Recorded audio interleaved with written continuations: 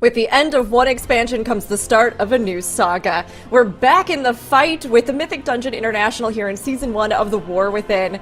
We hope you've all been enjoying the expansion, all of the special events, everything else that's been going on, AWC. I know I have. I'm Rook, and I'm very excited to be here as your host for this MDI. I'm joined here by Makes, Tettles, Nagura, and Zyronic, and we are really looking forward to this MDI with all of you. But man, I mean, I feel like we've just been looking forward to so much stuff, let alone the launch of The War Within that happened, a few months ago, everybody. Tettles, I'm curious, what have you been up to? How's the expansion been treating you so far? I was muted. All right, I've been really busy. The expansion launch was actually pretty interesting. I leveled a bunch of characters. The leveling process was super simple for The War Within. Then, we had the Race to World First, was busy with that for a little bit, with the casting. That was super cool with the raid. Been pushing a little bit of IO as well. Playing that Aug Evoker, I know a fan favorite. A lot of people in chat definitely love the fact that I would be playing Aug Evoker. I'm sure they would have a lot to say. But yeah, I don't know. The expansion's been super sick. I've actually been enjoying the content. Content pacing's been very fast. Probably one of the fastest content pacings I've seen since like maybe Legion. So yeah. I've been having a lot of fun personally. Yeah, it has been wild how much has just happened in the last few months. Like, how many things there are. You're talking about the Race World First, and I was like, oh my gosh, yeah, we had a whole race already. It's unbelievable. And it was a really good one, too. Seeing everything kind of after Ovinax, those bosses were incredible. I mean, what did you think about the raid? Yeah, like you said, I think the last 4 bosses were probably some of the most interesting to watch from like a Race to World First perspective. Probably one of the hardest raids of all time. I think if you looked at pull count, it was up there with some of the hardest raids. So a bit surprising, I guess, for an intro raid, but I think it made for great content. Yeah, absolutely. It was a good one. It was a good one. You know what, Tettles? I'm right there with you. I love my Aug Evoker, so, I'm just saying. Amen. Aside, Amen. It's a good time. Amen. But, we've had a lot of other stuff going on. We've had Hallow's End. I hope some of you got your broom mounts. We've had the 20th anniversary of World of Warcraft as well. I mean, Makes, what have you been up to in-game with all this stuff going on? See, I was so excited for the MDI, and then both of you come in here and you're like Aug Evokers. I don't know, you guys. I don't know. I feel like this is not where we were headed, personally speaking, and I'm a little bit upset. I expected it from the Moonkin main, but Rook, I kind of had higher expectations. Let me just put that out there. On the other end, though, 20th anniversary. It's been very good.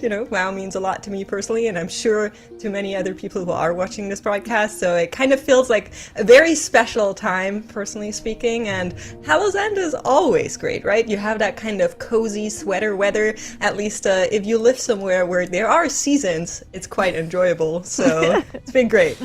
Yeah, it's a good time. You can always pretend that there are seasons too, like import some pumpkins, put them out, wear a sweater, melt in it, wherever you are in the world, you can celebrate, but you can definitely celebrate in game. And I'm glad you've been having so much fun, and I'm sorry to have let you down. That's my bad. You should be. But, there's been a lot that's brought us to this point, all the stuff in game, but as well here in the Mythic Dungeon International. If any of you are new players, returning players, maybe veterans just need a little refresher, MDI is essentially a speedrunning competition where our teams go head to head to see who can get the fastest times. So let's take a look at where we've been and where we're going with the roadmap for the event ahead. Our teams all got together, right? We had our time trials that happened, everybody trying to see if they could get their speed run times in. The top 16 of those were selected here for the final competition in the MDI.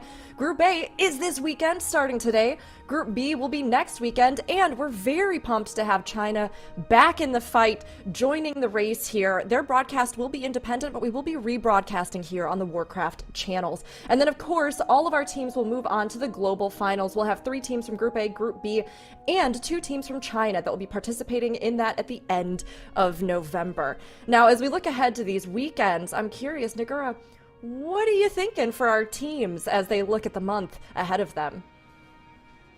Yeah, so I do think this is going to be very interesting, especially Group A coming up this weekend. We had some major changes to the dungeon system and to the affixes, which we are going to be explaining later. But that kind of gives some teams the opportunity that maybe are the lower seeded teams to maybe just upset some of the higher seeded teams and make it to the global finals if they come up with some of the better strategies or better ideas with those major changes to the dungeons. So I do think that will make this weekend in particular very interesting for sure. Oh, absolutely. And like you said, we have some new teams coming in, some new blood. We have some returners that are out to prove themselves.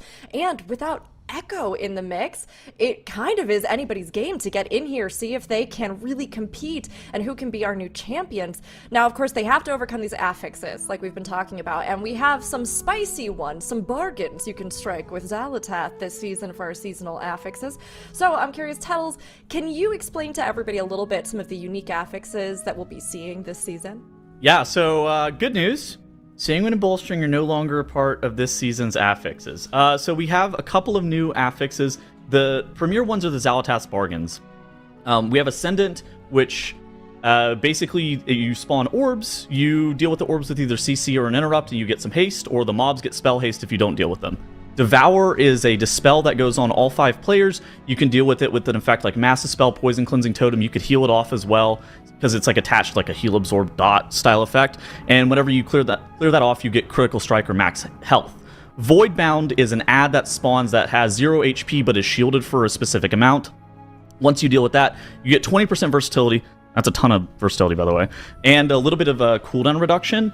And it does give DR to the mobs as it's spawned, and it like ramps up over time. And then Oblivion, basically we're trying to play keep away from these orbs, and if they end up contacting the mobs, it gives those mobs damage reduction and damage dealt, so it's a little bit scary. But the big thing is these are all Kiss Curse affixes, so this was something that players were asking for a very long time with affixes. It's no longer Sanguine and Bolstering and whatnot like we had in the past. Instead, we do have these Kiss Curse affixes alongside some other things like Zyra is going to talk about here. In addition to the Kiss Curse affixes, we do have some returning affixes, none of those Sanguine Bolstering affixes, fortunately, but Fortified and Tyrannical are back, and at a 10 key level you can get both of them. However, if it's below a 10, you'll only have one of them. You can see in our City of Threads and Siege of Borealis, you just have one of those affixes. But in addition to those, we also have Challenger's Peril entering the mix at that key level 7, so every single MDI key will have Challenger's Peril, and what that does is it increases your death timer bonus from 5 seconds per death to 15 seconds per death,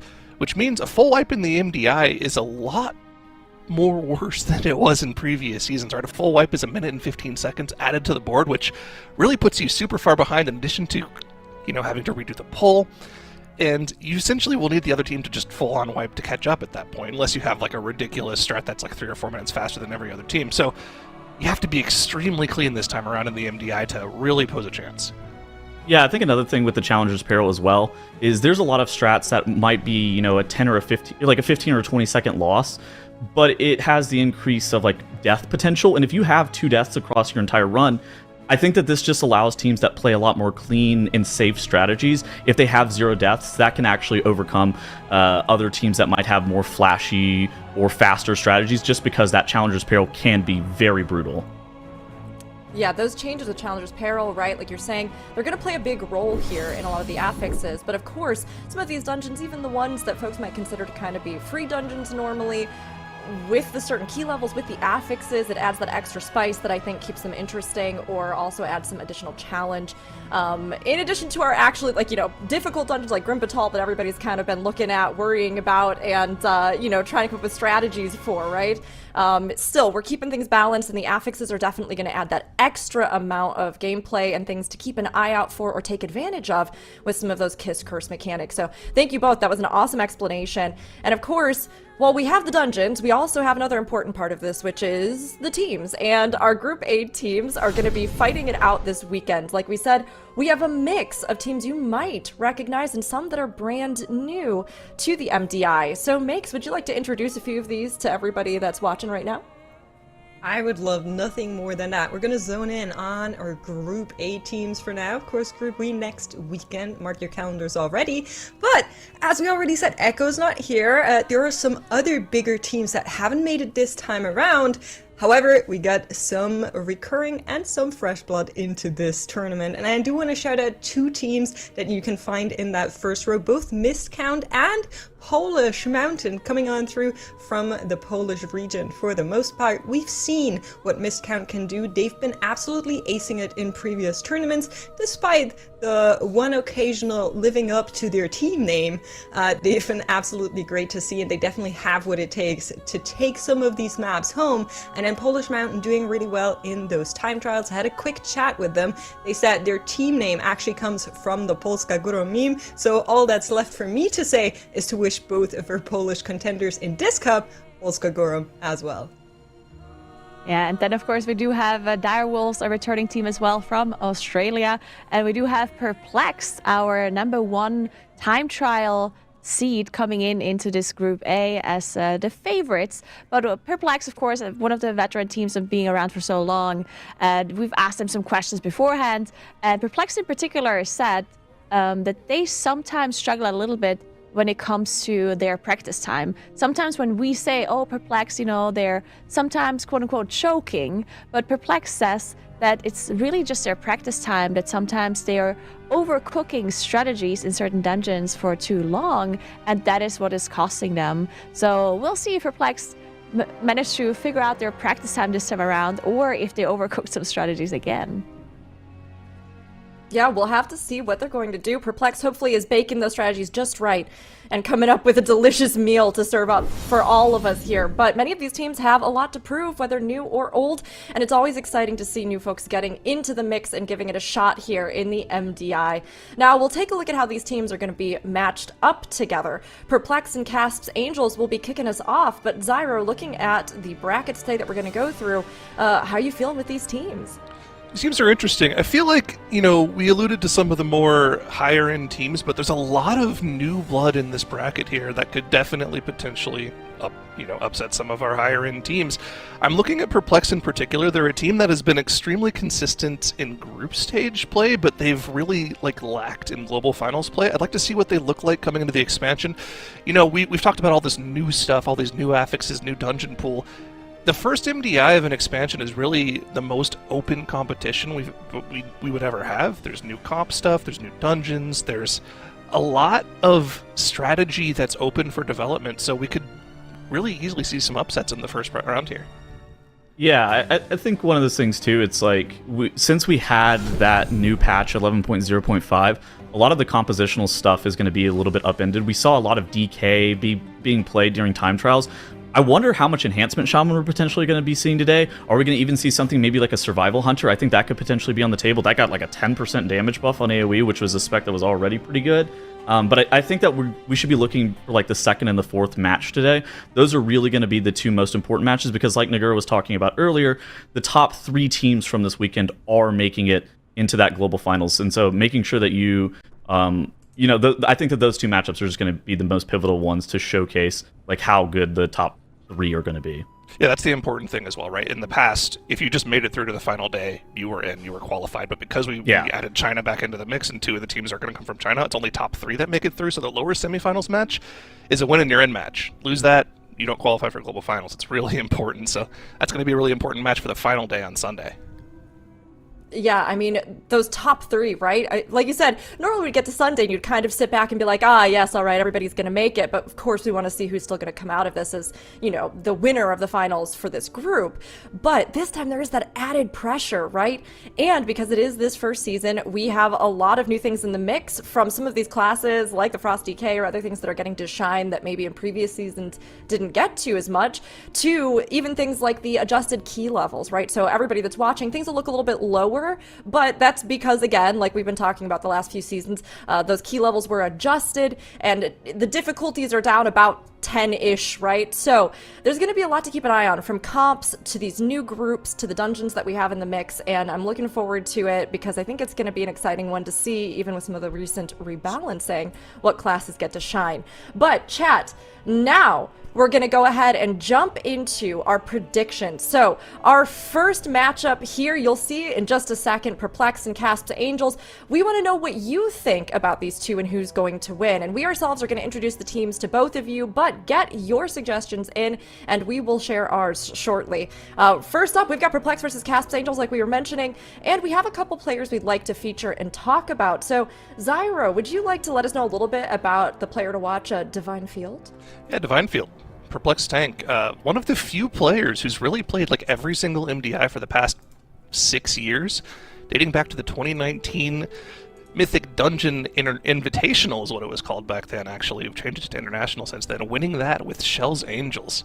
That's a callback. This guy is one of the beasts of the scene, though. One of the best tanks, one of the most sturdy tanks. And back when we had those affixes like Bolstering and Sanguine that were huge tank affixes, he was one of the best at making sure his team lost as little time as possible. Back when those were a big deal for tanks to deal with. But he's just always been incredibly good. The guy is insanely good. I mean, if we actually showed all of the previous rosters we were on here, we'd have to show like 6 different... Well, actually, no, it'd only be 3 teams because he's been with Perplexed for the past like 5 years. The guy's just a consummate professional, one of the best tanks in the business, and hopefully we can see Perplexed make a deep run this time around.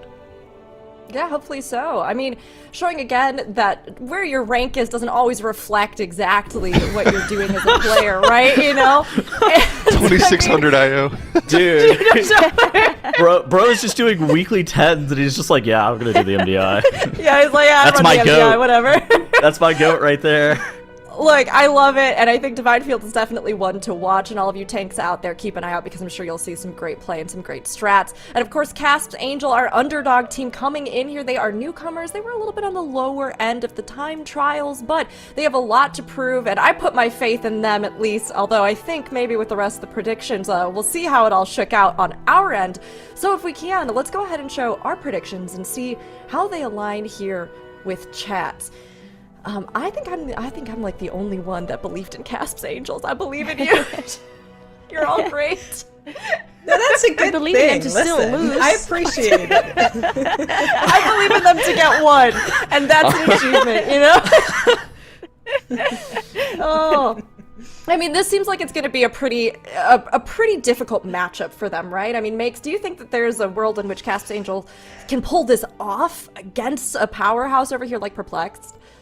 So I will say, in the past, big fan of Perplexed, but in the past, Perplexed has sometimes been hit or miss. There have been tournaments, notably where they showed up, and then they didn't show up. So we saw a different version of Perplexed. There is a chance where that happens. After all, KASP'S Angels are all IRL friends, so they have a whole power of something going that I personally never experienced, so we'll see. Makes over here like, I got no friends, so I don't know. So I think it's a fact Must that be degenerates nice. make the best Right? make the best MDI teams though. So like, what do you need friends for whenever you can win the MDI? Yeah. Friendship doesn't Power matter of as much. friendship? What? No, I Come on, love Tels. it. I love it. It goes to show, right, that like the MDI is something that's open to everybody. It's not just for like professional esports teams. And when it comes down to it, we all play this game. And sometimes you have friends to play it. Sometimes like you're like Makes and you just don't have any. Makes, we're your friends. Don't even. You're great. But we're gonna go You're ahead and making take it a look. worse.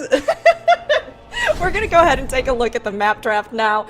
The teams are able to ban out maps, and we can see here that City of Echoes and Necrotic Wake have been banned out. I mean, this, I think, probably an interesting pick here for the two of them. But, I mean, Tettles, do you have any thoughts on these bans? I think Arakara. I'm surprised at the Arakara ban. I think that the City of Threads no ban makes sense going through because that was one of the time trial maps, and so I think that like every team is going to be pretty experienced with that. Necrotic Wake from Perplexed. I feel like that's probably the most volatile dungeon of the season. It was very volatile whenever we saw it back in Shadowlands. And so I think that, Perplexed looking to ban that again. I think that both of these bans maybe make a little bit of sense. If I was KASP'S, I would have probably been looking to ban City of Threads. Just at how fast, since it was a time trial map, I feel like for Perplexed, they're going to be very experienced, and they put up the best time on that map by like minutes. I want to say it was something that was incredibly quick in that dungeon, and so I think that KASP maybe should have banned that. But overall, I don't think that there's anything that we can glean too much from that, except for the fact that Necrotic Wake is very volatile again. Yeah. I mean, Grim Patrol is one that, like we pointed out, has been kind of mentioned as one of the more difficult ones, but with it being at that 10, and then with these other affixes, with some of the considerations for the teams, I mean, like we kind of pointed out, just because dungeons are perhaps a bit more complex inherently doesn't necessarily mean that you're not going to want to pick other things to try and buy yourself the best advantage, or to maybe even rule out something that will be of advantage to another team. Please go ahead. Yeah. I have a question for the panel. What do you guys think is going to happen with the dragon bombing run in Grim Patrol? Do you guys expect there to be some weird tech where they group up all the mobs and blow them up with the dragons, or do you expect it to be pretty standard? Do you think the tank could just run ahead and pull everything together, and then two people could just use all of their ones on everything being pulled together? I mean, maybe. You could also, double hover across the gap in Warrenstone or something?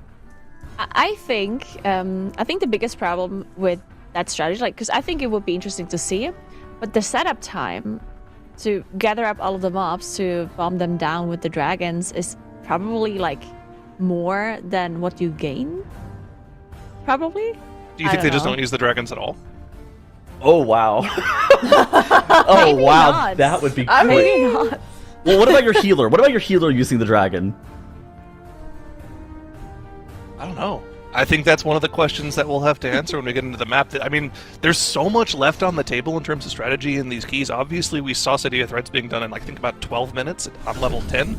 You would have to assume that on level 9, you could probably get to, maybe sub 10. There's a lot of, sort of forced mob killing, plus there's, 40 seconds of RP on the second boss. I don't know how much faster you can go with one of those 4 tyrannical affixes gone. It's going to be interesting to see, though, for sure. I think a big kind of point in basically all of the keys in the seasons is that all of these mobs have a lot of casts that need to be interrupted, and while you are probably running vengeance in most of these keys, that is something that needs to be controlled when we're talking about things like pulling everything together in Grim Patrol. Who's going to take care of the bazillion interrupts that evidently will need to be used until the damage does come in? So I'm really curious on what teams have figured out to control that and how the coordination will work out on that. Yeah, absolutely. I mean, there's so much with any of these mob groups, right? Whether you're dealing with poison damage, whether it's all of the bolts, whether it's any of the just wildly complex different things that kind of pop up. I think interrupt management is going to be a huge thing, as well as figuring out, how we're pacing cleanses, purges, everything else, the soothes, So it's seeing how the teams are going to try and handle this, especially with big pulls. If people go ham in the end of Grim Patrol and they're just pulling extra dragons and all kinds of stuff, figuring out how they're going to handle that, as well as many of the other dungeons that have these complexities, I think will be really interesting to see, especially with that speedrunning element in mind. But I mean, I'm curious because, we talked about interrupts kind of defining things. Nagura, do you feel like there's anything that really is defining overall of the Mythic Plus dungeons that we have in the mix this season? No, I think mainly the major change that we have, but not to mention, of course, the affixes and all of that changed as well. I do think one of the other major changes is the fact that the inner cooldown of spells isn't as high anymore whenever you disrupt AoE groups, right? And I think that's going to have a major impact on top of the fact that there's going to be a lot more mobs with a lot more important casts, right? So in the past, in the MDIs, we've seen them pull half the dungeon together and just have this like interrupt rotation, AoE interrupts, or disrupts rather, I should say. And I'm not sure if they can still do this. I think they can, but it's going to be a lot more difficult, and they're going to have to be a lot more like individual proper interrupts that have to be assigned rather than just AoE disrupts like we've seen before. So we'll see how the teams handle that. Yeah, I mean, Zarnik, do you agree? Do you feel like, you know, we're looking ahead at the first dungeon, which will be this Grim Batol here, right? What do you think these teams are going to have to be kind of looking at as they figure out how to handle this? You know, we're talking about maybe the dragons, maybe not, maybe they do. Is there anything else that kind of stands out to you about that dungeon? I think on a plus 10 key level, there shouldn't be too much that they're worried about in terms of like too many things going off. The really major interrupt issues are going to be mass tremors in the first section. And if I'm not mistaken, there's only like 4 or 5 of those that you have to worry about if you do like a giant mass pull right at the start of the key, which I'm assuming they're going to be running a shaman of some sort, maybe 2, just so they'll have access to 2 12-second kicks. Venge, maybe? Vengeance Demon Hunter, I think, is actually going to see a lot of play.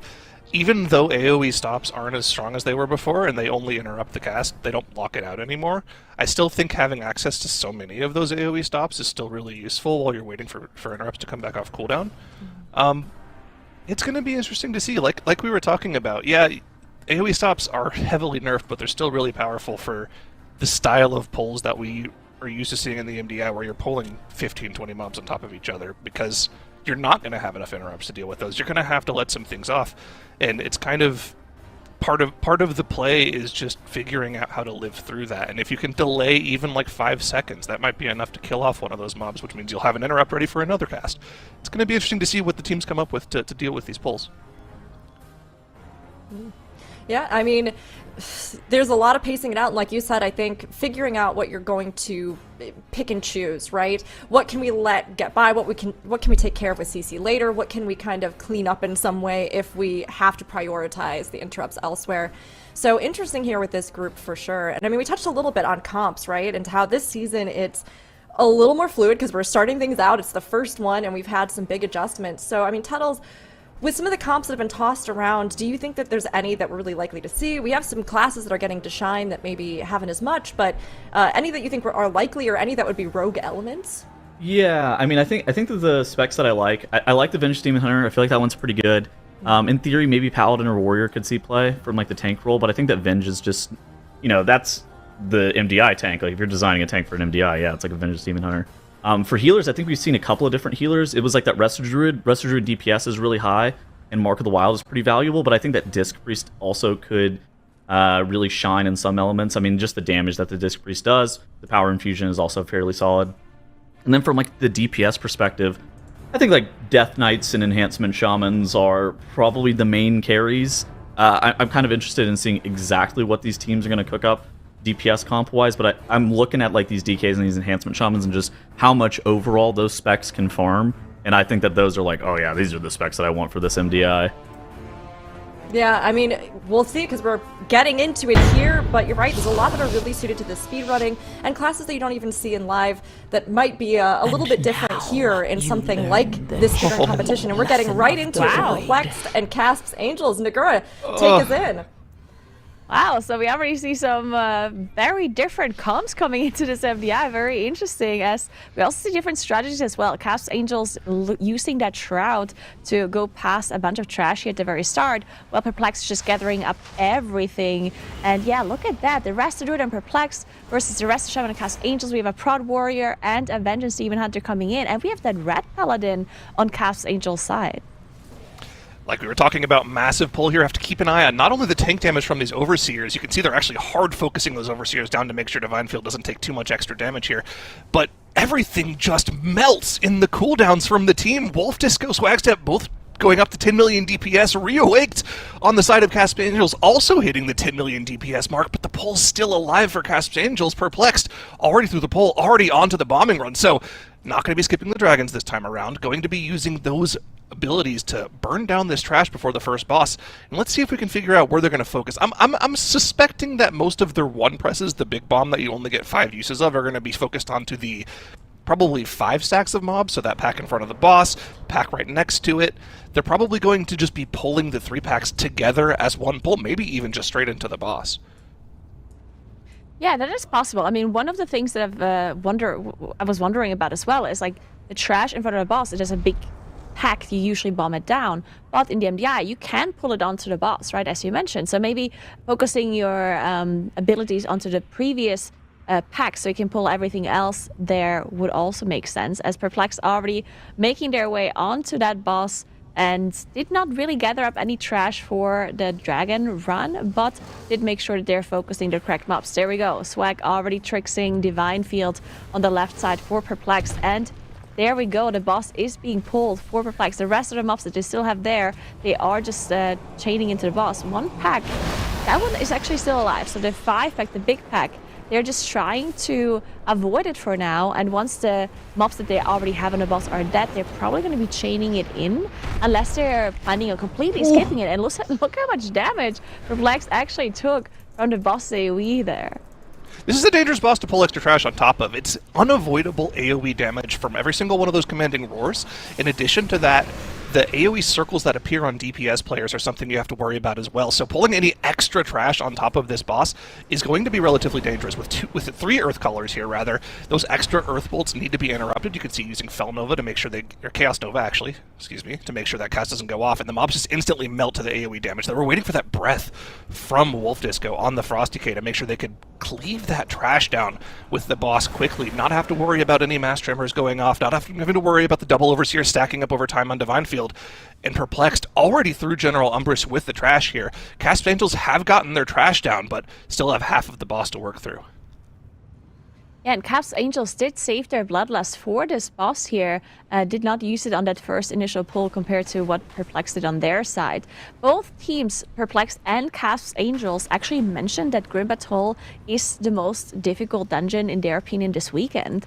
So far so good for both of these teams, not having any major issues, but that this dungeon can be so volatile, as Perplexed now gathered up another big pull. You can see this Molten Giant just doing so much damage to a group, as they have to dodge all of these swirlers and also try to drop as many casts as they possibly can. You can see that stun coming in from Divine Field, while the sigils are also all being used to make sure that these mobs just get chain interrupted, and they have so much damage. Wow, okay, that pull also just melted for Perplex. Just absolutely destroyed, and we're already on to Forge Master Throngus here, but the boss alone will not be enough, as is typical in the MDI. If we can get some trash on top of it, we're going to get that funnel in, we're going to be efficient, we're going to AoE down. Convoke the Spirits coming out from Sevi to try to do a little bit of damage, but healer damage at the start of the expansion, not exactly the greatest. You would expect to see a little more damage out of a Convoke there, but the important thing is the trash is already dead. The only thing they have left alive is this Molten Giant here. Of course, Molten Weight going to do a lot of AoE damage to the group, but if it's not overlapped with any boss abilities, they're going to be totally fine, and Sevi's going to be able to top everyone off. And, man, just the Shaman damage enhance. An absolute titan of damage right now. Does so much overall consistent damage, and of course the burst from the Ascendance is extremely powerful here. You can see just popping that off now. Oh, this boss is melting already. We've been in combat with the boss for a grand total of about 30 seconds here, and it's pretty much almost already dead. Yeah, definitely looking very good for Perplex. Now, we do have some breathing room while they deal with Forge Master Throngus, as KASP'S Angels, of course, having that comp that we were wondering about initially. So, Reawake, their Havoc Demon Hunter, is actually a main Havoc Demon Hunter, as Makes just pointed out in our Discord, which made KASP play Prod Warrior. Otherwise, KASP would have played Vengeance Demon Hunter because obviously that's, as we talked about, the MDI tank. But with the Havoc Demon Hunter, they decided to just go with the Prod Warrior to not double up on the classes. How big can you go here, Perplexed? We are pulling every single Warlock in this section, going into the next Overseer, and then also the next pack of Warlocks afterwards. There's about 15 mobs here. There's going to be tons of curses going out on the group. but I think they're just going to try to heal through them with just the healing from that Resto Druid.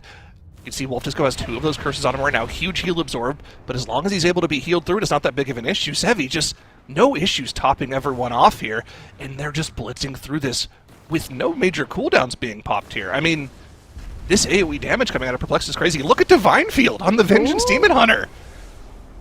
Yeah, that's crazy. You can see they're actually running out of defensives a little bit here and out of dispels. We see the dwarf racials being used by both Wolf and Ashine to get rid of some of these curses. Of course, Sevi can dispel one of the curses as well, so does Ashine. So they are using all of their abilities to make sure that they're getting rid of as many as possible. But they were just so many mobs. So many mobs applying those curses to group, having double curses on some of the players there, using Heart of the Wild even on Sevi. To make sure that we survive this emissary. We haven't even talked about the affix yet either. The emissary obviously causing some issues for them as well. If they're spawning in bad moments, it can actually really disrupt some of those bigger pulls. So that's one of the most difficult affixes to deal with, in my opinion, in this MDI. On top of it also being one of the most difficult dungeons to play.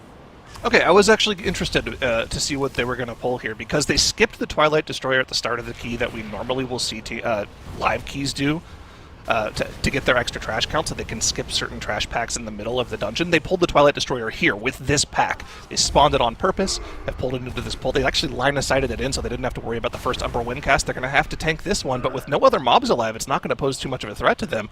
And we're already on our way to the 3rd boss. Now, I think we're just going to leave these 2... Never mind, we're just going to pull the lava benders on top of the boss. Not too much of an issue. And we'll cleave those down with the first boss here. I think, ideally, you push them as the RP is happening while the dragon spawns. So you just always have something to hit, and you can transition some of that damage into the second phase of the boss. Yeah, that does make sense. You can see they are focusing down Draga, as they also just cleave the lava benders. But yeah, these lava benders, of course, causing a lot of trouble whenever they are below that percentage. And you can see that the group is dropping low, but the AMC is being dropped by Wolf, making sure that everyone gets a damage reduction. Void Emissary spawning as well on a pretty bad moment. Did manage to nuke it down though, and there we go. We are now in phase 2 as Belioni is landing. KASP'S Angels on the other side, on the right. They are now also moving to that trash in front of the second boss here. The 3rd boss, sorry. And yeah, KASP'S Angels, they're looking really good. Like, they have 0 deaths, which honestly is like, it's really strong for... Of course, they're the last seed coming into this tournament, and it's the first time for them competing. And then they have to compete against Perplexed. So being able to do a Grim Battle, which is the most difficult dungeon, in their opinion, and being able to play it so cleanly is definitely very impressive. I mean, not keeping up with Perplexed, that's honestly... I mean, I don't think anyone can blame them for not being able to do that. So. It's certainly not a bad thing, and I think the strategy that they're going with here is actually pretty okay as well. Unfortunately, Blitzer goes down to a melee, but they're a shaman. They can just honk. It's okay. Don't even have to use the battle res. Do have to make sure your top has 2 curses on them as well. Needs to heal through that quickly, and of course another curse goes out and kills off their Havoc Demon Hunter, but they have the battle res. The Paladin can get the battle res here, and that'll help them out. What I was going to say before the deaths occurred here is, like, I don't think the strategy here is necessarily bad from them. They're not going for the same size pulls as Perplexed, and when you think about it, when you factor in Challenger's Peril, this is our number 1 seed of the tournament versus the number 8 seed of the tournament, the highest seed versus the lowest seed. You're not supposed to win this matchup if you're KASP'S Angels, but if Perplexed did at some point have a full team wipe with Challenger's Peril, that's a minute 15 added to the timer. They'd have to go back and re-pull that pack, probably without the cooldowns that they had saved for it. KASP'S Angels is putting themselves in a spot with the way they're playing this key that if Perplexed did have any major mistakes, they could potentially steal a map. So the way KASP'S is playing, while it might not look as impressive as Perplexed, they're staying relatively clean, and they're doing a good job, and they're fast enough to where they could capitalize. So we'll have to see. It's really on Perplexed here to stay clean through the rest of the dungeon, but these Corruptors are not posing nearly as much of a threat as I thought they would, and it looks like Perplexed, with 1 pull and 1 boss left in the key, are going to be able to finish this off. But let's see. Do we just pull these into the boss? I think we do. Wow. The cooldowns aren't ready, but the lust is, and I think that's going to be enough for them to just go for this pull. Yeah, there we go. That's going to be a lot of damage coming into the group with those Corruptors as well. Bloodlust not being used just yet. Maybe waiting for, as you said... Oh, never mind. There it is. The Bloodlust coming up. And 10 minutes in the dungeon, right? It just came up. So Perplexed just speeding through this +10 Grim Patrol here. And they are making sure to get these Corruptors done as they also deal with the boss here. So much damage coming in on Swag. They need to make sure that they recover for this first AoE coming in here. The Corruptors are just passively being cleaved, though. They didn't really worry about them too much, apparently. Yep. No real worry. That's going to be some funnel. And now at the tail end of the Bloodlust, we have the 2-minute cooldowns coming up. The Breath of Sindragosa, the Ascendants coming out from the Enhancement Shaman as they get that extra cleave onto the hatchlings from the boss here. A little extra funnel as well. Erudex, not long for this world. 20% on the boss here. We're not going to see a 10-minute run, but it is going to beat the time trial time, of course, being 1 key level less. You would expect that. Perplexed, looks like they're going to be taking a 1-0 lead in this series. Just got to do this last 10% of the boss. This is their damage slows to a crawl as the cooldowns run out. Finish it off, Perplexed. Send us home. There it is. Perplexed takes the first map of the series against KASP'S Angels.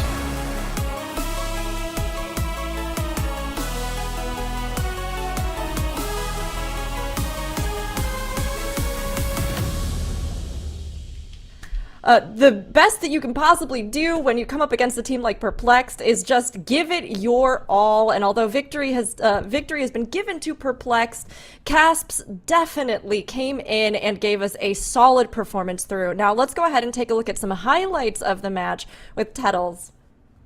Yeah, I mean, I feel like that was just the Perplexed show. I feel like KASP'S Angels actually didn't even look too bad. You know, they did have a couple of deaths there towards the middle part of the dungeon, but I think it just kind of proves how on a knife's edge this Grim Batol dungeon is. And it starts, like, right off the rip for Perplexed here. You see Divine is tagging so many of these mobs, and this is a it dies or I die kind of pull where you have all of these Earth Callers, you have these Overseers, and basically what they do is they drop the Cap Totem, and then they drop the Silent Sigil, and the pull has until halfway through Bloodlust, and you can either kill the pack off or it's going to end up killing you because you have too many casters that are in this pull. Fortunately enough, Perplexed is able to do 10 million DPS on both the DK and the Rogue here and completely annihilate this pull. You saw a shine there on that Enhancement Shaman, also at a nice 7 million DPS. And it really didn't stop there for Perplexed. Perplexed then continued to do, as they had all of their offensive CDs available, they continued to do like pretty crazy pulls. Like right here, they're using like Ascendants and some of the Rogue cooldowns, and they're doing a triple pull into this Molten Giant. This is a very atypical pull for something on live, where again, you probably have somewhere in the order of like 25 to 30 seconds to be able to deal with all of these Beguilers and these Earth Callers before they end up wiping you. They do have a couple of tools to be able to slow them down, like the Cap Totems and the Silent Sigil, but those pulls are really on a timer, and it just kind of continues on through the middle of the dungeon. This is probably the craziest pull. You even have Zasevi pulling a second Lava Bender. It's like 2 Lava Benders, 6 Warlocks, 3 Enforcers. Divine actually is taking an insane amount of damage on this pull. The last couple of pulls were a bit of a coordination check in terms of making sure that you had enough stops in CC to be able to deal with the mobs. This one is just like raw throughput, like in survivability from your tank, and HPS, a big HPS check on your healer. You do have things like the Cloak of Shadows and some of the DK, AMS, and whatnot to be able to immune some of the stuff, but these are all very scary pulls. And I would suspect that whenever you're looking at this from other teams' perspective, you're like, wow, so that's how they got that pull dealt with. That makes sense. And I think in a lot of aspects, you can probably play a little bit more of a conservative route, still time this key. But if you really want to be able to put up that 1130 that we just saw from Perplexed, you're going to have to do those insane pulls that we saw right there. Yeah, I mean, watching how they juggled and managed all of that was incredible. Curses going out left and right, using dwarf interracials, all these other things to, make sure that they can handle everything that they had pulled. I mean, it was really, really wonderful to see them just manage these. And although, like we were talking about, that key level right on Grim Batol is a little bit lower here, at least for Group A weekend, they still just had it down to this science. And it was so great to see how they were pacing that out, like we've been kind of talking about, right? But KASP'S also putting up a good fight. I mean, Zyronic, seeing them come through this, what do you think they need to be focusing on here? Should they try and get a map? Are they looking at streamlining things? Are they hoping they can fight it out in the lower brackets? How do you think they're kind of feeling right now? I would feel fine with that run. 2 deaths in that key with the size of pulls you were going for, like I was alluding to during the match there, right? This is the 1 seed versus the 8 seed of the tournament. The 8 seed's not supposed to win this matchup. They're probably not even supposed to win a map. but they were putting themselves within hitting distance, right? Within striking distance. If Perplexed had a wipe, KASP'S could have won that map. Especially with Challenger's Peril, right? You lose so much time to a wipe right now with that affix in play. Something else I think is really interesting that we didn't even really get a chance to focus on is the only similar spec that we saw between the two teams was the Rogue. Everything else was different. We had different healers, different tanks. The other two DPS were also different, right? One team ran Enhancement Shaman Frost DK, one team ran Ret Paladin Havoc Demon Hunter. So, you know, this is interesting as well. Something I also want to point out is I'm curious with the Resto Druid pick. Obviously, Mark of the Wild is pretty strong in keys, and it was something that made them a staple last expansion, but I think right now things like Disc Priest and Resto Shaman are generally stronger. Do we think that the Resto Druid was potentially just a flex in that key for the Curse Dispel? Do we think they'll play Disc and other keys? There's a lot of things open right now. I think Resto Druid's pretty good. I think that they're probably the second highest DPS healer right now if they're able to actually, you know, stay in that cat form and maintain the ability to be able to do DPS. I think they're, you know, a little bit behind the Disc Priest, but I don't think they're like so far behind the Disc Priest that it should be cause for concern. I will say that the Challenger's Peril, like you talked about, is like a key point there. I don't even know if they necessarily need like a full wipe. I think that KASP'S, if Perplexed had like 2 or 3 deaths, like a pretty substantial pull, not all deaths are made equal. Like you could lose a large portion of your damage. Say you die on that Breath of Sindragosa, you lose an Ascendance. Like you could have lost that match, I think, with just 2 deaths if you're on the side of Perplexed. Like KASP'S looks pretty good, considering that they are the 16th seed. They looked like they were kind of outplaying their seed a little bit in terms of just how good they were in that Grim Battle. They really brought it. I mean, great to see them, even if they were going a little more conservative, right? Trying to just stick to what they could, work with the comp that they could, because as we sort of chatted about earlier, right? You know, they knew, okay, well, we've got players that maybe aren't as flexible as others, but we're going to try and make this comp work. And as we look ahead to the next map, which will be City of Threads, this will be a best of 3. So if Perplexed takes it, they are going to be continuing on, and we will see KASP'S go down to the lower bracket. But if KASP'S is able to get in here on this one, which is maybe on the easier end, again, relatively, with all of our dungeons, I mean, I think this could give them a chance where perhaps they can take advantage of something like a possible mistake. But with it being an easier one as well, is Perplexed likely to make that? Probably not. But, I mean, Nagura, as we look at City of Threads, what do you think about this dungeon and these two teams as they are getting ready to hop in here? Well, I definitely think that we're going to see insane pulls in this +9 key here. Now, one of the things about the MDI, whenever we do see the lower keys, sometimes people think it's easier on the teams to do the lower runs, but these teams will always do the absolute most difficult pulls they can do, no matter the key level, right? So even though the key is lower, to compensate, they will be doing bigger pulls.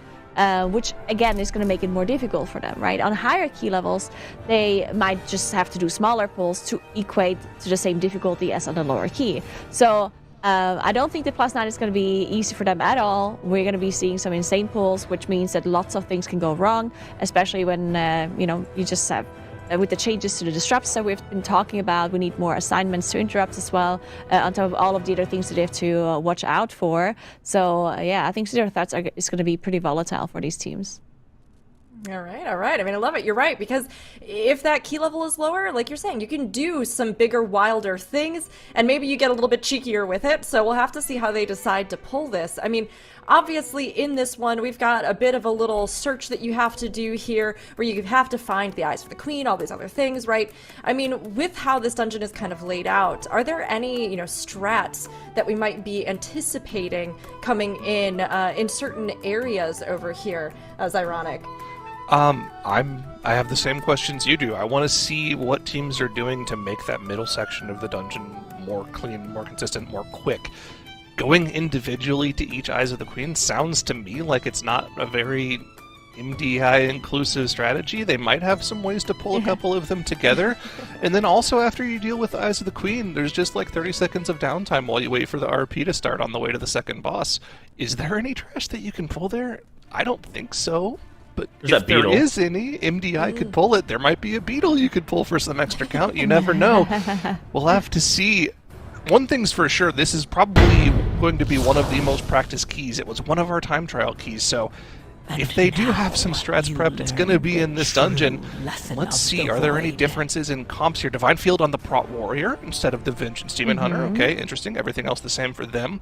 And I think it's just a damage swap for KASP'S Angels. We have the Frosty K instead of the Paladin, the Red Paladin.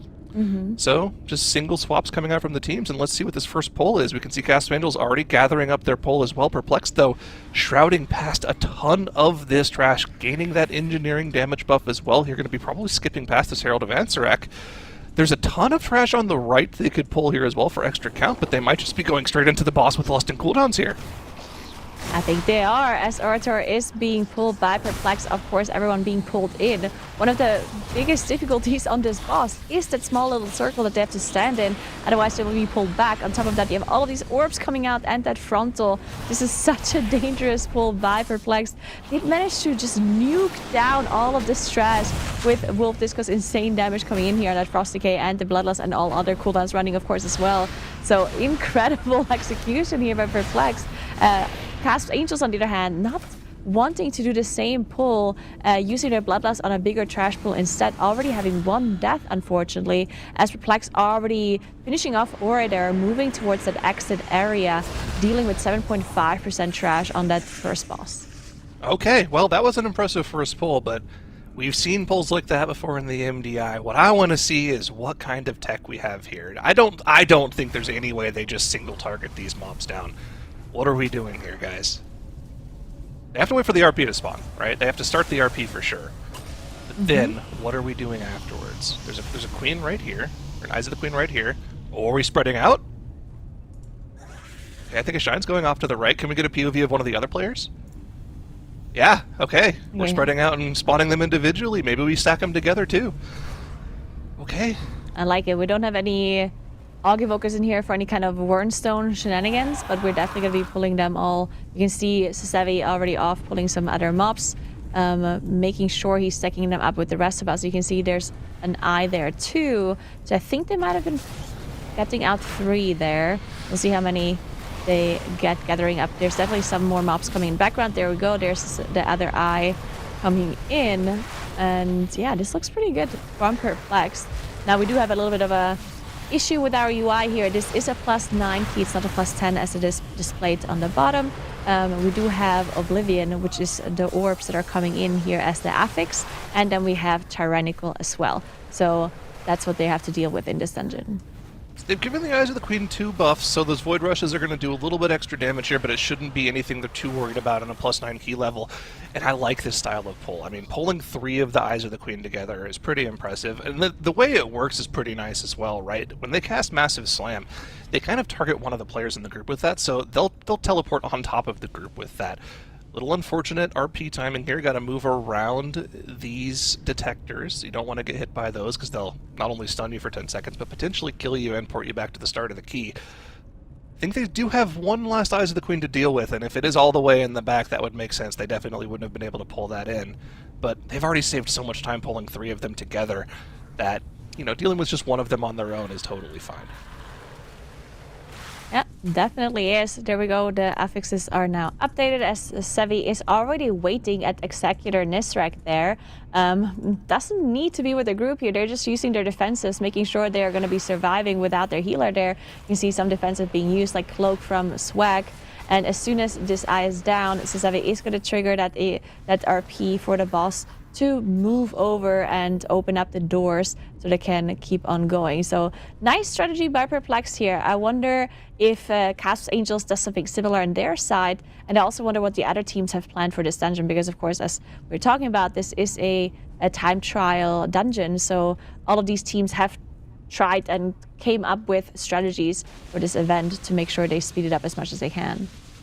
So KASP'S Angels has had something very unfortunate happen to them. They need to get out of combat with this mob.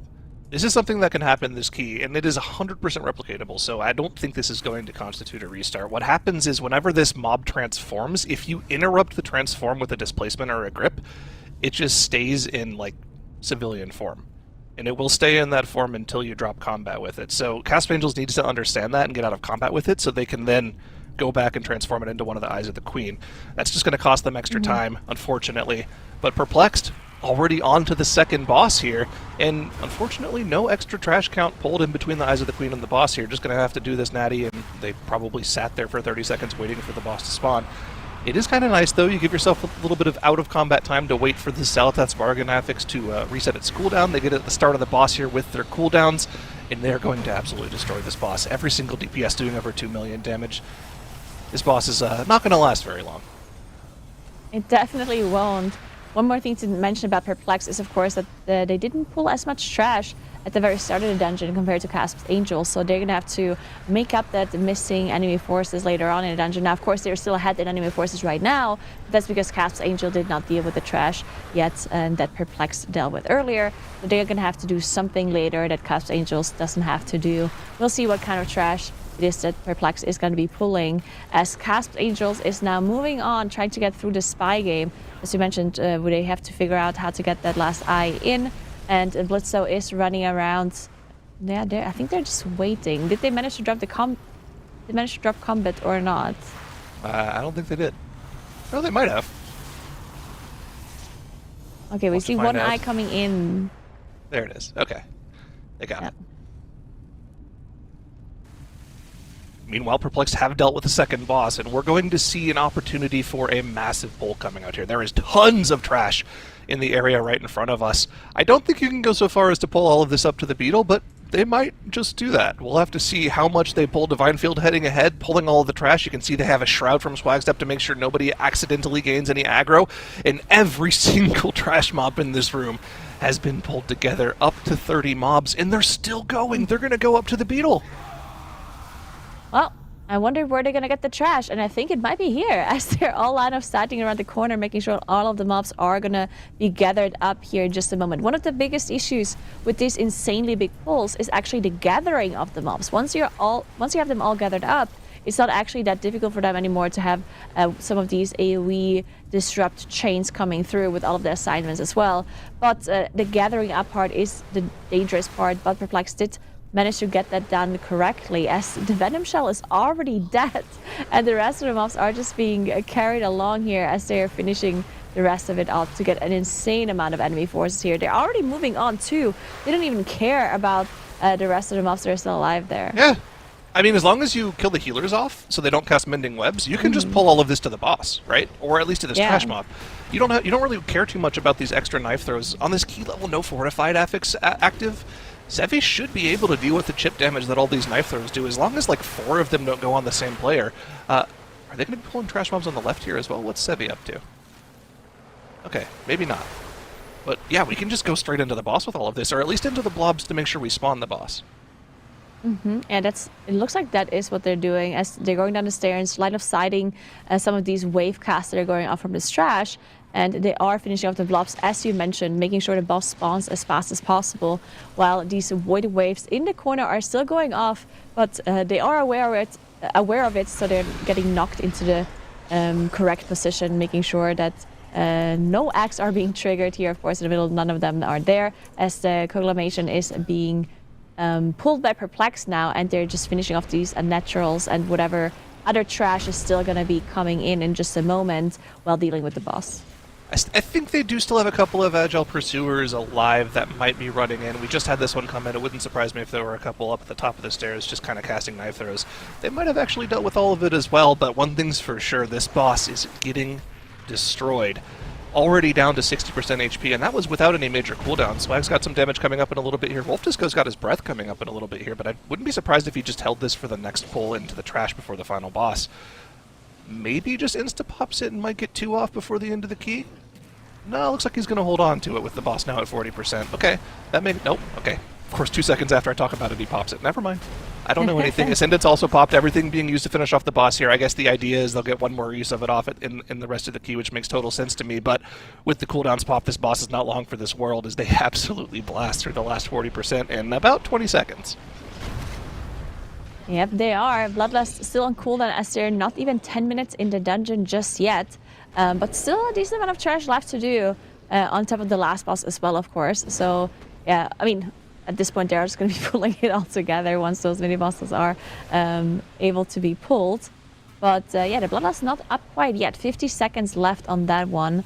So they're just going to be using it at the very end of their run. They're just speeding through this as the two mini-bosses are going to be spawned here in just a moment. They deal with the Shadow Weaver first, and dealing with the trash is coming in. This test subject is moving so slowly, though. They want it to gather up, but it's just has really short lags, apparently, as the last mini-boss now also is able to be attacked, and they need to nuke it down to make sure that last boss spawns. Ooh, Tremor Slam Death coming Shine out from a down. Shine here. Must have been overlap from a bit of extra damage. He's a Shaman, though, so he can onk whenever. They also have Battle Reses, so whatever they want to use, they still have the opportunity to pop off. But this is a dangerous trash pull, right? These two mini-bosses do so much damage. The overlap with the Swarm plus the Slam can take out anybody who's not adequately prepared for it. And it looks like that has happened for Perplexed just now. So plus 15 seconds, and an unfortunate onk timing, as it was right before a Tremor Slam that they maybe thought wouldn't go off, but unfortunately it did. So a second death. They do have the Battle Res already pre-popped here for them. Are we going to be taking this? There it is. There's the res. There we okay. go. 2 minutes coming back off cooldown in about 10 seconds here. That Ascendance is a 2-minute cooldown now, not 3 minutes, so we need to update that. Apologies on our end, but it looks like all of the 2-minute cooldowns will be up for the Lust here momentarily, and I'm not sure these Unnaturalers are going to be enough to finish off their trash count. They might have to pull some trash after the boss, but one thing's for sure, when they pop this Bloodlust with the cooldowns here, the boss is going to absolutely melt. And they're going to have so much damage. Of course, this boss can be a little bit dangerous as... Oh, well... Does look like... Yes, it does look like, unfortunately, KASP'S Angels did not manage to spawn that last eye, possibly. So we're going to have to talk to production and see what is going on with KASP'S Angels, but there definitely seemed to have been an issue in their run. Yes, it seems as though there was a problem in the eye minigame. So the teams are resetting right now, and it looks as though we'll have to replay the map here. But that, you know, it'll be a reset or retake. We've seen a little bit of a preview of some of the strategies over on Perplexed's side, and as the teams reset, we'll take a moment to kind of reflect. I mean, Zyra, we were talking before we got into this about how the teams were going to handle that section with the eye, and what did you think about Perplexed's strategy here? The strategy was great. I think that's about as fast as you can do it. Of course, they had a couple deaths, but, you know, I think with the way they're polling, that's kind of expected. You know, the overlap on the mini-bosses is going to be pretty difficult. And, you know, if you can get away with doing pulls like this with only 1 or 2 deaths, I think you're okay with it. Yeah. I mean, those bosses, I mean, everything clear. I mean, we saw that huge pull that happened onto the Venom Shell as well. They made it through that, but those mini-bosses, you know, when you're piling everything else on, it is definitely difficult there at the end.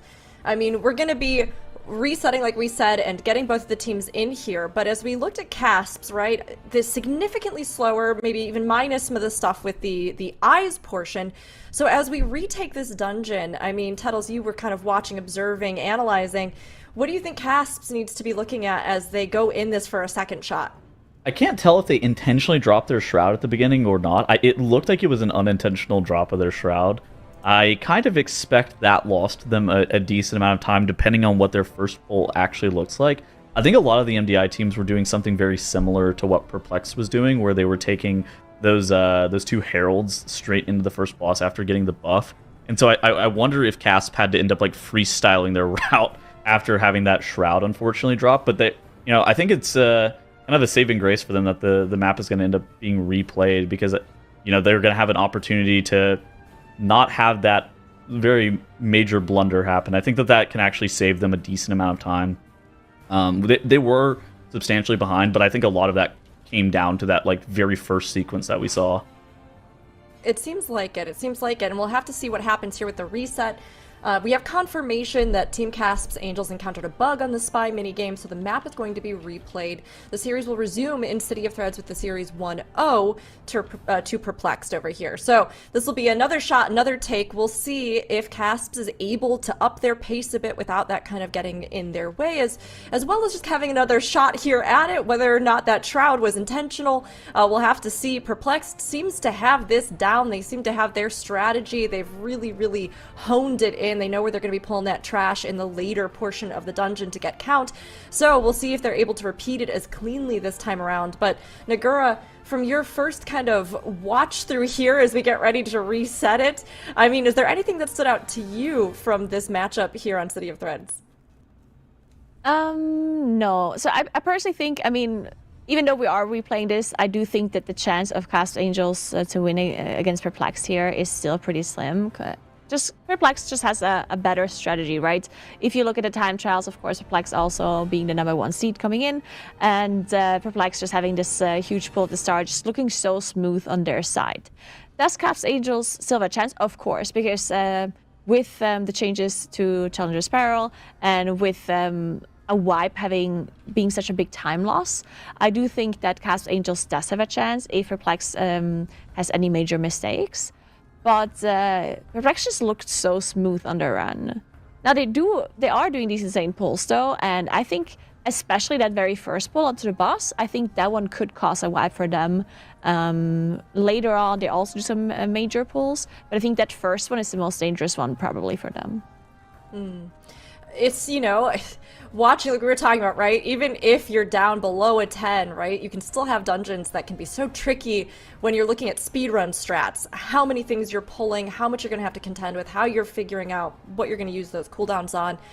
So, I mean, yeah, they got through it really clean this time around. Perplexed, obviously, you know, despite some of their talk about perhaps not having perfected some of their practice regimes and things like that, they are really showing that they've put a lot of work and thought in here. And I mean, that was a nice, clean run from them going through, even with some of those deaths towards the end with the mini bosses.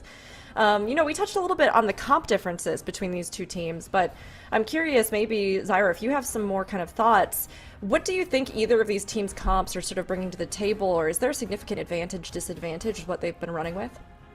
I think it's hard to boil down any of the advantages or disadvantages we've seen so far to comp. I mean, there are slight differences in damage profiles between the classes that they're bringing, but in general, the major difference has just been the strategy and the execution from the teams, right? Perplexed looks like, as they should be with their experience, the more polished team. Their pulls are better, their execution has been better, their just throughput has been better as well, and they should still be able to go back in here and complete this relatively easily. Again, this is the product of probably at least, I'd say 20, 30, 40 hours of practice. This was their time trial key, right? So they put a ton of time into this dungeon already, in addition to whatever practice they redid this weekend, for this weekend, after getting the map pool about a week ago. So this is going to be one of the more polished looking dungeons from the teams this weekend, and Perplex kind of showed just that. I mean, nothing really looked like it was posing too much of a danger to them, which is what it should look like when you have the pulls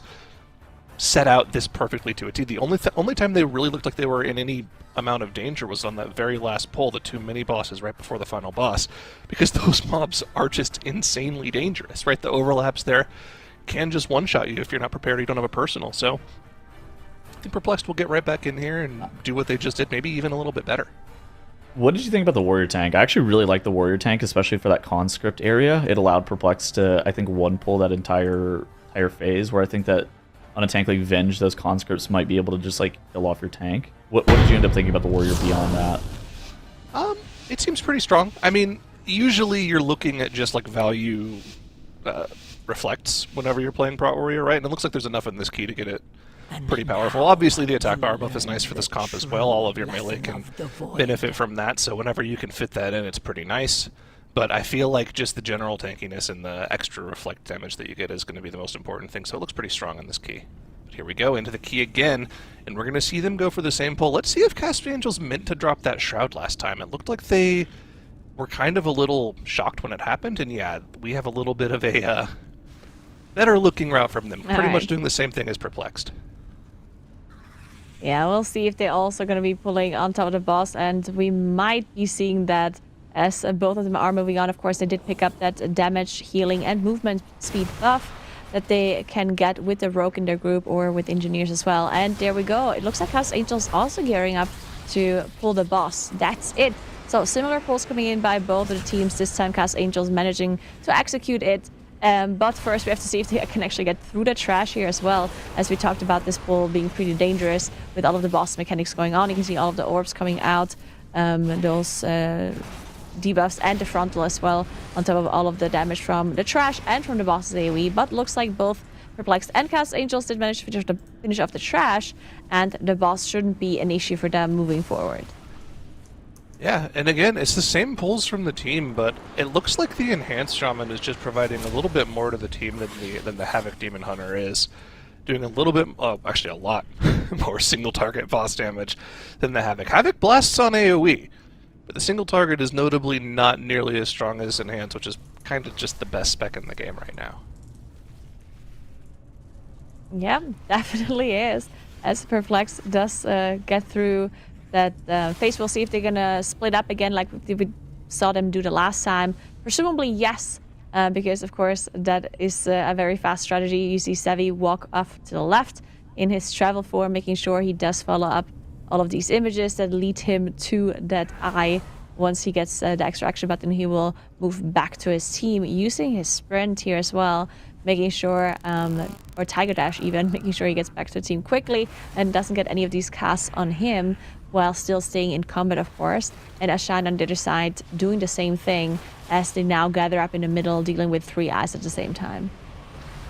Okay, the Eye of the Queen has transformed for KASP'S Angels this time. A little unfortunate it happened for them last time around, but it's not going to be an issue this time around for them. What is an issue is that they're already about 40 seconds behind Perplexed even on the first boss split. That's going to be tough to come back from. They're going to need Perplexed to wipe. Perplexed doing this triple Eye of the Queen strategy as well is going to save them so much time, whereas KASP'S Angels is likely just going to go around one at a time like we saw them do last time around. It's going to cost them a ton of time here. Perplexed will still have to go back and deal with that back left Eye of the Queen, but just the efficiency of doing 3 of them at the same time is it's pretty unmatched. That's going to save them like probably about a minute and a half. And I like this thing that we saw Sevi doing as well. So Sevi is not with the group. He's not going to that final Eye of the Queen.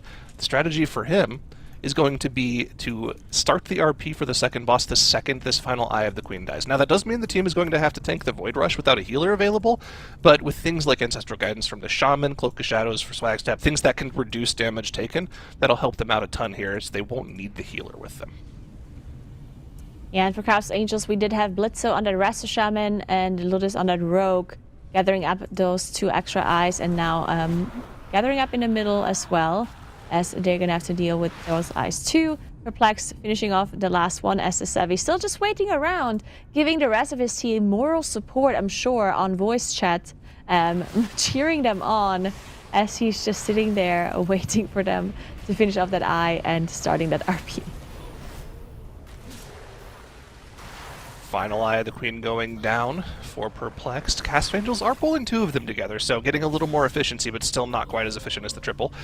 Obviously, 3 is better than 2. But Perplexed already finished the RP. Boss is already spawning very soon for them. Sevi was able to instantly start that RP. And you can see Executor Nizrek already on her way up to bring down that web wall and start the second boss for Perplexed. So Perplexed might even be going a little bit faster than last time around, and KASP'S Angels is going to have to kick it into high gear here if they want to have a chance of taking this map off Perplexed. Yep, definitely have to. We do see Blitzo on that Rasta Shaman moving to that mini boss as well, to Nisrak, to that NPC that is opening up that portal. There we go, so they did manage to do that as well now, but Perplexed already on their way to the second boss as they're finishing off this mob here as well.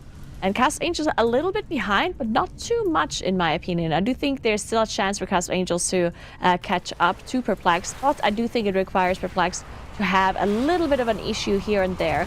We of course have Challenger's Peril with the 50 seconds death timer now, which means that maybe 1 or 2 deaths already could give KASP'S Angels the opportunity to catch up here, which of course can happen, but Perplexed looked so smooth the run before, and now again looking so good.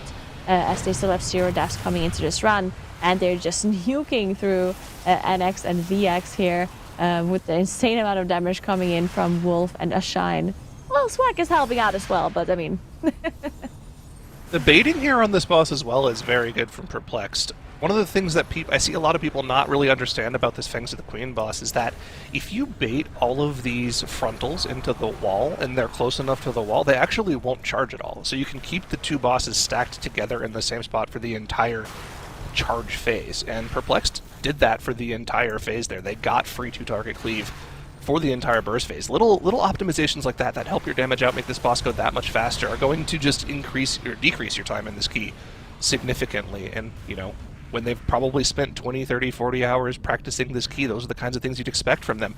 This is a nice affix spawn. They might get some of this damage onto the next pull, and actually they can delay these orb soaks to make sure they have a 10 stack of the buff before they go into this pull. So this pull is going to absolutely Savi's doing get it. demolished. Yep, delaying that 10 stack until the last possible second there. He might have even been able to delay it a little bit longer, but there is a point where the orb will just despawn, so you want to make sure you get the buff so you have some uptime of it. And that buff recently, to it being a 30-second buff instead of a 20-second buff, is really going to help them out here. They still have 15 seconds of it left as they finally get the trash pull together, because it's going to take a while for them to gather it, but they still have it active for the burst here at the start, so it's going to help them out quite a bit. Definitely will, as all of these mobs are trickling in to that pool. They did make sure that they focus down this Venom Shell and just cleave the rest down passively as they wait for them to come in. And then we're also going to be focusing the healers, as we mentioned last time around. These healers, the more dangerous mobs that they want to deal with first, and the Venom Shell, of course, as well, being the high priority target. But once these casters are down, they're going to be moving on and just gathering the rest of the trash in the next room, because they don't have to deal with those casters anymore, and the rest of the trash is really just something that they can move on with. They don't have to wait around and finish it all off unless they choose to do so. They actually waited for the affix to spawn possibly here, and now they're going to be moving on once they gather up these orbs. Yeah, there is a little bit of variable spawn time on the affix, right? They don't spawn at the same time every single key attempt, so there might be a little bit of differences in when it spawns and when you need to deal with it. Perplexed there was unable to run ahead and just pull the next trash pack because of the affix spawn, but might have also been because they were a little faster this key as well. Looks like they're just going to finish off this trash. They're not going to leave it casting on them. They don't need to. They're very far ahead right now. Casp's Angel's only just now gathering up the pull that Perplexed just dealt with. So Perplexed has plenty of time to play it safe here and make sure that they don't accidentally have any player deaths to trash like they did last time around. Of course, this wasn't the pull that they had those issues on, but still, when you're this far ahead, playing it safe is definitely the correct play. Yeah, definitely agree. You can see them moving on, though, slowly gathering up or slowly moving to the next trash area, as we did see some of the mobs already pulled in, some of these unnaturalers being pulled in from the other side of the room. And now we're gathering up the rest of this trash here, moving into the middle, making sure they focus down these blobs for the boss to spawn. And then, as they did last time around, they did finish off the rest of the mobs that are going to slowly trickle in here with the boss as soon as it does spawn. We also have the affix spawning here, which they're going to be soaking up in just a moment. And the boss is spawning as well, as some of the orbs actually, unfortunately, being absorbed by the trash, but that's the nature of pulling the mobs across the whole room, and the affix spawning in the back. On to the third boss for Perplexed here, and it looks like the cooldown timing is a little bit better than it was last time around. We were worrying about Wolf Disco's cooldowns at 40%. The 2 minutes were up on the pull here, and they're going to be able to get full usage of the damage cooldowns on the boss. The coagulation is going to absolutely melt. Casp's Angels are keeping it close. They're about to spawn this third boss, but they really need mistakes from Perplexed to come back here. Now remember, death timers being 15 seconds means that if you do have, a couple spot deaths like they had last time around, it could be the difference that lets Casp's Angels come back into it. But Perplexed with the extra attempt at the dungeon here, I think they'll be more prepared for that damage this time around after having just seen it. And I would suspect that we're probably going to see 0 deaths, but you never know, it's the MDI. Anything can happen. Perplexed still have 20% of the boss to get through as Casp's Angels engages with the boss. So they're keeping it within the boss, but still a lot of work left to do for Casp's Angels to have a chance of coming back in this one. Yeah, quick mention about Challenger's Peril, because I personally wasn't thinking about it correctly either earlier. So Challenger's Peril did recently, of course, get changed with the extra added timer to all of the keys to basically compensate a little bit for the 15 seconds death penalty and to negate some of the earlier deaths. But, of course, in the MDI, that does not matter. The extra timer on the keys is pretty relevant for this competition here. So each death, of course, still matters. So even the early deaths matter for them a lot, and it's still going to be the 15 seconds death penalty that is going to be added to the score, which means that each death still is a lot more costly compared to what it was in Dragonflight. So Perplexed now dealing with those last couple of mini bosses. The last time we did see a Shan go down here twice to the War Shell. Let's see if they can do it cleanly this time around. The overlap that killed him has already gone off, and he didn't even drop below 80% this time around. Sevi had him topped, they were good to go, and the trash is dead. And look at this spawn of the orbs for the boss here. This is orbs with lust and with 2-minute cooldowns coming off, and this boss is going to just get destroyed by Perplexed whenever they decide to actually pop them. There's the Ascendance, Breath not quite yet popped, maybe saving those for a particular uptime. I think he was waiting for the Pillar cooldown actually, but there it is. There's the damage coming out, and look at the boss's HP just melt. Yeah, just so much damage coming in with the affix buff as well that they have on everybody. And that boss is just melting. Look at the HP. KASP'S Angels now also managed to reach the mini bosses as well, but it's gonna be too little too late, as Perplexed is just melting through this boss, and Bloodlust is still running. This boss is gonna be dying in just a couple of seconds. And looking at the timer as well, 12 minutes and 11 seconds clear by Perplexed here. And what a clean run, what a second clean run by them, as they're winning that first series against KASP'S Angels 2-0. Congratulations to Perplexed taking the victory here. They are going to be continuing on, getting that second one. And although, you know, I was cheering for KASP'S to at least get one on the board, Perplexed is showing that they have showed up, they have prepared, and they are ready for this. Wonderful pulls from them and very, very clean gameplay. Tettles, this time for real. As we actually finished out the map, would you like to give us a little bit of your highlights from this one? Dude, Perplexed looked pretty dominant here. Just the strategies that they were deploying, we kind of talked about it whenever we had that replay.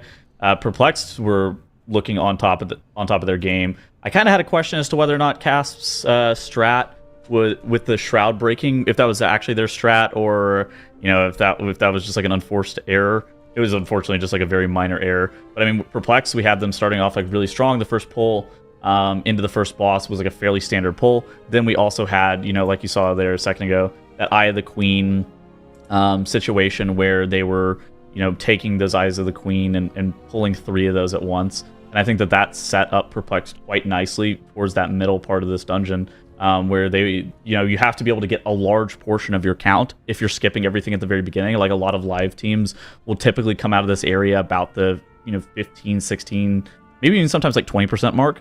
But these teams are coming out here at like, I want to say it was like 5 or 6%.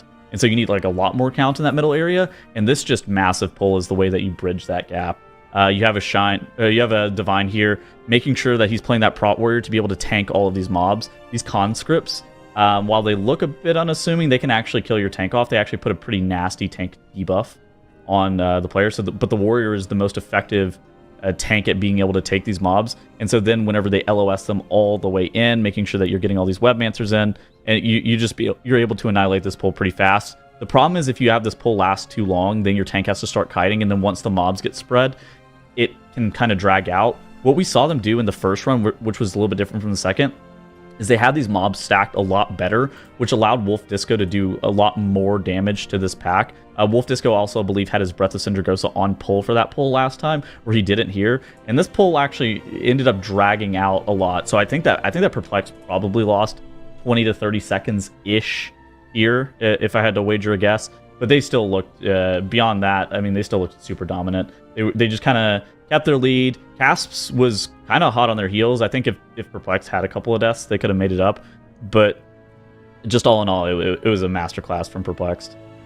Yeah, Perplexed so smooth, and honestly, as a healer myself, watching Zasevi, I'm just like, oh man, goals, that's amazing, you're just so good. Like, some of those pulls where they're, between this one and the previous, where they're just pulling huge packs and handling all of this so gracefully. Just incredible play from them, and Perplexed really showed that all that extra practice, having some time trials, and really pulling together just gave them such a smooth path through this dungeon. Not even having to worry about those mini bosses like they, you know, had those few deaths the previous time. So yeah, it was tough for KASP'S here. I think it was going to be something where, again, they held their own as best as they could. They kept up there, but it's tough when you're up against that first seed. So we'll take a look here at the overall breakdown between both of the teams. And Nagura, as we kind of peek at it, what are you thinking about the sort of performance here from both of them in their first matchup in this series? I mean, yeah, obviously, all of the teams doing an insane amount of DPS, looking at the effective DPS overall in a dungeon, looking pretty crazy. But, I mean, the pools that they've been doing, of course, also allows to have such an insane amount of effective DPS coming through into these dungeons. But yeah, again, I do think KASP'S Angels did have a good performance, even if it wasn't just quite enough for Perplexed. I do think they're still looking very good for a last seed team coming into this tournament. So I do think that they can do really well in the lower bracket. I think KASP'S actually has a lot of upset potential because they're going with the best strats for their comp, where, you know, you have a team like Perplexed that are going the best comp and the best strats.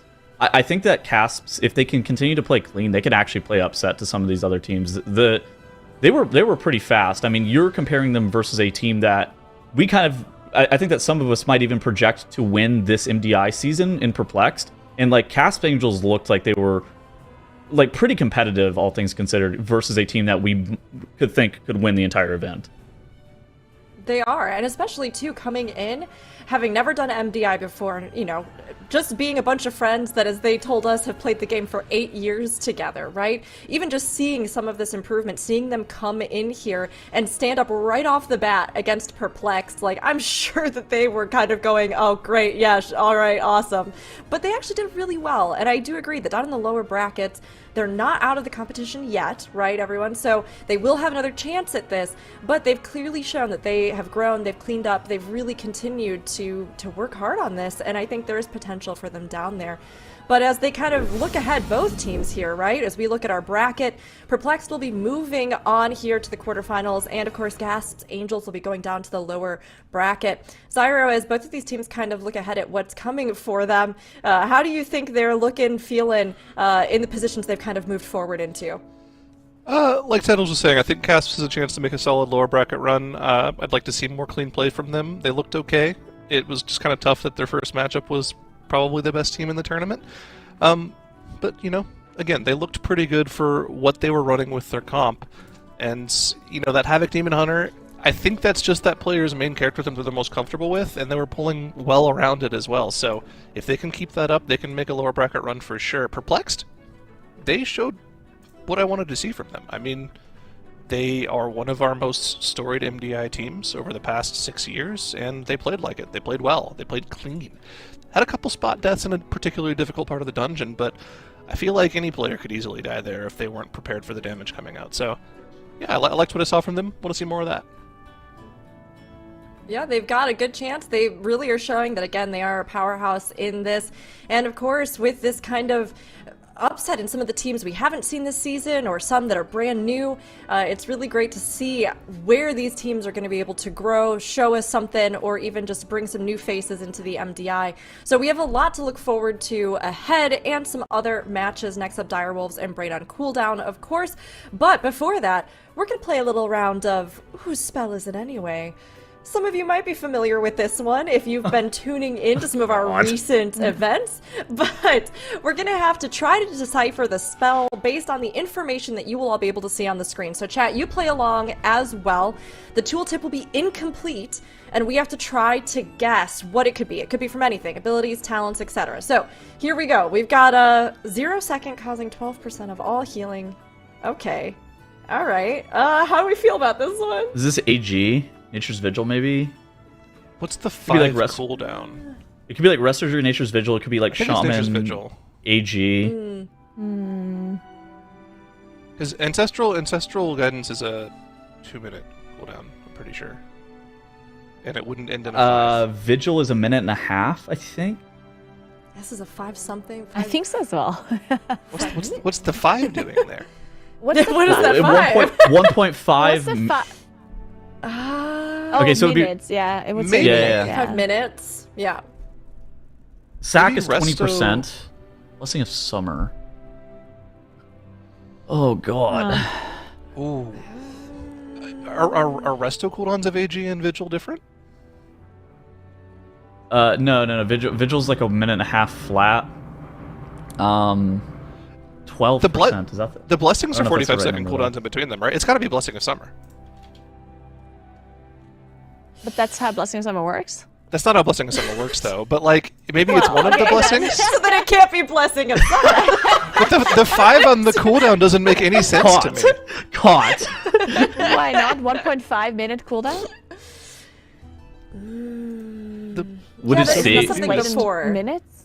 Would it say 1.5 minute? Like It might say Would it not say the 1.5. seconds? 1.5 min cooldown? Is that It is could that be that blur? 1.5. I think Then it's so. probably Vigil. It's Vigil. Yeah, I'm going with Vigil. Yeah, I'm gonna say Vigil. Vigil not last 15 seconds? They nerfed it. That It was good 30. point. It was 30. Did they nerf it to 20 or did they nerf it to 15? I do not remember. I think this is a Blessing of Summer. I'm gonna take Blessing You of think Summer it's here. I'm not convinced, Okay. but I Doesn't think Summer give it's auto Summer. attack damage or something weird like that? Well, there's more Yeah, that's blurred I'm not out. sure. I'm gonna go Vigil. see. Final answer. Oh, gosh. Vigil. I think. And Dreadnought says Summer, and now I'm. I don't want to say Dreadnought's Summer, sneaking in so the Dreadnought's always background. right. I'm not gonna say Sack. Vigil too. I'm gonna say Vigil. That's Sack. I don't think it was AG. Yeah. Ugh. All right. What is it? Oh my Oh, god. it is Blessing of Summer. It's Summer. You guys baited me. Who's your daddy now is ironic. Who's your daddy now? Alright. You baited me off of it. I Who's was your the daddy first now one is to say. ironic. I was the first one to say it was Summer. Zyra, if only you'd known that it was summer, you know, maybe you would have stood a chance. Okay, I'm not in my gonna say the defense, icon. I'm not gonna say the icon. they also reworked Blessing of Summer. It used to be just give holy damage to auto attacks for 30 seconds. I didn't know they reworked it. My bad. Sorry, guys. Caught. Okay, now we have to B and C guess. the same. Oh, it's not. I see now. Okay. B has like wispies. Oh, no, this Got is little A. Wispies coming off. This- I'm gonna this go is with A. B. A. It's A. Is I'm A? saying A. 100% it's A. I like little sparkles in A. All right. I'm gonna go with not believing you again, and I'm gonna say it's B.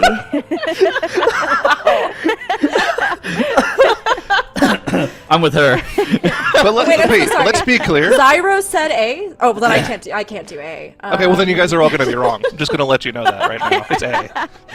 No, I think it's A. I think it's A. No, I'm with her. Let's be clear though, the only blessing anyone cares about is Autumn though. Is that wrong? She said you're a noob. That you don't know blessings. Bless this, man. Yeah, how about you bless this? Hashtag Right, blessed. gang. Let's go. Like it's A. All right, very nice, very nice. Well done, everybody, except for Zyro. Well, I was the only one who got right. No, you did great. You did great. And thanks to Dratnos playing in the background as well. Thanks to all of chat. Hopefully you were all accurate and on it. You probably all knew it was summer right off the bat, but we kind of had to take a second.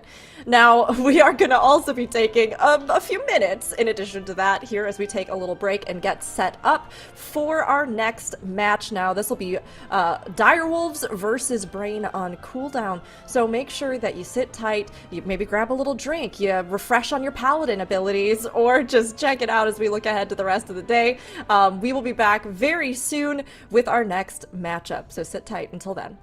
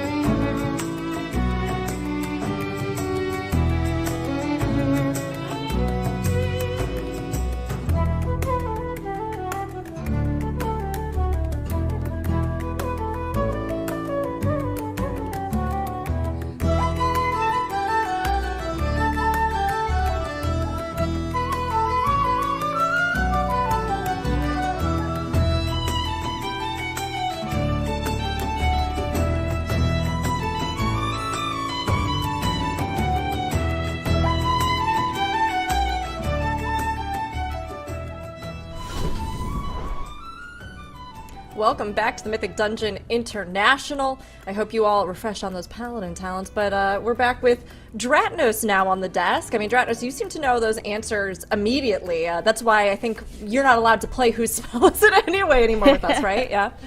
Yeah, it's easy. There's a website called Google, and you just type in the words, and it tells you what the answer is. I don't know why you guys haven't been using that.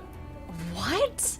Are we Good allowed tech, to use that? No, good tech, speedrun strats, love it. So, Dratnos, obviously, we've had a few matches here. We had our first series. Since you're jumping on the desk, I'm curious, what have your feelings been so far as we've kind of kicked off the MDI? Yeah, I mean, I was impressed. I was impressed by actually both teams on the run, not just Perplexed, obviously coming in as the big favorites of this group, but we should be in for some pretty good competition across the whole weekend. I predicted all 2-0s today, and I'm still feeling okay about that prediction, but depends on how the rest of these series go. If all of the teams are playing above their seed, like we saw our 16th seed team doing, that prediction may not hold too much water. You know, speaking of predictions, we have had some predictions, and chat, it's your turn as well to get some more in here. So we are going to be going into our next series, Dire Wolves versus Brain on Cooldown. So please get your predictions in the chat, and we'll take a look at ours down below on the screen. Now, we're half and half here, it looks like. I mean, Makes, you've got 2-1 on this. Why are you feeling like they might get one in?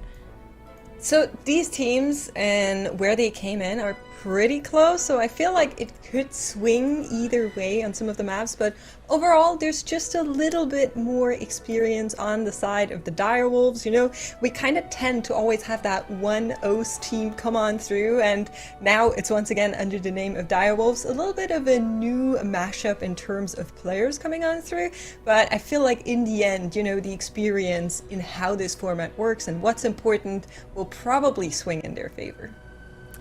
I mean, I can see it, right? You know, Dire Wolves, like we talked about, has a bit more of that experience, and we're going to be diving into both the teams here in a little more details as well. I mean, Nagura, I'm curious, before we do that, how are you feeling? Why did you lean the way you did with your prediction?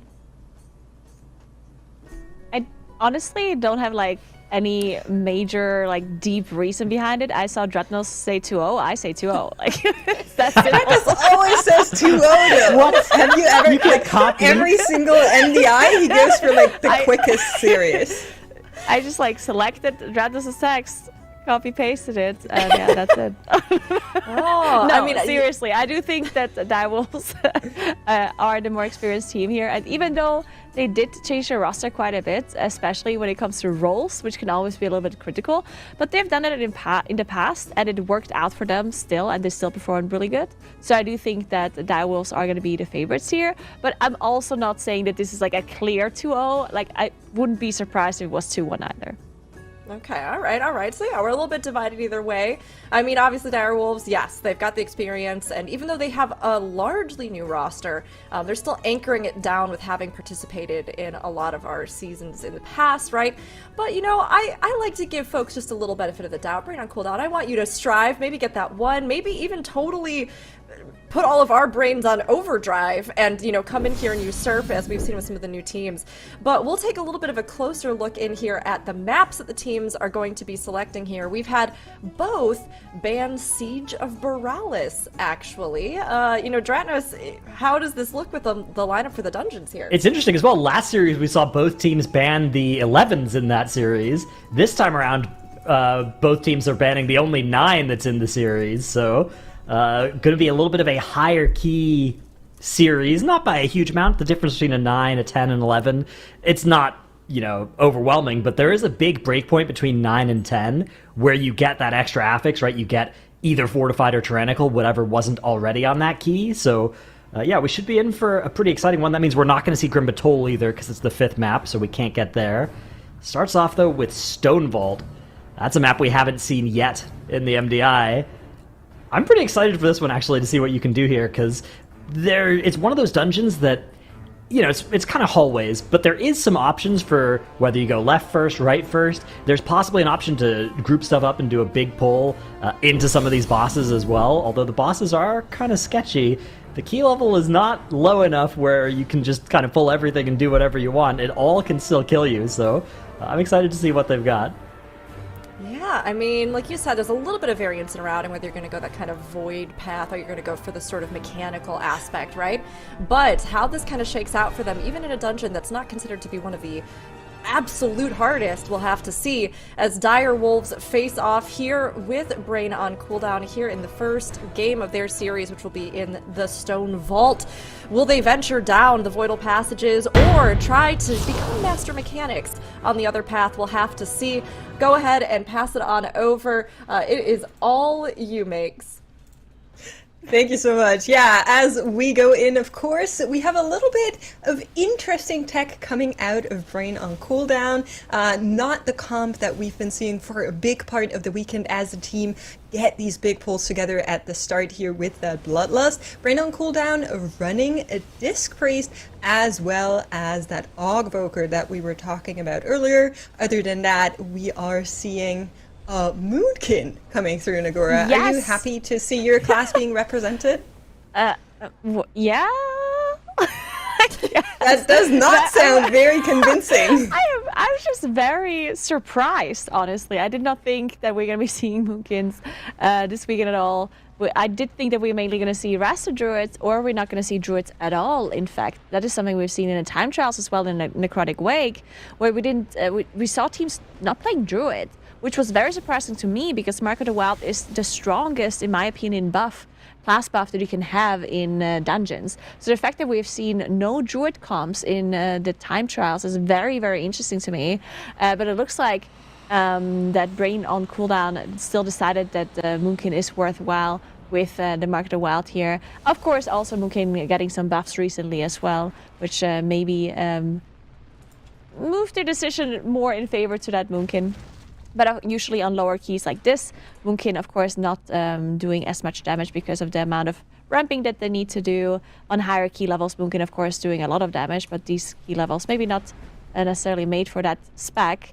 Dire Wolves, on the other hand, choosing to go with that Rasta Druid to provide the Mark of the Wild, and other than that, sticking to a more quote-unquote normal comp than what we've seen from the other teams before, very similar to what Perplexed has been running in their runs as well. Yeah, I think this is kind of the comp. If you had to have me predict a comp to see for this weekend, Dire Wolves has it down. I'm still here and there about whether or not the Frosty Cake could turn into an Unholy on some of these keys. I think both of these are actually really good, but that's also my bias coming in as a DK player, of course, as a Tobak on Brain on cooldown drops really low here from Etna as both teams are getting through that boss fight. Let's also quickly hit on the affix, because I feel like Devour, which is Zelotev's bargain here, is an affix that people generally misalign to be a healer affix, right? I would call it a healer affix, yeah. See, yeah, that sounds like you. No, of course, that affix is an absorb that can also be dispelled. And we do have loads of dispels from the quote-unquote hybrid classes in the group, like the Aug Evoker, for example, and the Druid can dispel it. You can also get the absorb away from you by just using self-healing cooldowns as well to help out the healer. The best spell usually that we see to get rid of that debuff is actually the Shaman Totem, right? Cleansing Totem to get rid of all of those poisons, but Brain on cooldown not having a Shaman in their comp. They don't have the Shaman, but they do have the Mass Dispel from the Priest, so that also works beautifully. Should be lining up there. And then for the Direwolves, we're actually seeing 3 Dwarf Racials, which can also help with that, besides what they usually help with, of course. So a lot of ability from these players to make it through. But Direwolves here busted out that Shroud to try and set up this pull just a little bit nicer. You can see the Silent Sigil coming on in, and they are setting it up right now. Waiting for the Bat, I think, to move over. Yeah, we do see Brain on cooldown also like popping that disc bubble, making sure they mitigate some of that initial damage while they gather up the pool, which can be pretty dangerous. Well, when the mobs are not gathered up just yet, there might be some of these casts, some of these alloy bolts going through, which can cause some trouble if some of those casts are focusing the same player and there's no interrupt coming through. Now, of course, Solar Beam also being a pretty nice AoE interrupt from the Moonkin whenever some of these AoE pulls are happening. Unfortunately, cooldown is just very long, and with these MDI runs being so fast, you might not have the ability ready for like 3 packs as the Direwolves also gathering up their Forge Loaders, and they just need to make sure that they're dodging that lava cannon, which sometimes can be very difficult to see where they're facing, especially if you have been pulling lots of trash on top of the lava forgers. Yeah, absolutely right. It's very interesting to me that they play Moonkin as well as the Disc Priest, who also doesn't bring that interrupt. So really a lot of pressure on the other players and the team for Brain on cooldown to actually get the interrupts in. On the other side, though, I feel like Stonebolt out of the keys is one of the more lenient when it comes to a lot of these interrupts. Yeah, there are some that you need to get, but it's not as crazy as a Grim Patrol, for example, where basically every other mob does something that you definitely need to interrupt. But we are, of course, already on to our Master Mechanists. Both of these speakers need to be damaged down simultaneously, otherwise chaos could ensue. And you see that they also have a little bit of extra trash here on the side of Direwolves as they are making way through that boss fight. But it is looking pretty close for these teams here.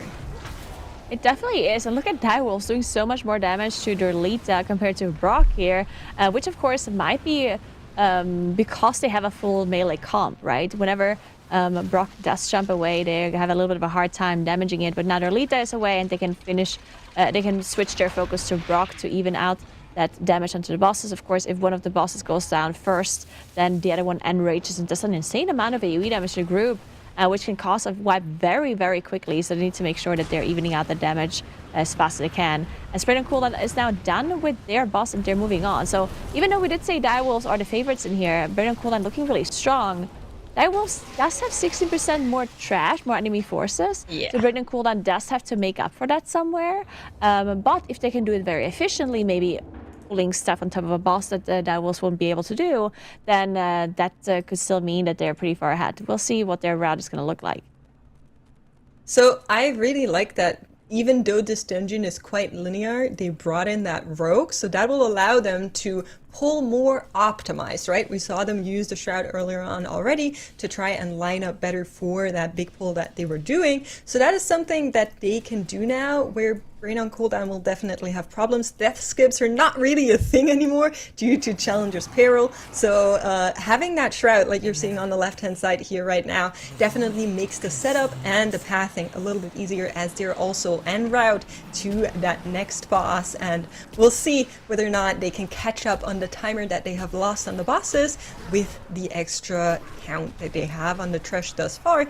Brain on cooldown have also approached a similar part in that dungeon and will be going on to that next pull. A little bit smaller of a pull for them though. Yeah, and now you can see Direwolves, even though they did finish off the boss 40 seconds later, they now pulled ahead because of that extra enemy forces that they had, being able to skip some trash here, and only having to do one big trash pull before they engage Skarmorak. While Brain and Cooldown has to do 2 trash pulls, costing him quite a bit of time on their side. Skarmorak, though, now engaged by Direwolves, can cause some issues, especially if you have unavoidable cleave damage that goes out on these sparks, because of course these sparks, these shards, they do have to finish. They have to be finished off. Otherwise, the shell of the boss is going to be bigger whenever he's out of energy and cast the fortified shell. But if you have multiple of these shells go off at the same time, then you get that extra damage coming in, very similar to like a bursting effect. It stacks and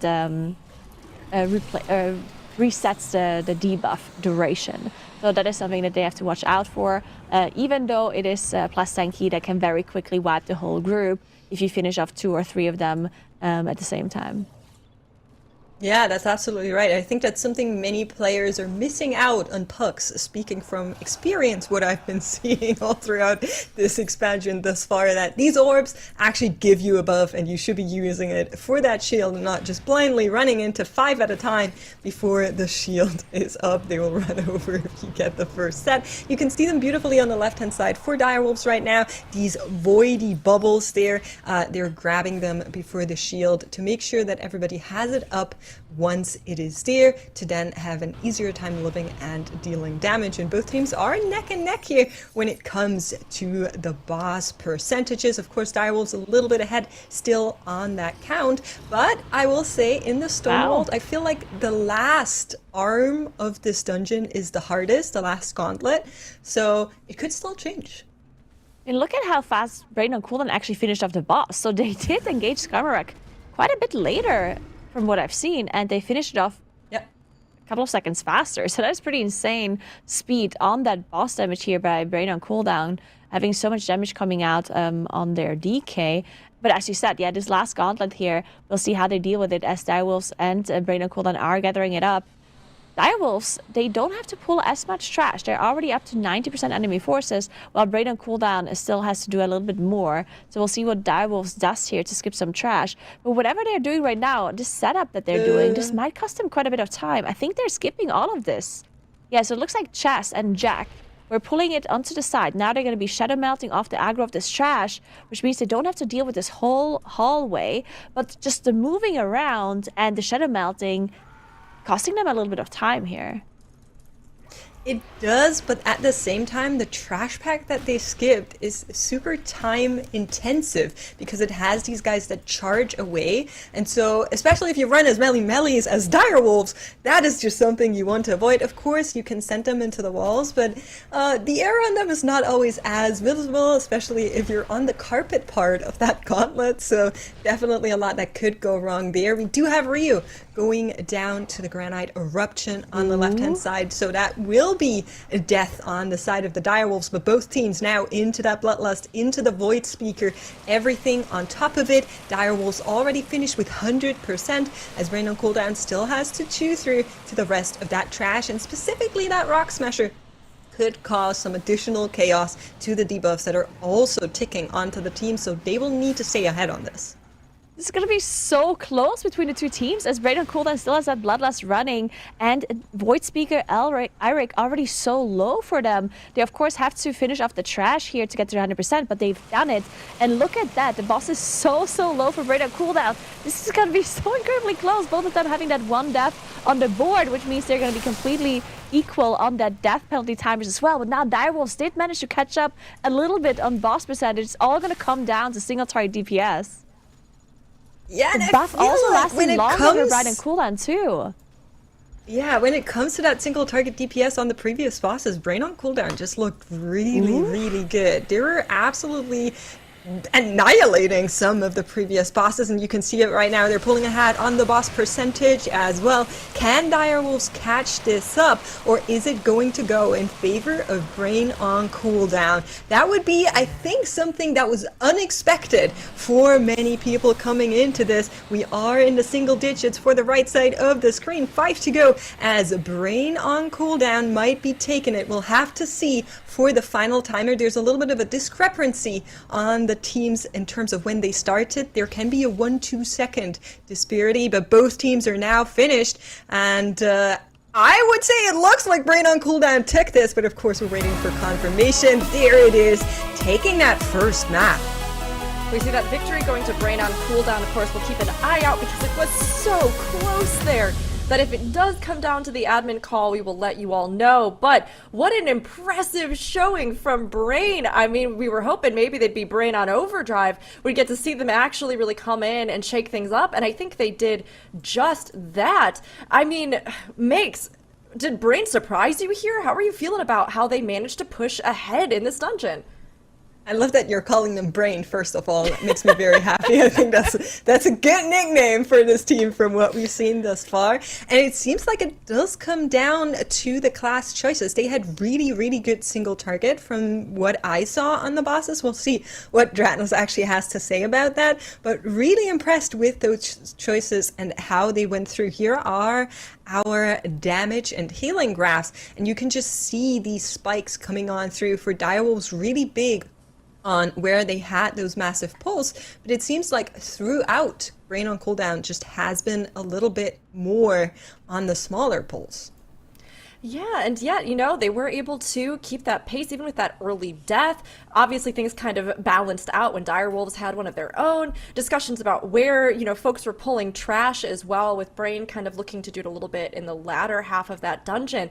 I mean, they clearly had a strategy here. They got into their groove and they were able to really pull it off. So let's take a closer look at some of the details of the match over with Dratnos. Yeah, it's interesting because, you know, you'd think that the team doing the bigger pulls with more space between them, but like more mobs at once, would usually be the team to win one of these games, but actually ended up going the other way this time, which is really cool. And the comp differences also were incredibly interesting to watch, right? We have an Og Evoker Moonkin team on the Disc Priest as well.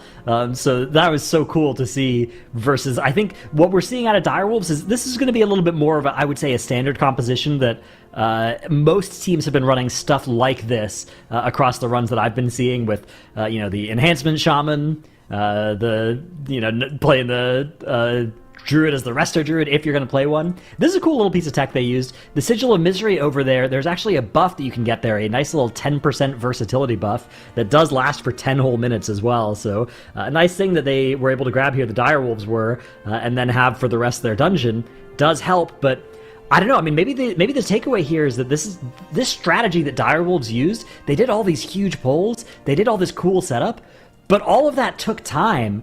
And over on the side of Brain on cooldown, they were able to do things a lot more quickly. Even if it was more medium-sized pulls, they weren't spending as much time out of combat, getting things set up, and they were able to then get into, they were always fighting stuff. And then also just the single target focus that they had. I think this composition we saw from Direwolves that, they did a good job of doing all the setup, doing these huge AoE pulls onto bosses, but actually just melting the bosses faster seems to be a huge strength of the Brain on cooldown strat as well. So this is a cool little thing you can do as well here. Watch what Nulo does coming up here, this Ultimate Penitence. You're actually just safe from swirlies while you're in this thing. They're all well beneath you, so you can dodge things with that or not worry about timing when you're doing it. And here's another one of these skips that we're talking about, or setup plays that we're talking about, right? Direwolves had more count than they needed. They pulled a bunch of extra count in the rest of the dungeon. So they go and set up this big skip, right, of moving past all these mobs. But think about the time this is taking, right? You're saving not fighting the 7%, fighting it elsewhere, pulling it onto a boss elsewhere, but you're just running here and other people are not fighting stuff. So is this a time save? Maybe, but maybe the route is just not actually worth, right? Maybe the juice isn't worth the squeeze when you're doing stuff like this. Yeah, that was kind of going to be my question because you were obviously looking at it a little bit closer. Do you think there is a way to do this skip but faster, since these mobs are not the fastest at walking generally, right? I'm not convinced. Yeah, I mean, obviously, with this time we saw the Brain on cooldown route was faster. It's hard to be sure, though. I don't know. I would have to see it more often. It does seem like maybe it's sketchy. Maybe as the key level gets higher, it starts getting better and better. But on the lower keys, I think it's probably something that you. I don't know. I mean, and like maybe you do it if the key goes up to an 11. Maybe it switches which side is faster with this strategy. But that would be my guess, actually. Yeah. I do think if you somehow manage to do the skip forward, right? Because what happened was the tank and the healer walked all the way back into the hall, pulled them all out, and then moved forward. If they somehow manage to all move in to the room, like the direction they actually have to go to, and they manage to somehow skip it there, then I think it might be worth it, right? But this whole movement backwards and forward is what's causing them much trouble. But I assume they tried that, so I guess it's very tricky to pull it off that way. It definitely is, and I mean, you know, they gave it a shot, and I think they were hoping that they would be able to achieve more with it, but they're going to have a good comeback here in this next one. We have Direwolves versus Brain on Cooldown on the Mists of Turn Scythe, excuse me. Now, this one has a little bit of a gimmick, perhaps, shall we say, in the middle, where we have this maze that the teams will have to navigate, and there are some ways that they can try to save some time here, so maybe Direwolves will have a more successful strategy that actually pans out, or perhaps Brain on Cooldown really will completely toss our expectations out the windows here. But, I mean, Makes, how do you think these two are going to sort of approach Mists of Tir na Scythe? So this is a dungeon where I would think that players have a little bit of an edge if they played back in Shadowlands, when that was, of course, a dungeon that we had for this entire expansion, right? So lots of experience to be collected there. Just a quick reminder on how that maze you were mentioning works in the MDI, because of course we want both teams to have the same dungeon. The maze is random, but it is the same kind of random for both teams. So they're going to need to find the same route, and it will depend a little bit on what that route is, on where you can maybe pull something extra to speed up your key. And I'm really curious on what they're going to do, and whether or not Direwolves actually has that edge from previous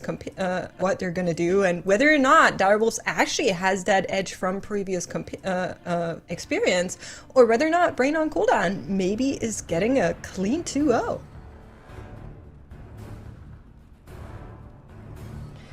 We're gonna have everybody at once, guys. It's I fine, know. Look, we're all. I think we're Don't still talk really. to me. I think our brains are on cooldown after everything that's happened. I mean, honestly, I'm so curious to see what Brain is going to do. But this is what makes it so fun when we have new teams coming in, right? Because we get to see folks that, you know, they may have experience in a variety of different content in the game. They may have even considered competing, or perhaps they competed with other teams or other, you know, scenarios. But, you know, to have folks that are coming into the MDI for the first time, it gives us this opportunity to just go, hey, they actually pulled this off, and they were against a team that we really thought was going to be able to full-on excel. So Direwolves, again, while they have an anchor in Jack who has, you know, previously been a part of past iterations of Direwolves, they also have a new group here, so I'm sure they're looking to try and figure out how they can continue to bring their cohesion together and really nail some of these strats that are ahead of them. But it's going to be an interesting one here in Mists. I mean, this dungeon, while it doesn't pose a lot of, you know, huge hurdles for the teams, it does have some of these unique things that trying to figure out how they can do some of these skips, strats, etc. is going to play a role. And I don't know, Nagura, if there are any classes, if there are any thoughts, if you have any ideas of how some of these teams might be trying to look to buy some time in this one.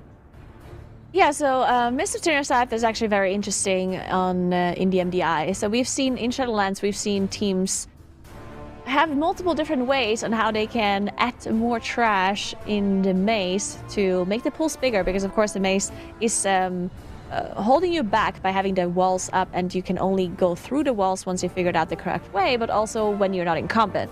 And the not in combat part is what makes it very difficult to pull multiple of these trash groups together. But we've seen some smart ways by these teams before, and we'll see if they're going to be doing something very similar this time around, where they do some bigger pulls in the maze. But then the travel time from these mobs from the other parts of the maze to their pool also takes quite a while. And another thing that I want to mention as well is the first boss. Ingra. If somehow one team can only do it in one phase while the other team needs two, that would be a pretty big time loss that we have to watch out for. But look at that, both Direwolves and Brain on Cooldown running that Dastro Warlock in Mist of Tinner's Scythe. Very interesting. So I think that kind of comes back to what you were saying earlier, because Warlock is a class that actually excels at bringing stuff through the maze, as we do have Tragedy Strike Brain on Cooldown right out of the gate here. First deaths coming in for them. They are recovering this pull though, so that is well played. And here's the second reason on why that Warlock actually can be really good, because it saves you a lot of time on that first segment of the boss. You can just skip over. Of course, you could also use an Imprison with your Demon Hunter, but the way that they are going to path here will make a lot of sense to try and get to the boss really quickly. And then I'm curious, since it is the first 11 that we are seeing in the MDI, and more often than not, MDI classes are being picked to do big damage on multiple mobs. I wonder on how quickly we can face Ingra for both of these teams, like you were saying. Yeah, both of them already having engaged those bow breakers, which are of course the mobs that you have to finish off for the boss to be spawned or attackable. Both of them did already get there. They also opened the route to be able to get that stat buff. So one of the things in this dungeon about this stat buff is not only do you have a 15 seconds penalty if you die now, you also lose that buff. So that's actually being very costly in Mist of Tinner's Scythe. In case something does go wrong for either of the teams here. But there we go. Direwolves actually had a little bit of a different strategy. They did finish off the ads first and then picked up on the mushrooms on some of their players, while Brain on Cooldown did pick it first. And it looks like Direwolves also finishing off those two mobs faster, which makes sense because Brain on Cooldown, of course, having that death on their Dastro Warlock with all cooldowns up at the very start cost them quite a bit of time. I do like using the RP that you're kind of forced to sit out on Ingra to use on the mushrooms, as Direwolves did. But of course, like you're saying with that depth, it's a little bit conspicuous whether or not that team actually has a faster route all throughout. But it is going to come down to whether or not they have the bigger juice onto Ingra, as the phases are coming in for Direwolves and Brain on Cooldown in a couple of seconds. How quickly can they nuke this boss? How many phases are we getting? And it looks like both the teams, of course, having a lot of damage for the boss here. Now, one more thing to mention is that Brain on Cooldown also still sticking to that Moonkin as well on their side, switching to the Resto Druid this time around, though, not having that Priest anymore. Well, Direwolves sticking to that Enhancement Shaman and the Rogue on their side, replacing the DK with the Warlock, while Brain on Cooldown, again, sticking to that sticking to the Moonkin. I do think Moonkin is, like, if I compare it from Stone Vault to Mist, I do think Stone Vault definitely has more of those like really big pulls that Moonkin can shine in with that uncapped AoE partially. While Mist, when you have those smaller pull sizes, Moonkin maybe not doing as good. But on the other hand, we have the higher key level, which again works in favor for the Moonkin. So we'll see how Hunt is going to be performing on Brain on Cooldown's side. But Direwolves finished off the boss quite a lot quicker compared to Brain on Cooldown. They did struggle a little bit, making sure that they get the extra damage into Ingra here. Did not quite get that extra burst in that extra phase. Still managed to get the boss in one phase though, which is the important thing. It is important, but that one phase was much longer than on the side of Direwolves, so not ideal for them. Coming back to what you were saying about the DK, I feel like Mist in particular is a dungeon that feels sometimes really bad on Frost DK, because of course you want to play around your 2 minutes, and then Frost DK actually prefers to have a target while you're kind of chaining into the next pack, and that is just something that's basically impossible for this entire maze part. So I can see why they would decide to maybe stay with Enhancement and Rogue over that Frost DK, but we'll see how Talal actually does for Brain on Cooldown, as both teams are now underway through that maze. And of course we're seeing the Warlock once again shine, bring some extra trash into particularly that first pack, and it is going to be a Gorge Gullet maze for both of our teams. Ooh, we are actually Ryu going down for down. direwolves here to the tongue lashing from the Gorge Skeleton here. Unfortunately, did use that Ankh to get back up, but now both teams have the 15 seconds death penalty on their side, meaning they're completely equal again on that timer in comparison. But yeah, this is what I mean. They did pull this extra trash back here on direwolf's side through the maze, but it took them quite a while to get here. Of course, whenever there is a mini boss, like whenever you're fighting the Gorge Skeleton, because that one has a lot more HP than the rest of the trash, it is very much worth it to pull stuff through the wall. Well, if you just play a normal pack, I think sometimes pulling another pack through the wall is actually not really that time efficient because you already finished off the pack or close to finish it off until the next one shows up, right? So you're not actually gaining that much time. But on these mini bosses, on the Gorge Gullet in particular, it's definitely worth it. Yeah, I think you want to try to add something to the first pack because it notably lives for very long and is kind of like smallish. And then on to the mini boss, which is exactly what both of our teams are doing.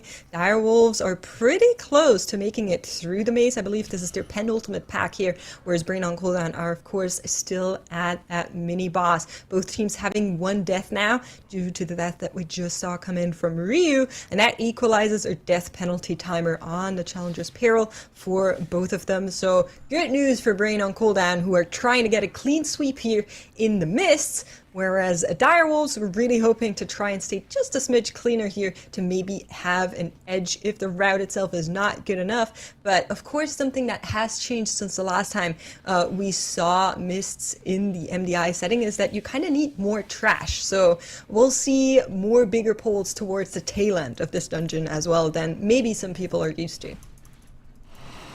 Yeah, and another change, I mean, there were quite a few changes to these trash mobs from Shadowlands to now, to the War Within, but one of the most beloved changes is that these Guardians sometimes charge players now and knock them back.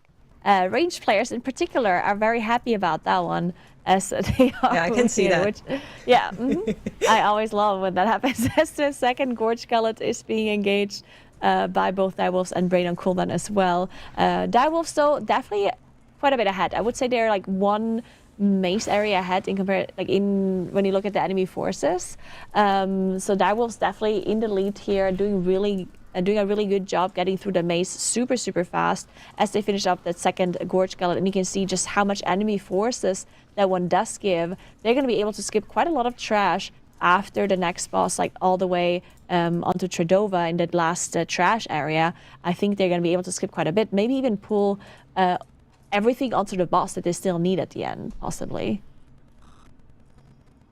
Yeah, I'm curious. We're seeing Stapor actually set up a gateway here to maybe set up another pack coming into this, but for now they're going to be pulling Mistcaller with that extra trash while Brain on Cooldown, like you said, finishes out Gorge Gullet. And this is actually a boss that some people are not aware that you can kill the extra image that spawns with the orbs that it charges onto you. So if you're really quick at figuring out the puzzle and you aim the arrow into the outer target, you can get that nuked much faster and then have more boss damage onto this fight. So that is something that we'll hopefully see them try to do here.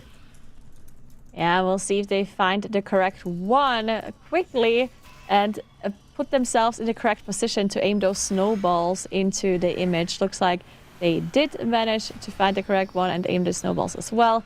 And there we go, they are now in that second phase. And Brain on Cooldown now also through the maze on their side and also engaging Mistcaller. But look at the enemy forces. Brain on Cooldown 10% behind and pulling the boss late. So definitely Direwolves looking much stronger in this dungeon so far. We'll see if Brain on Cooldown does manage to get the extra trash pulled onto the boss at some point here.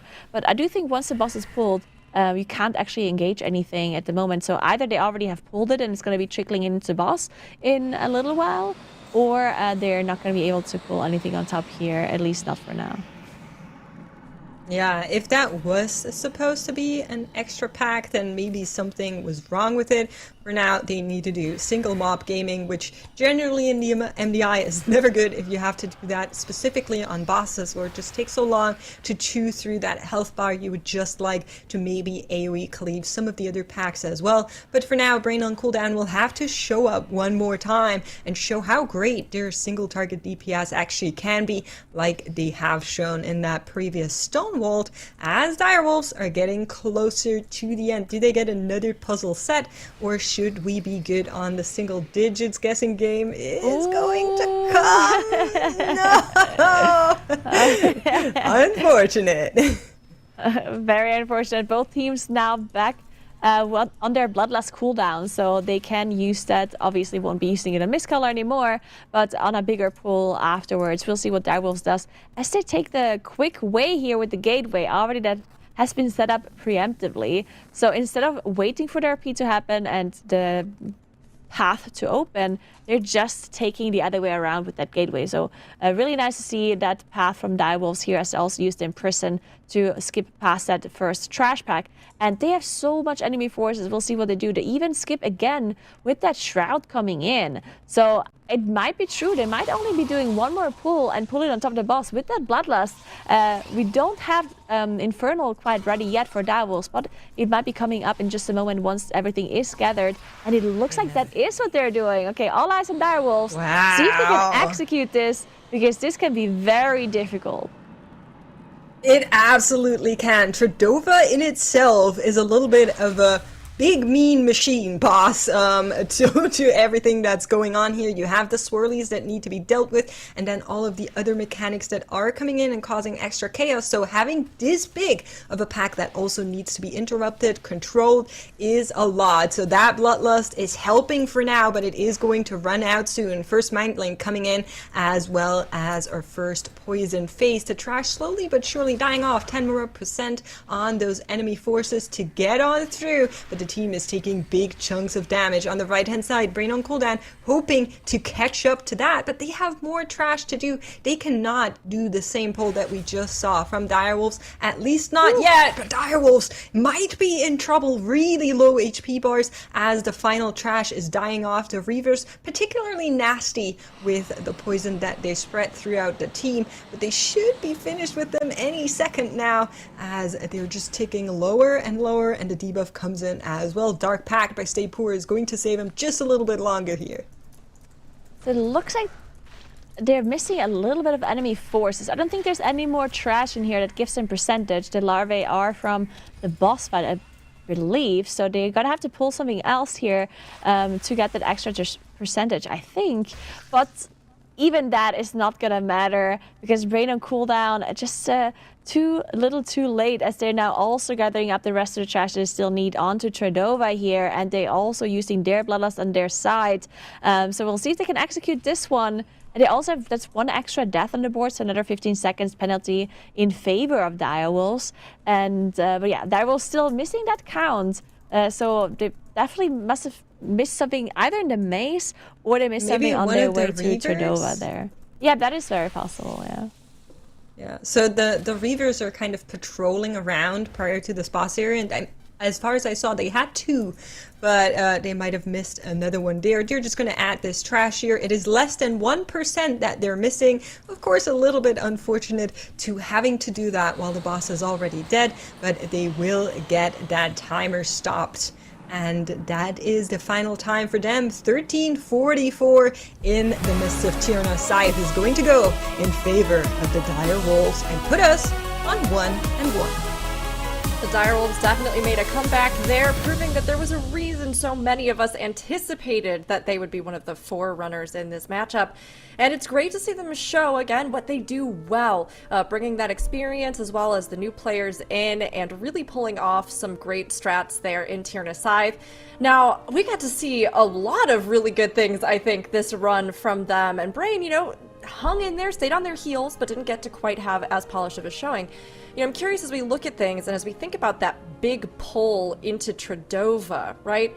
Do you think, Nagura, that really paid off for them overall? Did that really secure the victory, or were they looking strong throughout regardless?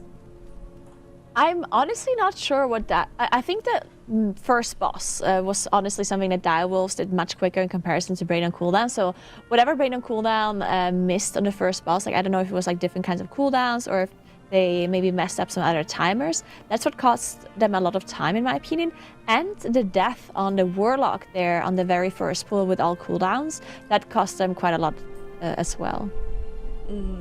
We'll have a chance to actually look at things back in a little bit more detail, but good observations there. Dratnos, would you like to give us your perspective analyzing the match here? Yeah, this is a cool dungeon. One of the cool things about this dungeon is the Warlock as well. It just lines up so nicely against so many different parts of this dungeon, some of which I will highlight for you in this replay package. So, of course, we're starting off with this massive first pull, 3 Tiernan villagers, very scary pull to be involved with. Part of the reason that they are, sending all of their cooldowns here. Look at all the DPS they're putting out. 8 million each, right, to try and just get this dealt with before it becomes too lethal. Gets a huge amount of count, though, right off the bat. Now, here comes the Warlock Gateway over through this this tree branch here. A little precise spot you can gateway, sort of through the terrain there, through the hill, and get over on the other side, skipping all those annoying mobs, and also a bunch of walking as well, which is always good. And then the first boss here, this is another one where Destro Lock sort of shines. You can be havocing the 2 targets while it is in the sort of down phases, and then also do pretty good damage to the boss during the CDs here, keeping up with the Enhanced Shaman and the Sin Rogue, which is always good. I mean, those 2 specs do so much damage, and this is one of the fights where Warlock can be at least close, which is good. Now here is some of this trash from the side rooms being pulled there. Sometimes you'll see people sending a pet through to that pack, but it's actually much faster if you do what they did here, what the Direwolves did here with the Throw Glaive, getting that extra altitude. Similarly here, you can pull with a ranged ability through that wall up forward from our current perspective and grab extra mobs like that. Unfortunately, it is bad to get hit by the tongue from the frog, which, depending on how you're trying to set up this pull, right, you can see they're kind of all running over there trying to actually be able to tag the stuff in the other room. They were able to eventually bring it into this room. But this is one of those things that the MDI is really important to have, is trash in the maze is so inefficient and slow if you're just fighting it one room at a time in a speedrun situation. It totally is fine in regular keys. If you're trying to just beat the timer and not beat the other team, it is a very reasonable thing to do. But for these teams, it's absolutely vital that they get all the trash that's possible here and aren't just fighting a frog by itself for a minute, because that is so inefficient and slow. So definitely something that is really good to be doing. And then also trash onto this boss similarly is something that's really valuable. Again, pulling through some of those walls, you can grab an extra pack or 2 depending on the path that you have through the maze. Again, remember that the 2 teams have different mazes from run to run, but the same maze as each other. So you don't know what the maze is going to be going into this, but you do know that you're going to actually have the same combination of walls open as the other team. So you don't have to worry about it being imbalanced in that way in the MDI, which I think is really great. We always have sort of a balanced run there, but they also still have to figure it out and be ready for whatever combination of rooms they have to deal with that day. Yeah, I mean, you don't know what the maze is going to throw at you, but of course you want everybody to be on an even playing field. So making sure that there's still that random element that's so distinctive to the dungeon, but that everybody has an even shot at figuring it out is something that I think was really good to set up for this. And like you were kind of pointing out, Dratnos and Makes even kind of brought this up during the run, how you condense those pulls, how you figure out how you can get them into rooms, how you can get as much as possible onto bosses is a huge part of speedrunning, obviously. Now, we have another match coming up here. We will be going in, since we are 1-1 with Brain having won, and Direwolves having just taken that last one. We'll be heading into Arakawa City of Echoes next. But really quick, we've mentioned a few times a player to watch here. So I wanted to toss it to Makes, because Direwolves, right, they're having a comeback here, and they have a veteran Direwolf player on their team. Jack, did you want to give us a little bit of insight into how he's anchoring down this team of otherwise new players?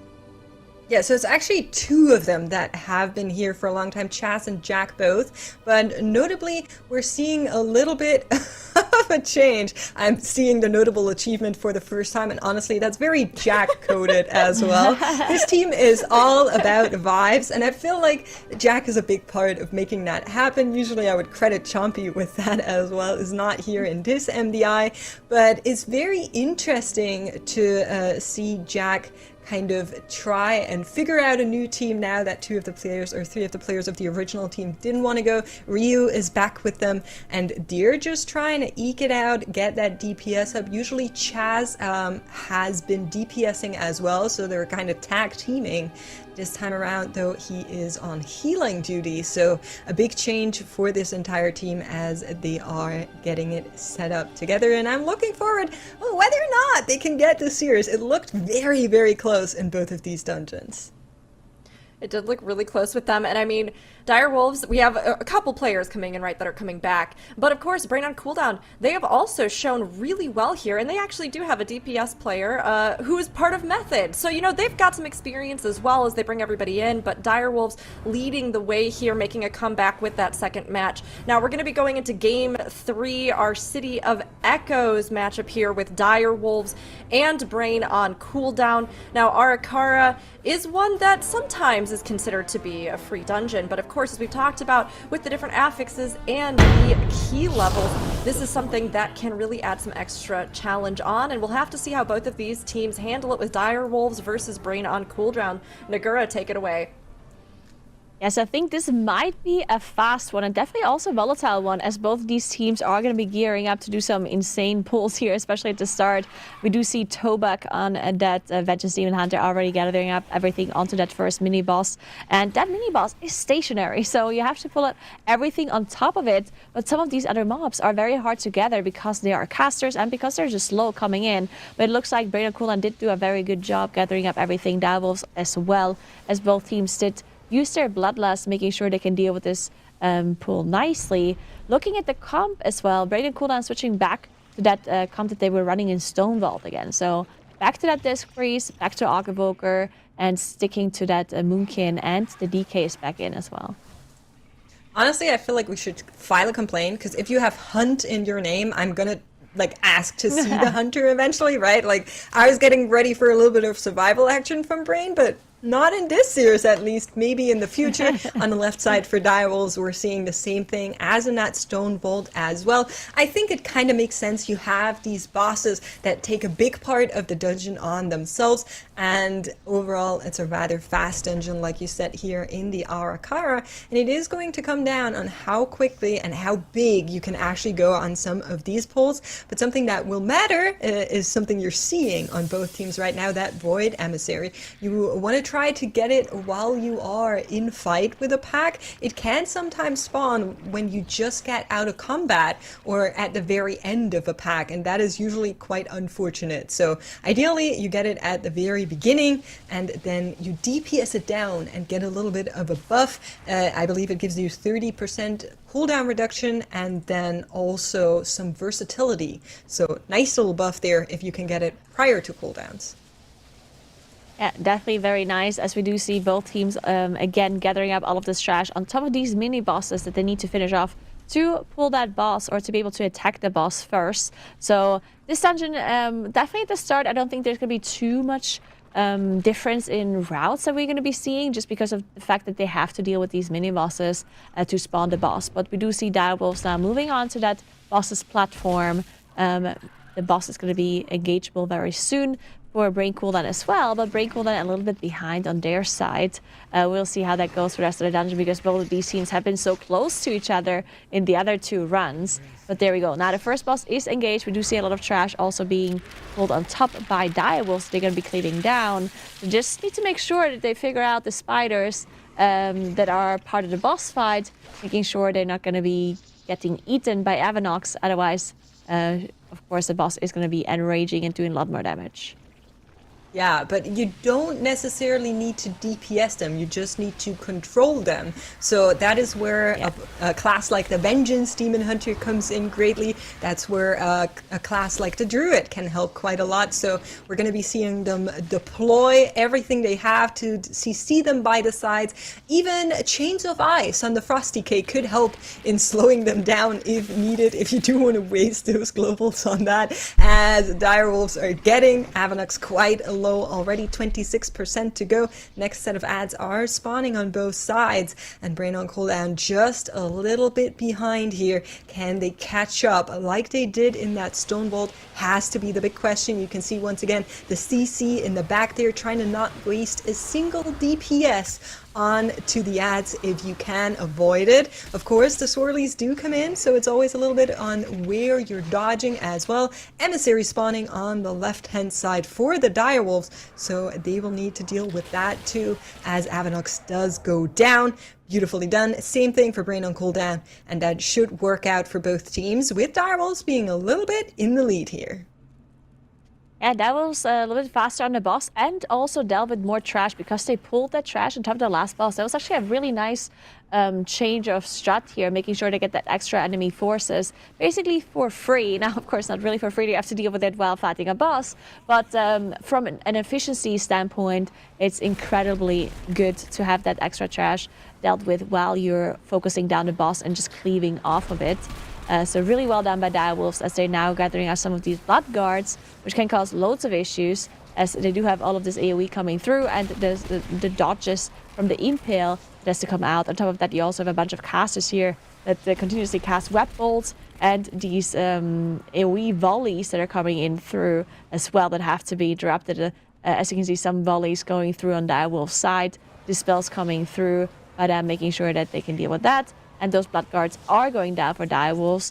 With their comp as well that they're running, they have so much main target focus, so much single target while also having cleave. As Rio does go down, unfortunately, though, and that instant Ankh coming out. Yeah, so that is really not what you want to have happen. Jack also incredibly low for the direwolves, but they can recover. This very unfortunate death there is going to put them 15 seconds behind, and while they did tack in another pack, they're spending quite some time on this pack here. Brain on Cooldown has moved ahead, is on that next blood guard already. Seems like direwolves might be setting up that next pack right now. Can they actually build that lead pack that they just lost from the death? There was not that much between these two teams, and now it's going to be all about how you control this pack. We've been talking about how the internal cooldown on spells does not lock them out as long anymore as it used to. I feel like Arakara is one of these dungeons where you can really feel that on the volleys, on the recast of these little bugs that dig themselves in. It's just so much you need to control, and both teams will need to ace this beautifully so they can move on through this pack without any problems, as Hanto goes down for Brain on Cooldown again. This is a reset, but Chess says nope, we're still one up, and another death on the direwolves as well. Yeah, Chess going down here. We do see some of these volleys coming through. So much damage coming out onto the group as well, as we do see them all recover. But now no battle rest is left from either of these teams. So any more issues, and that's going to be pretty difficult for them to recover. So we'll see if they can stay clean for until the next battle rest is coming up, as we do see some of these stack shells being engaged that have to be interrupted, of course, on their long cast, which is not going to be an issue for either of those two teams. And we do see Brain on Cooldown line up sighting some of this trash here, making sure it's going to walk up to them as the Void Emissary spawns in a pretty good moment for them, actually. They can finish it off well. Actually, it looked like Brain on Cooldown is trying to skip a trash pack here, as all of them did use that Shadow Belt except their Arc Evoker, which of course cannot be a Night Elf. So I think they're waiting to see if that combat drop actually did work. I did see somebody mount up, so that makes me believe that it did go through and they did manage to de-aggro that trash that they were still in combat with. But look at the enemy forces. The Direwolves so far ahead on that trash. So I was thinking that they might be skipping it to pull it into the boss here, but doesn't seem to be the case for Brain on Cooldown. And I know Halloween was yesterday, but I didn't expect this art card to turn out as spooky as it seems to be for both of these teams with what has been going on here. Now, Brain on Cooldown will need to catch up, like you said, on that enemy forces. On the overall dungeon progression, they look great, right? Anoop is pretty low already. They have a lot of single target, that final boss should be good for their team comp as well, but they need to somehow deal with that final trash. And once again, I feel like the trash in the back end and the tail end of this dungeon is a little bit harder due to what's going on there than what we've been seeing from the direwolves. So they will be able to just, once again, use that shroud, skip it, not need to play as much, and it could come all down to how much damage can Brain on Cooldown conjure to maybe make up for the routing that they have chosen here. And it's going to be very interesting to see what they're going to be doing after this boss here, as Brain on Cooldown always has so much boss damage, looking very, very strong on their side. Disc Priest doing a pretty high amount of damage as well, coming in to the group, of course. So we do have an Alk Evoker buffing all of their damage.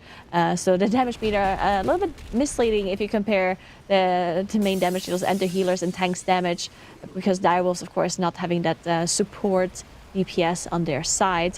But Brain on Cooldown now done with the boss, and they're going to be moving on. So they need that extra enemy forces, and we'll see where they gather up. First of all, they did pull this. They are pulling this Overseer onto the side here with some of these as they're flying around, and it looks like they still keep going. The Overseers can be pretty dangerous. I think they have do need quite a lot of interrupts.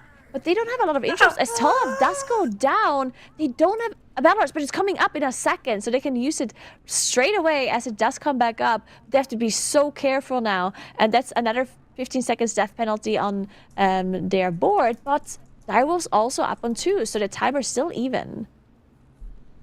Yeah, so Direwolves are doing what we kind of expect them to, right? Once again, that Shroud is being deployed. They're going to be playing the double Overseers and potentially even tagging in those flying guys. Yeah, here they come. So everything is going to be pulled together, and that will be the final trash count for them as they enter the boss fight. Whereas Brain on Cooldown, I feel like they needed to go really big here to make up for the rest of the dungeon thus far. But with that death, of course, there's no way you can commit to that. And it comes back to what I was saying earlier, the tail end of this dungeon just being quite volatile. There's a lot of interrupts you need to deliver here. And with that Moonkin and that Disc Priest, you're just not in the best spot to deal with that.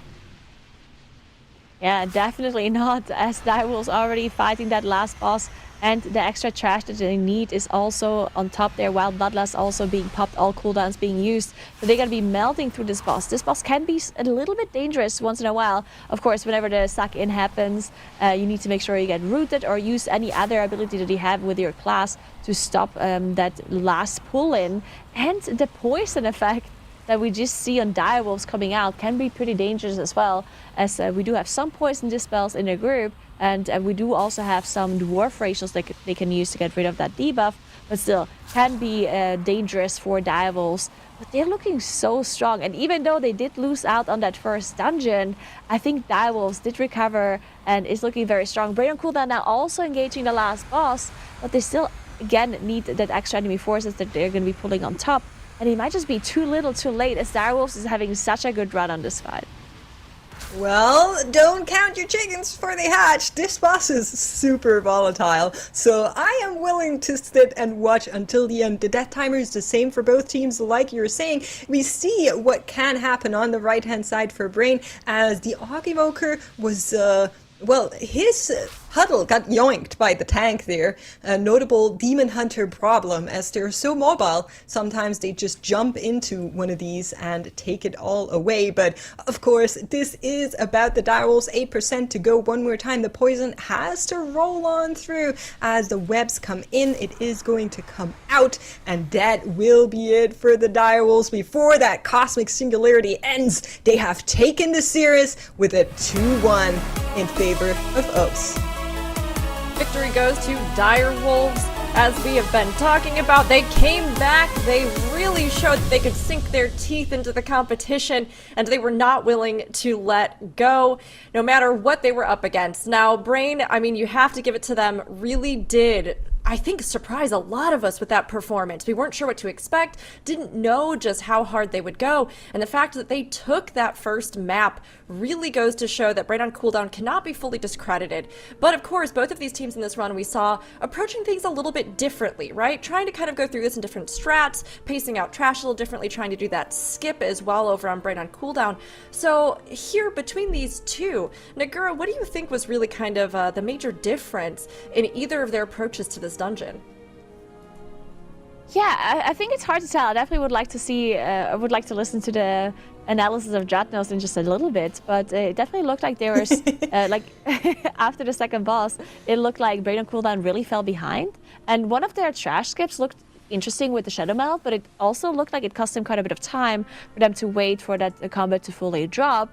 So I do want to see. Also, I think it was the trash percentage, right? It must have been the enemy forces that Direwolves managed to somehow pull onto the first boss. I think that was like a major deal for Direwolves, and it saved them so much time at the end of the dungeon. We'll get a little more insight here from Dratnos himself. So Dratnos, do you think what Nagura is saying is right? What were you observing? Yeah, I mean, just off the start, obviously, like, getting this huge pull onto the boss is a tremendously valuable thing to be able to do. One nice thing that you have here, you have a shaman, so you could drop, like, poison cleansing totem for all the random poisons that are being thrown out by all these extra mobs you're pulling in, so that might be something that's sort of helping facilitate a pull like this in this part of the dungeon, because, of course, Brain on Cooldown reverted to their Stone Vault comp with the Og, Disc Priest, Balance Druid combo, which was really cool to watch. One thing that Direwolves did as well was they were putting down world markers where the ads were going to spawn, the boss ads, and then they were just CCing them, right? They were using effects like Sigil of Misery to just keep them CC'd and not actually have to deal with them. And they were just planning to nuke the boss before all those ads actually became a problem. Again, you can see like Ursula's Vortex coming out here, keeping those all in place. And this is a little bit of a sketchy strat to do from the start of this boss. Depending on the key level, right? Like, you're just going to have a bunch of these ads by the end of the fight if you're not careful, but there's the Shaman Earthbind Totem being used, Earth Grab Totem, to just grab all those, keep them rooted, and you know, it's not going to last forever, but it just has to last long enough for you to kill the boss, right? And even with this Void Emissary spawning at the end here, this is a bit of an annoying affix to be spawning at the end of a boss fight. It can be pretty nasty, because if you try and commit to the boss, the damage reduction starts ramping on the boss, and that can really throw a wrench in your plan. So luckily they were able to get it killed in time before that ramped up too high.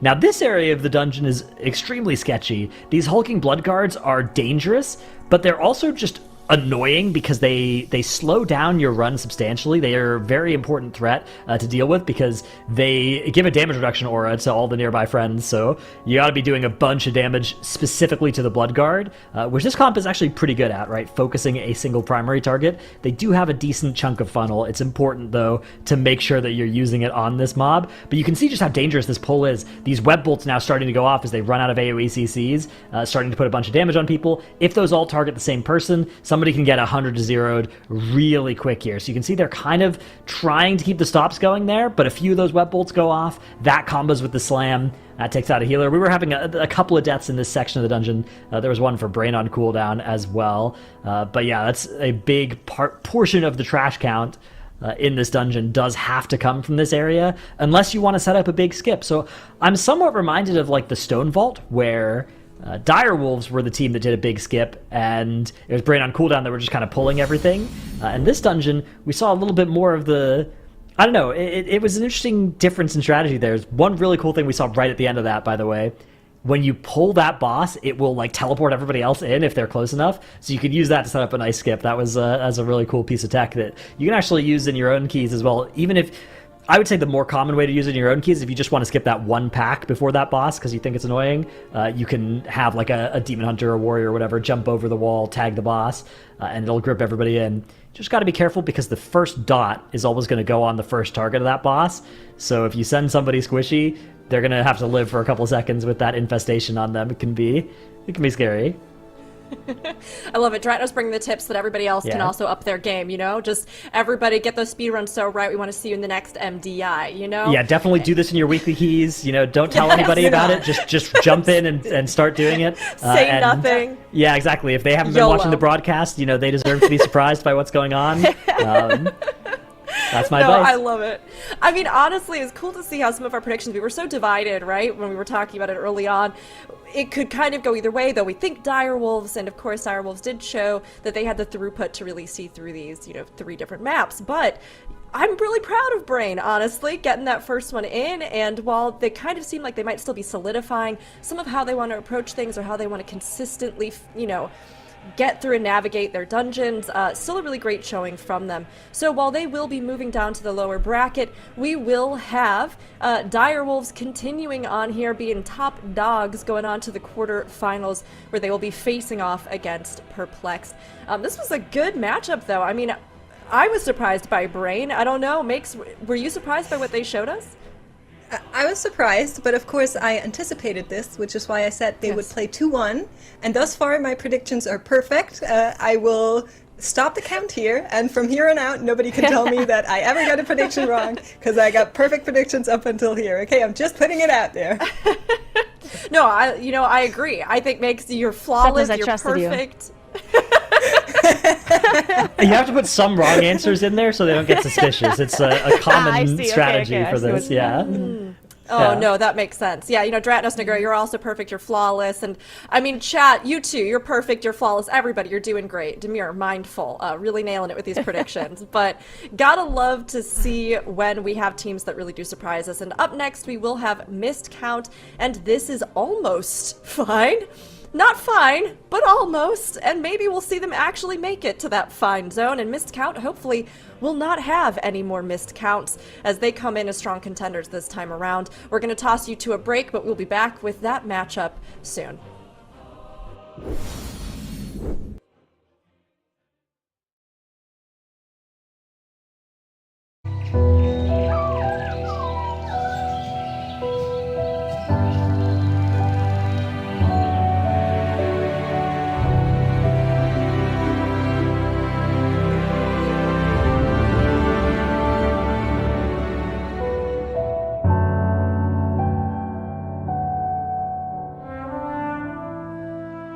No matter who you are or where you're from, we all share a common need for human connection.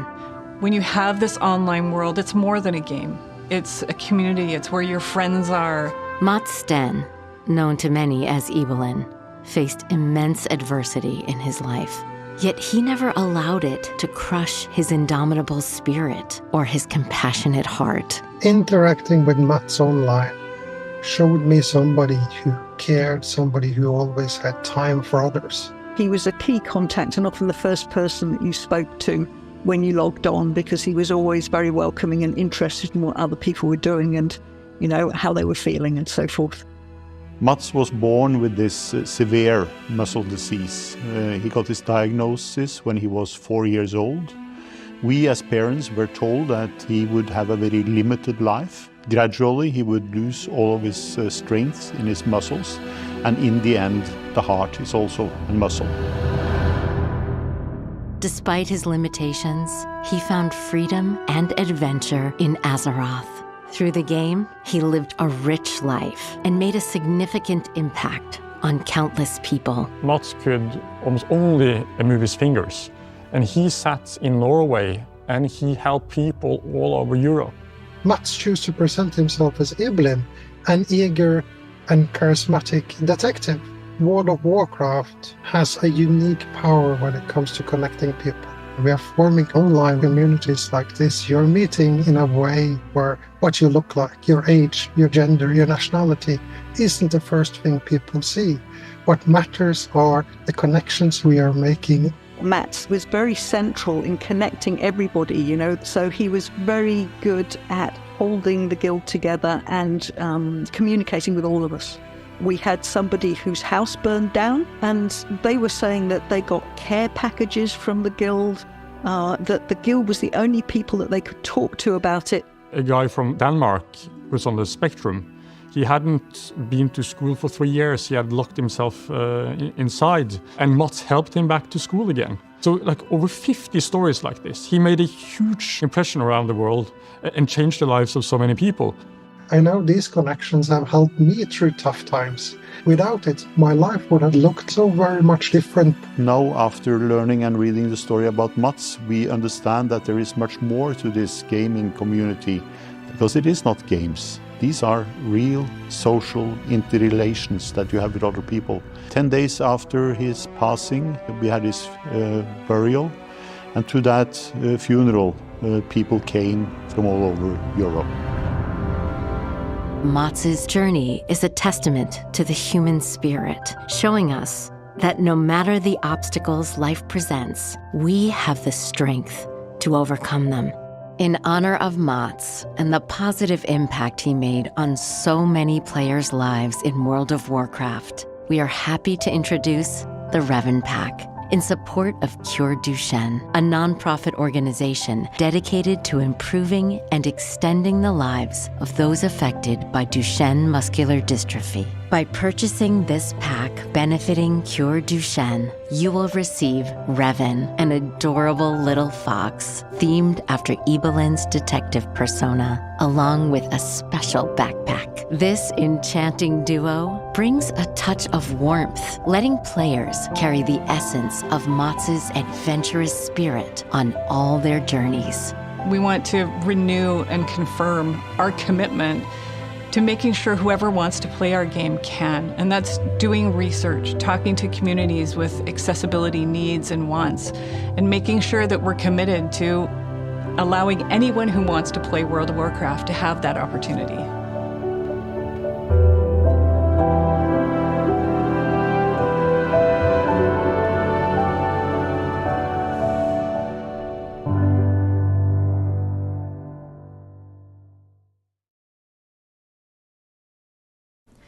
Support Cure Duchenne today with the Revan Pack, inspired by the remarkable life of Ibelin.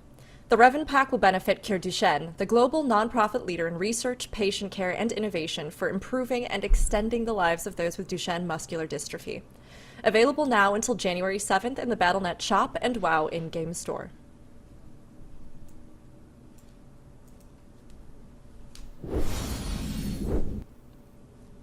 Welcome back, everyone. I hope that if you are like me and you are just feeling so many emotions, I have to be so careful just watching that, having watched the documentary. I mean, it's incredible the power that games can have in our lives. So if you haven't yet, check out the documentary and pick up that pack. But I'm glad to be here with all of you as we continue to bond in other ways over the games we love. Tettles, Duratnos, Zyronic, good to have the three of you here as we look ahead to more to come. But, I mean, look, we've had a pretty amazing day so far. We've seen some teams really, I think, pull out the stops and really prove that they had a right to be here. We've seen some that we anticipated move forward, and of course now we're coming in with Missed Count, and this is almost fine. Now, Missed Count is a pretty strong contender here, Tettles, and I'm curious, do you think this is going to go really, really smoothly in their favor? I mean, I think that this is a team that kind of burst onto the scene in the middle of Dragonflight, and they've proven that not only are they one of the best TGP teams, but they can absolutely be a top-tier MDI team. I think we saw them in the Global Finals last time we had the MDI. I think they came in like 3rd place, and they were actually very close to winning the last TGP if they didn't have that missed count incident. I think that they were definitely on the table to become a contender, at least for winning the TGP. Yeah. I think that for this MDI, it comes down to like how much they've been practicing.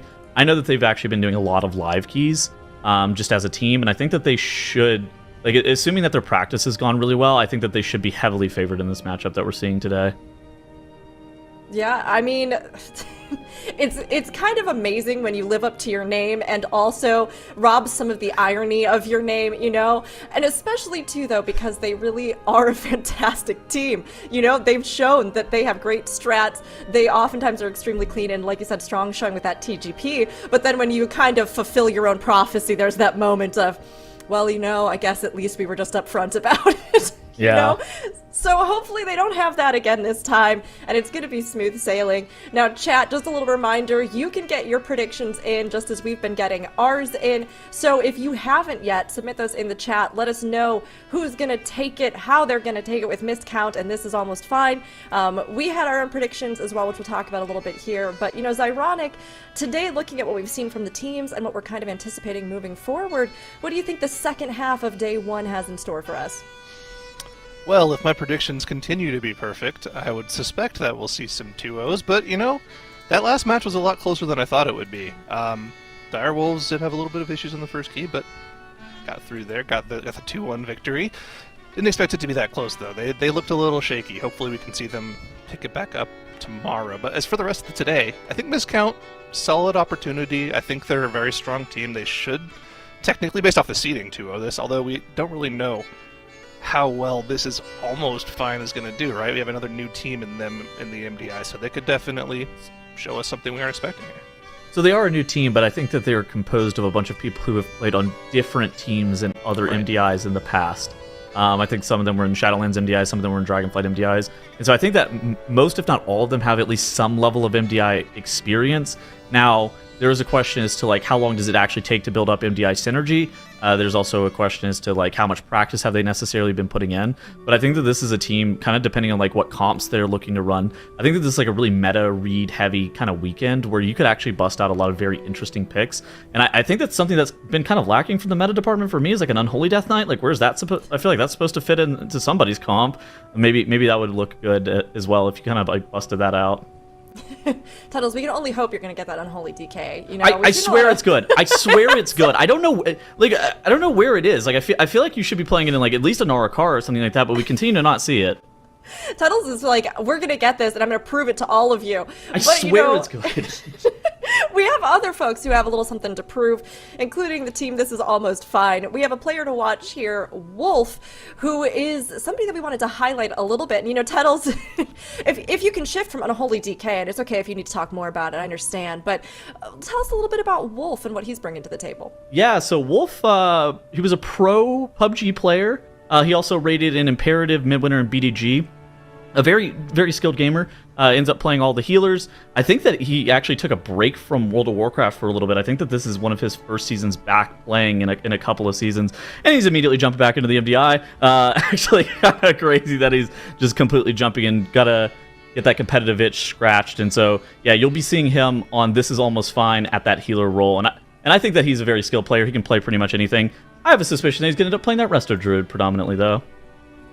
Pretty much anything. I have a suspicion that he's going to end up playing that Resto Druid predominantly, though. We'll have to see. I mean, Resto Druid, it's been strong. It's been strong. Not that, you know, it hasn't been strong at other points in the game, but it's been good to see. And, you know, over here on Miscount, though, let's take a look on this side. We have the other side of Resto with our shaman here, but Thanner, who's over here on Miscount. You know, Dratnos, can you tell us a little bit maybe about him or about some of the experience that Miscount has coming into this matchup? Yeah, so Thanner you may recognize from TGPs in the past, and also from the Race to World First, having raided with Method and then Echo, and then I think going back to Method again next tier, but picked up a World First most recently in a Mirdrasil, so 2 tiers ago, with Echo. Does also play healer, although can flex onto Aug Evoker, but mostly known for Holy Paladin in the context of raiding. I suspect that he is capable of playing just all the healers, and the Miscount is going to be one of the teams where you won't often see people playing a comfort pick, something that like a Holy Paladin, they just play a bunch on live, unless they think it's good in these keys, which we haven't seen Holy Paladin yet. But it's actually quite a compelling spec. It actually has 2 hero talents that are worth investigating in a lot of these dungeons too, which is really cool. Both of them doing very different types of things. So maybe we'll see them bust out the Holy Paladin and put Thanner on his main. We do get to go back to the Stone Vault for our first dungeon of this series. AJ was healing this team, wasn't he? Oh, okay. So then Thanner's been on DK, I think. Okay. Thanner's been on DK mostly. He's been focusing on support, things like AUG, things like DP. Well, also, when they're not playing AUG, something like DK or potentially Rogue. We'll have to see. Impressive achievements from Thanner. Could be Ret already as well. Into the key. Also, we have it's to Unholy! also point I out was right! Hey! There is a difference in comp. Yeah, the Unholy DK, and on top of that, we talked about the player swap too from Miscount. They dropped Hearth Jackson, picked up Crims between the last TGP and this MDI, so we'll have to see if bringing in a new DPS player causes any issues for them, maybe synergy-wise, but already into the first pull, both teams going for a similar massive pull, pulling every single golem, every single mob together, and blasting AoE. HP bar is really low for Miscount here. This ground pound is going to take out Crims, instantly onks. AJ goes down as well. They could use the battle race here, but it looks like AJ is instantly released, but this pull has not gone well for them. No, it has not at all. 2 deaths. So 1 year ago, last time we ran the MDI, I would have been fine with this pull. It would have been like, oh, this is okay, right? We lost 2 deaths. It slowed us down. We lost some cooldowns. It's all good, right? But this time around, we've added the Challenger's Peril affix to these dungeons, so that cost them 30 seconds of death timer, not just 10, like it would have been in previous seasons. Absolutely brutal start to the dungeon for Missed Count. Huge opportunity for This Is Almost Fine in this dungeon. And we actually have more comp differences than we were able to discuss as well. We have a prop paladin versus a prop warrior here. The only thing these teams agree on, actually, is the assassination rogue. Everything else is a disputed slot between these teams. So, and it's also very different than the runs we saw from the other time we were in this dungeon when Direwolves and Brain on Cooldown were in here. We were seeing things like the Balance Druid, the Vengeance Demon Hunter. So, incredible difference in strategies and in specs that people are playing here. Now, there are a couple different reasons that, could be related to seeing this, right? Of course, it's our first weekend of the MDI, so teams haven't had the opportunity to see what everybody else is up to in all of these dungeons. And also, we are coming off of a huge balancing upheaval with the anniversary patch and recent tuning hotfixes as well. So it's actually a really exciting time to be seeing what the different teams have come up with. I'm curious about the prop pally, too. This is our first time seeing it in any of these MDI keys. That is a spec that can absolutely crank damage, and it used to be a little bit more, I would say, fragile than the other tank specs in patch 11.0. That would be one of the challenges of playing the prop pally, is just you'd have a little bit of a harder time surviving these pulls. But it's been buffed substantially in that department. I'm very curious to see if This Is Almost Fine are going to be able to leverage this prop paladin, maybe do some more damage as a result of having it. Yeah, there were a little bit of differences in that first poll as well that I think we can go over as to why potentially Missed Count had the deaths. It looked like they planned to not even use the Ascendants on that first poll. Crims just saved it for the boss, so that's why they were able to catch up and actually kill the boss at about roughly the same time as This Is Almost Fine. They only lost 2 seconds on the actual kill time. Now, of course, they still are the 30 seconds of death timers behind as of yet, but still, they had this route planned out in advance. I think their comp with the Disc Priest has higher overall theoretical DPS, but it might be a little less safe. Things like the Warlock bringing Healthstones to the group for This Is Almost Fine, plus just being a generally tankier group, I think might make This Is Almost Fine's route a little safer. And I mean, the Prop Paladin's also pretty nice to be able to throw out those wogs on players and help keep people topped if Wolf ever does end up falling behind. We'll have to see if that's going to be an issue for Missed Count, though, or if it's just going to be like an early key hiccup from them. Yeah, they are going with a more aggressive pull after this, right? They're going to be getting a little bit more count from what is one pull here for them, whereas This Is Almost Fine are in the same area, but this is actually their second trash pull after this boss. Missed Count now heading again and setting up a big pull. Moving over to the right there, if they can get that pack over in the corner, they can get access to the versatility buff for the remainder of this dungeon, so that's what they're heading over and grabbing now. But this is a sketchy set of enemies to be fighting. Pain Suppression is going to come out from AJ onto the tank here for them, keeping them a little bit less likely to wipe in this part of the dungeon. But this is definitely one of the sketchier pulls that I've seen here. A lot of stuns needing to be used here. Luckily, they are going to be able to break through most of these enemies before they run out of stops, which is really important.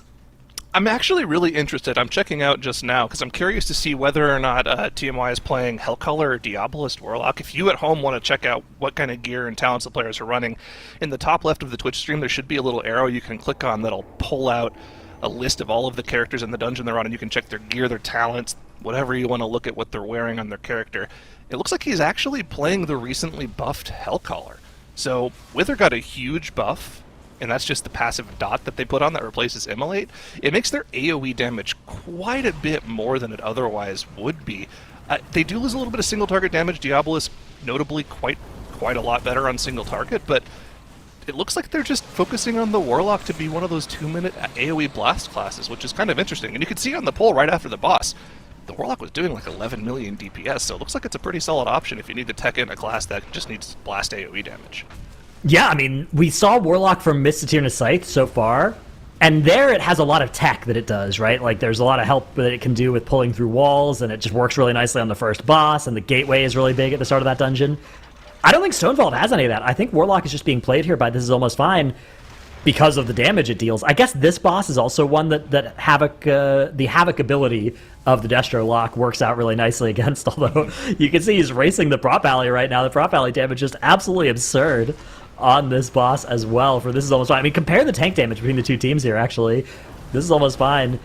Really doing a tremendous amount of tank damage, although a lot of that is maybe just relative, because if you look on Miscount's side, their DPS players are just absolutely blasting on this pull. The Unholy and the Enhancement Shaman putting up some tremendous numbers compared to the Destro Lock and the Frost DK. Maybe slightly different pull sizing, though, can help account for that, too. You do have to be a little bit careful of reading too much into that as like a one-to-one comparison. Either way, Miscount are going to be putting this boss into the dirt well ahead of This Is Almost Fine. We're actually catching up now to those 30 seconds, and it looks like even overtaking it. So despite that opening weakness from missed count, it looks like they've already now made back that advantage. They're already at a similar trash count as well, setting up a skip here. And there's Shadow Melds being used into a Shroud as they move into this Void section. And again, difference in strategy. We haven't seen a lot of this skip being used by other teams, but one of the nice things is, in this dungeon, you only have to skip these mobs once, right? In most dungeons that have these like wings, you have to backtrack afterwards, and so if you skip a mob, you have to skip it again on the way back out. But here there's that minecart that they can use, so every mob they've skipped there is permanently skipped. And yeah, they held their lust. This is going to be a one lust dungeon for missed count. Very interesting. Pulled every single trash mob minus that first one that they shrouded past into the boss. This is the cooldowns as well. Ascendance popped here, power infusion from AJ on top of the shaman as well to just focus a ton of boss damage. And look at that, in combat for 20 seconds. Skarmark already below 30% HP. Look at the burst! The Unholy DK doing 15 million DPS. Tettles is vindicated right now. That class is absolutely cranking. They actually probably got the PI now that I think of it. But look at that, Skarmark dead in less than 40 seconds. They actually just have to finish up the trash afterwards before they can take that cart back to the middle of the dungeon. Nice. So this actually makes so much sense to me, being able to use your lust and kill Skarmorak faster. Skarmorak is one of the bosses where the faster you kill it, the less total damage you have to deal to it, right? That's a pretty rare trait for bosses, but any boss that shields itself on a timer, right, is something where, okay, every one of those casts that we have to deal with, we have to do more total damage in this dungeon. So allocating your cooldowns and your bloodlust so that you can actually make a pull like that work is really valuable for time. One of the things the Unholy DK does as well is if you pull enough trash, you can get just huge funnel value with the lust, with the PI as well. Incredible amounts of damage. It's hard to call it funnel because they're also just destroying all the trash too, but it is also more single target. Yeah, in terms of like funnel, there aren't really any huge funnel classes in the game anymore. There might be some classes that'll gain like 2% single target for an extra mob that's pulled on top of the boss, but it's nowhere near the level of like the Subtlety Rogue at the start of Battle for Azeroth days that we used to have, where they gained like 10 to 20% per target. That's probably never going to be in the game again. But you know, there are some classes that gain just a little bit from that, but of course, like you said, they're just blasting AoE. Any extra single target they gain is not really that big of a deal. All right, Miscount moving in towards the end of the dungeon. So they are going to be doing this area in 2 pulls, it looks like. Makes some sense to me. This is a dangerous set of enemies with these Stone Shapers. They do have the Assassination Rogue silences coming out on all of them. Love that for the start of this pull with those Stealth Garrotes coming out with the silence too. So they're able to actually group up mobs that are normally a little bit uncooperative to group up. Now they just have to make sure they kill off all those totems, but also don't swap too hard to them. And they have to deal with these boss mechanics while also dodging all these swirlies, and also keeping kicks, ideally, on most of the casters here. But it looks like, again, that Unholy plus Enhancement combo has just melted this trash. Already, those casters are dead, and it's just those 2 large elementals left. And Miscount are just destroying this dungeon. This is going to be such a fast dungeon. I mean, they would have barely had time to get 2 lusts. Even if they used one right at the start of the dungeon, it would just be coming up at the end here. So a very cool strat to just use the 1 lust in the middle of the dungeon instead of like 2 at the bookends of it.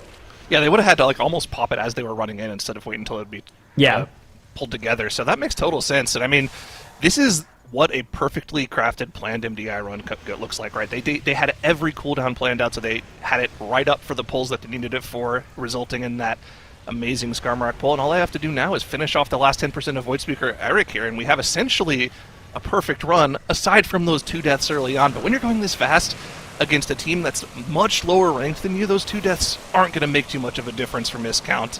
And the boss will go down for them and put them up 1-0 in the series.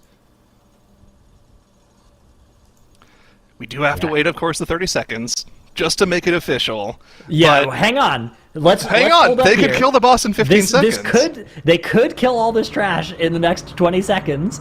If they just get a couple of crits here, that could be really big for them.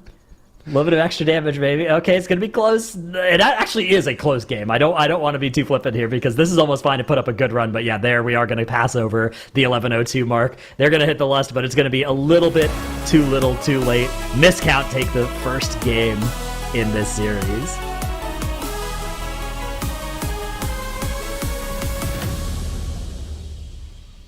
A timer, they don't have to stop you. I mean, just absolutely incredible.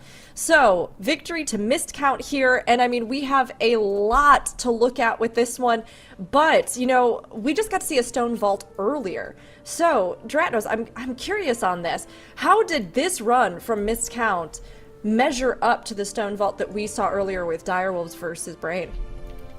Yeah, I mean, it was completely different. We've seen like 4 completely different Stone Vault runs so far. We've seen like, 16 different specs out of the 20 that the 2 teams or the 4 teams have run in here. Incredibly different. Very cool. Even though this is almost fine lost as well, I loved their comp for this place. I thought Prop Alley was so cool. There's so many interrupts that the Divine Tools are just going to let you group so easily, so quickly, and it just does so much damage too. So I thought that was really cool to see. But yeah, Miscount looked phenomenal in this dungeon, and the Unholy was, I think, clearly the star of the show. I can't wait to hear Tattles talk about the Unholy DK and how he's been right in every single guess he's ever had or thought he's ever had about World of Warcraft. I mean, I'm ready for it. I'm ready. Okay, that's it. Let's not go that far. A broken clock is right twice a day now.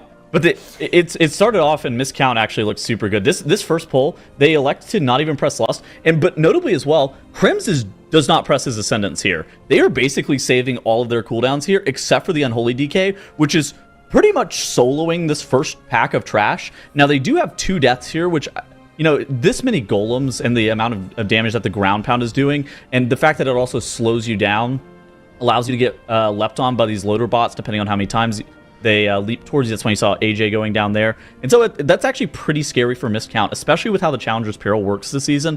15 seconds per death really could allow other teams to be able to jump back into the mix, but the other stuff that Miscount was then able to do here really propelled them to be able to claim victory here, and I think it starts right here. This skip into the Skarmorak room, I was kind of wondering where they were going to be pressing their Lust, what it was going to be looking like, and just how they were able to pull this boss and the amount of trash that they pulled on top of this boss. I was like, okay, this is going to end up being their Lust. But the most important thing here is the fact that they one-phase Skarmorak prior to the boss shielding itself. That ends up saving them an insane amount of time. In addition, out there, melee DPS don't actually have to run around and pick up any of those orbs that are on the ground. They don't have to kill off any of the crystals if they don't want to, and that allows them to just do the most amount of damage possible to Skarmorak. Specs like the Enhancement Shaman and the Assassination Rogue actually can do a substantial amount of single target damage to the boss, where the Unholy DK, that's going to be that main driver of the AoE. The Unholy DK probably could have hit 20 million DPS here if this trash lived a little bit longer, especially whenever they're getting PI'd. They have that Bloodlust available to them, but I mean, the main thing here isn't even necessarily the Unholy DK killing the trash, is that the boss is still at 30% HP, Lust is still rolling, and they beat that shield, and that, I think, is the big piece that a lot of teams are going to watch this run and be in awe of and like try to take this away into future runs. Just being able to completely all in the boss before that fortified shell cast resolves, that's a huge deal. Of course, then they pull all of the trash in the final boss, and that's not something to scoff at either, but I think it was way less impressive than that incredible pull that we saw there from Miscount. It's such a great, I mean, it's just amazing to see when teams blast something so hard that you just sit there going, yeah, this is going to change so much for so many people, right? We're going to see so many people out there try to kind of emulate this or go into it more, which is amazing. I mean, we still have a bit rolling here, Tettles, so was there anything more you wanted to add on in sort of the analysis with this final boss, or you feel like, Skarmorak was incredible on its own? I think that the only analysis that you can really have is just like talking about the Challenger's Peril again, where you're doing this double rock smasher pull into the boss. If anybody ends up going down, you actually lose a lot of time. And I think that if they had another death here, they could have potentially have lost this map just due to the fact that 15 seconds per death really allows, this is almost fine to be able to recover or come back in some aspects, even if you battle res. But I mean, overall, missed count, I think, is writing the blueprint for what a lot of other teams are going to be looking to do in Stone Vault for the future. I think that's just absolutely a masterclass by them. Yeah, it was powerful stuff. And I mean, Zyro, as we look here at the meters, we look at everything and the information that came out of that, I mean, whew, this is almost fine, has to be feeling like this is not fine coming through that. And they put out a good show. They did really well. But I mean, missed count really set the bar high. What are your thoughts, having seen how these two matched up here right at the start? I mean, you cannot be mad about your run if this is almost fine. That was a great run. They just happened to go up against a stellar run. I mean, they were 0 deaths. They had a clean run. They got their 2 lusts in and they got their final lust on the last boss. It was good from them. They just got to do it again and hope that missed count makes some mistakes. I mean, this is the difference between a veteran MDI team that knows how to craft together perfect runs and a newer team that isn't quite as comfortable playing together yet, I guess. And you know, hopefully they can work on this and be better for the second map. And I'm assuming they're probably going to finish off this run and get practice for the lower bracket tomorrow. But of course, the series isn't over yet. They could still come back and win this one. I just think based off that run, missed count looks like they're unbeatable right now. We'll have to see. I think that this was supposed to be... Yeah, this is from last series, right? Yeah, I think this is supposed to be missed counts damage to Skarmorak, but I don't know what the... I think this might be... This is from Direwolves. Yeah, so this is definitely the wrong team. this is from last series. I think is this from Direwolves Skarmorak? It is. Yeah, this is the same boss, but the team we saw last time. So that's what the enhancement shaman. That's what the Frost DK comp looks like. I'm curious if we could see potentially what the Unholy DK would do for this. Although I imagine that would take a little bit to grab. So maybe we don't have that available. So the assassination ring the enhance are going to do. Oh, sorry. Go ahead, Tuttles. No, you're good. I'm just going to make a dumb joke. You know, it doesn't matter nearly as much as thoughtful analysis, so please go ahead. I was just going to say the Assassination Rogue and the Enhance are going to like do insanely good single target, but I was wondering how much the Unholy was actually able to provide as well, because Unholy has like insane multiplicative scaling whenever you get a bunch of targets, things like Festermite and whatnot. It's Festermite. It's also just the bursting wounds popping in AoE is nice. I mean, it depends on the amount of targets, but it is one of those specs that really can do really, really good things in a big pull like that, especially with Lust and PI, right? Keeping the Lust for a pull like that, Unholy is one of the few specs that actually can make really good use of that much haste on a pull like that. I mean, obviously everybody likes it, but Unholy really likes it. Now, we'll be looking ahead to City of Threads. I mean, we've seen Unholy DK. It is good. It is good, Tuttles. It is. I mean, that was an indisputable showing.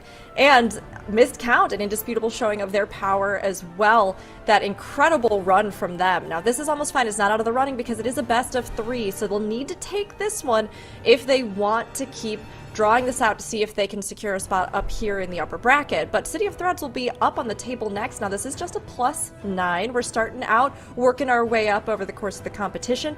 But City of Threads poses some of its own problems and dilemmas. So, Zyra, with this, seeing both of these teams having gone into their first map, what do you think City of Threads holds in store for them? There we go. Now we've got the right chart up. So feel free to talk about this. There it is. So this is the difference. It's the Unholy it's the Unholy DK doing a ton more boss damage. Or just a ton more damage. We haven't seen the boss overall, yet, I'm sure we're going to see it in just a second here whenever they flip it over. I want to see how much boss dam the Unholy DK is doing. Looks like the Enhance and the Rogue are kind of doing the same overall. Yeah, I mean, you got to remember this is in a very short span as well, right? Like this is half the time that it took other teams to do the same boss, right? This is the boss dam. Oh wow! So the Unholy is not worried about the boss, right? The Unholy is doing substantial boss damage, but also is just handling most of the AoE, right? And then the Enhance, the Assassination Rogue, also just really focusing on that boss, making sure that it dies. It's just so much damage. Again, the lust for this is so brilliant, I think. Yeah, I wonder if they could actually get that dungeon down to 10 minutes flat. Like, probably, yeah. Because they were 11, but they had 2 deaths, so they could have in theory been 10:30 with the exact same run.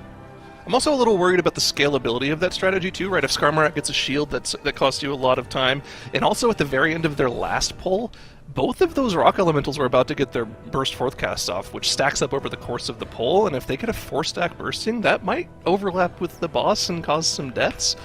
we'll have to see if that key level goes up in future dungeons, and that could cause an issue for that particular strategy.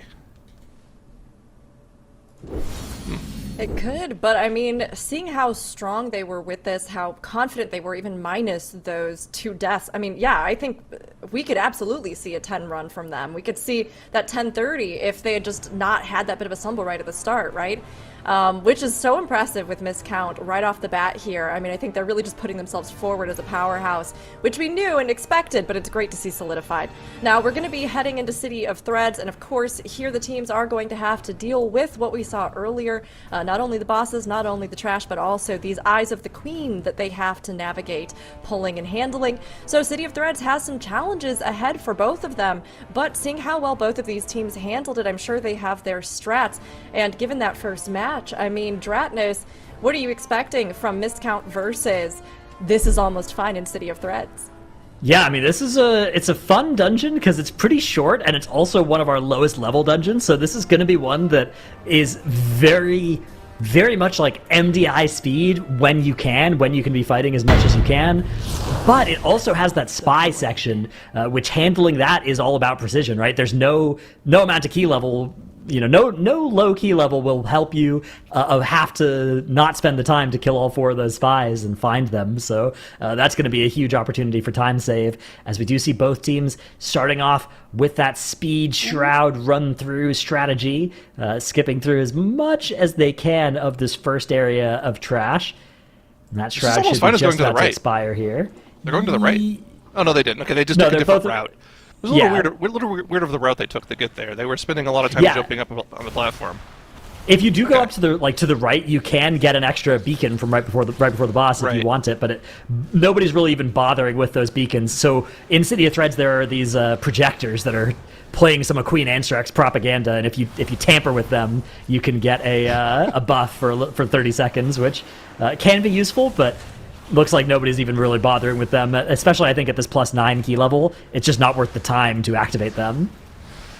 You can get one in the Shroud, which we actually saw in our previous matchup. I didn't see if they got it here, but again, it's like it's not a huge buff, but just help you burn the boss down a little bit with your cooldowns and Lust.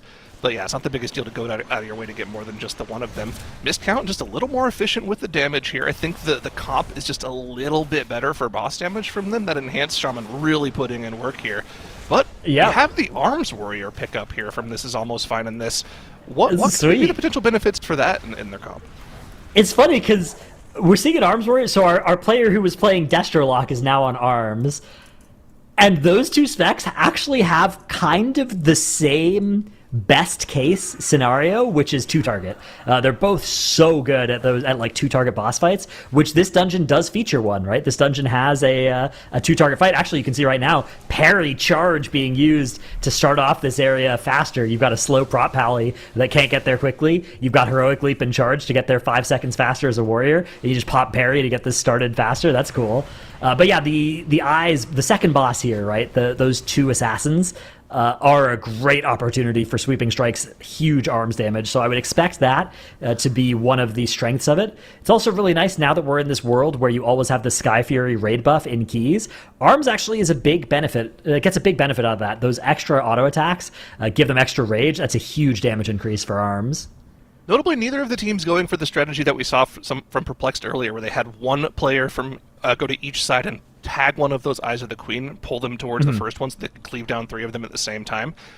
We do see AJ running off on his own here, it looks like, to tag one. So maybe they're just planning to do this tag with just 2 of them. Or maybe they can get together in the middle to get a third together. Let's see. Kira's off on a mission of his own now as well.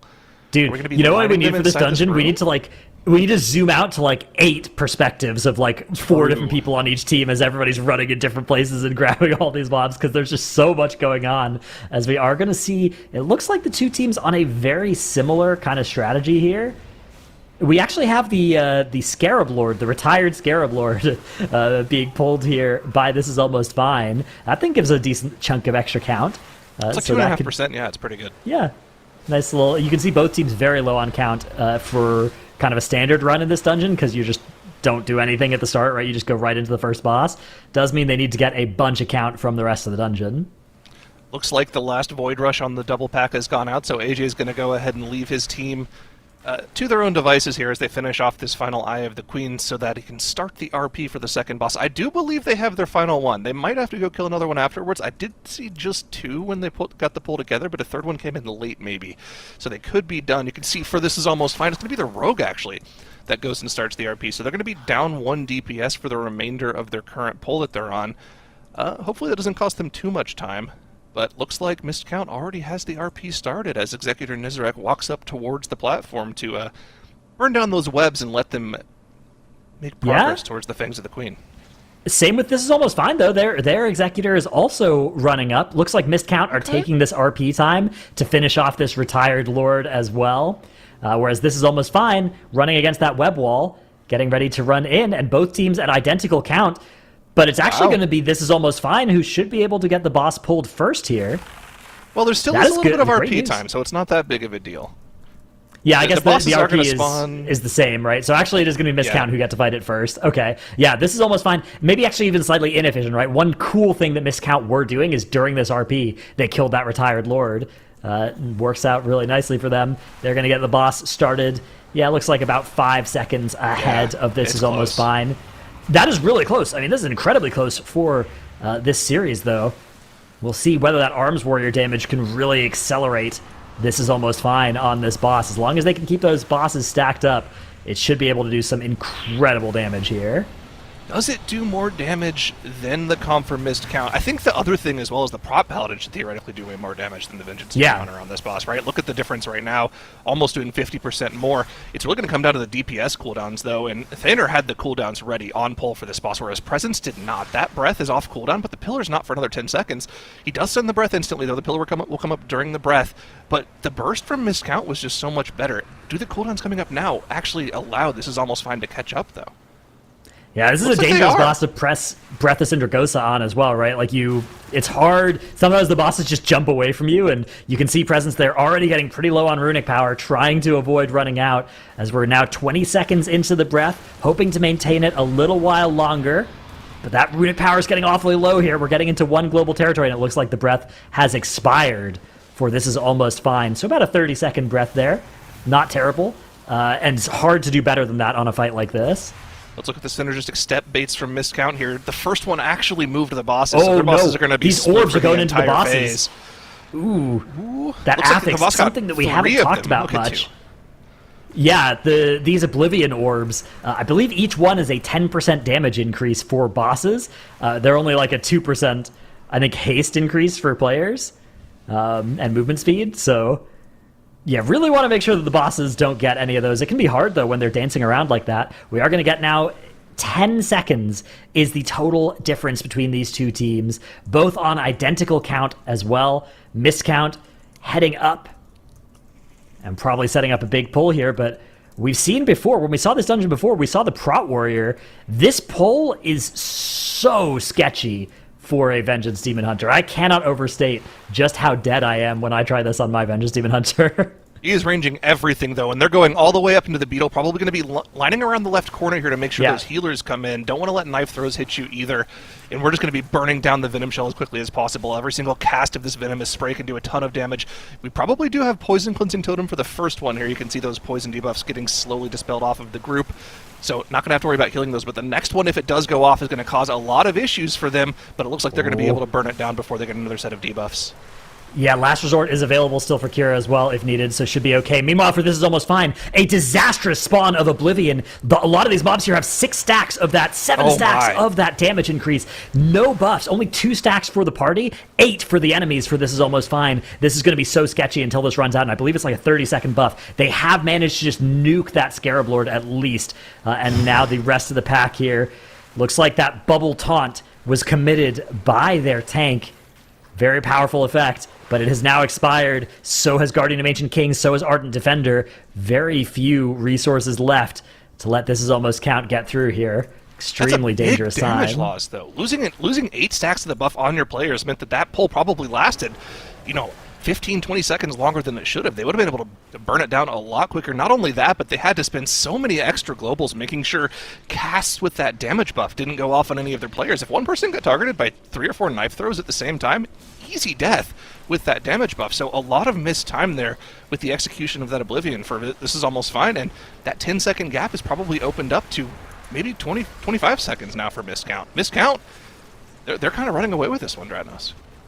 Yeah, this is getting very close to the end of the dungeon as well. There's really not much time left for this one, as we can see that the coagulation already pulled by Miscount. One other cool thing that's going on here that I do want to highlight on the side of This Is Almost Fine, TMY, their warrior is playing Colossus Arms Warrior, not the Slayer that was so common for both DPS warrior specs for so much of this season, but the Colossus instead of that huge demolish button available for some extra damage. You can see there being used for a huge spike of damage. So very cool, different hero talent than maybe you would have expected, especially if you'd been looking at last patch. As we are seeing the coagulation dropping for both teams, about a 15% advantage existing on that boss for Miscount. They should have more damage as well with their composition on single target in theory, I think. The damage cooldowns were just pressed for Miscount, though. They just pressed Ascendance, they just pressed Breath and Pillar. The damage is going to accelerate for Miscount, where I don't think This Is Almost Fine has the same buttons available. And look, that 15% advantage on the boss is now opened up to almost a 40% gap as the damage comes out from those cooldowns for Miscount. And like we were talking about, the lead is going to grow here. We went from 15 seconds or so on the second boss to what will probably end up being closer to 30 seconds now on this boss. And This Is Almost Fine needs to have something planned out for the end of the dungeon here where they can catch up. Otherwise, Miscount is going to run away with it. Now, these mini-bosses do a ton of damage, and you can get some extremely nasty overlaps with the slam from the Beetle. So we have to keep an eye on the health bars for Miscount as they engage this pack here. Pulling extra trash into this pull is very dangerous. Yeah, this is very dangerous indeed, but you need that count, right? You skip all the count at the start of the dungeon. So not really any alternatives, as Miscount getting that affix spawn now, successfully able to soak 3 stacks. 7 of them. But 3 land on the enemies. That's the problem. When you're doing MDI pulls, you often have these mobs just funneling in from different places, and that is a huge recipe for disaster with this Oblivion affix. So that is a huge part of the reason why we're seeing so many of these stacks landing on enemies instead of allies. This Is Almost Fine having a similar situation here. 2 stacks on their pull. 3. As there are still Just orbs funneling in, actually. Oh, there's still 3 orbs. now. Cannot allow they any managed more to to collect go the off. rest of them. Okay, That's fortunately, good. also, none of the stacks went onto the Beetle as well, so that swarm damage not going to be hurting them so much. The slam, also, they're topped. They're going to be fine for the slam. They're going to be okay. That was a little fortunate for them. If those stacks went on the Scarab as well, it would have been pretty bad, but they're going to be topped. That is the least of their issues right now, though, as Miscount have pulled the final trash they need for the dungeon. They're on the boss. They have the Bloodlust active, and the cooldowns are coming out now. Ascendance, Power Infusion, Breath of Syndragosa, and Rogue as well. Everything being popped. And the this affix actually combo is going to be a little bit nasty for them. Okay. They actually end up having 4 orbs go into the boss as they were zoned off of soaking them. So a 40% damage increase for the boss here for Miscount, as they were only able to collect a few of those orbs themselves. But that Lust looks like it's still going to be doing just so much work here for them. They are so far ahead on this boss now. This Is Almost Fine, desperately pulling the boss, popping the Lust, trying to catch up here, bringing in that test subject as well. Actually, that test subject maybe wasn't supposed to come in here. They are already at 100% count. As Miscount are going to be, I think, closing this one, yeah. A little bit of funnel damage, you're right. From Miscount. Little bit of free funnel. One final Tank Buster cast here as the process of elimination goes out onto Kira DH, but with only 5% left on the boss, and This Is Almost Fine trailing with almost 50% of their boss HP, it is going to be Miscount taking the map, taking this series, and moving on to the upper bracket, with This Is Almost Fine being sent down to the lower bracket. It was a great showing, though, from This Is Almost Fine. I mean, even though this victory goes to Miscount, and rightfully so, they earned it, they burned it, they went absolutely wild with these runs. But again, This Is Almost Fine. They are going to be putting up a very strong fight for those lower brackets as well. Now, we saw a lot with this particular run in this map, a lot of discussion about one of the seasonal affixes with Oblivion, right? Which is interesting, seeing how much it kind of influenced this run, although Miscount just kept going. You know, they're a powerhouse. They didn't let it stop them. But I am, interested. Dratnos, how do you think that affix sort of affected things in this particular run, or how does it kind of affect our Mythic Plus season as a whole? Yeah, I mean, as the key level gets higher, it starts to become very dangerous to allow those orbs into bosses and trash. Given that this was run at the +9 key level, I think it's actually probably one of the fastest affixes that you can get in the MDI at the lowest key levels, right? Because the mobs getting extra damage, it does make them scarier, but you can often play around it, right? You're often not in too much danger of just something moving into straight up one-shot territory. And so just letting those extra orbs in, it's not something that you have to design pulls to avoid that possibility, because we saw that there were many pulls where it just was unavoidable, those extra orbs going in. But if you can engineer a situation where you get all 10 of them, that is a nice extra buff for your party. Each individual orb isn't a huge deal, though, right? Going from 10 to 9 to 8 to 7, you're only losing a couple percent. It's not the end of the world, so... a cool affix to see play out. I'm actually excited to see, in maybe the +11 keys, Oblivion maybe will take on a little bit more of a lethal, pattern. Yeah, a little concerned for sure for those higher keys for the teams, but also thrilled and excited and can't wait to see it. So we'll see how it pans out. But talking about thrilling and exciting, we had some wonderful plays here this time around and from Miscount. So Tettles, you want to take us through what stood out to you from this run? Yeah, I thought that both of the teams actually put up pretty similar runs in terms of time. I thought that obviously Miscount had a little bit of an advantage. I think a lot of it came down to the composition. I think that the Warrior, while it's not like the worst thing ever, I think that there's other stuff that you can bring that's like very, very powerful in this dungeon. What did you guys end up thinking about Miscount pulling all three of these Eyes of the Queen at the same time? Because my gut reactions was that it felt a little bit slower. Yeah, especially at the +9 key level, I feel like just maximizing time, like fighting and reducing setup time would be my instinct as well. Yeah, because then this is almost fine, like basically killed the same boss at the exact same time that Miscount did. And whenever I saw both of those things happen, I was like, I don't know so much about whether that triple Eye of the Queen thing is like that big of a deal, because it is fancy, but it's not like that great. And then kind of like what you guys were talking about earlier with the Oblivion affix, look at when This Is Almost Fine has this Oblivion affix spawn. They get all of these orbs here, and so they lose basically the entire Oblivion affix because it ends up contacting mobs that are like trickling in from like very far range away.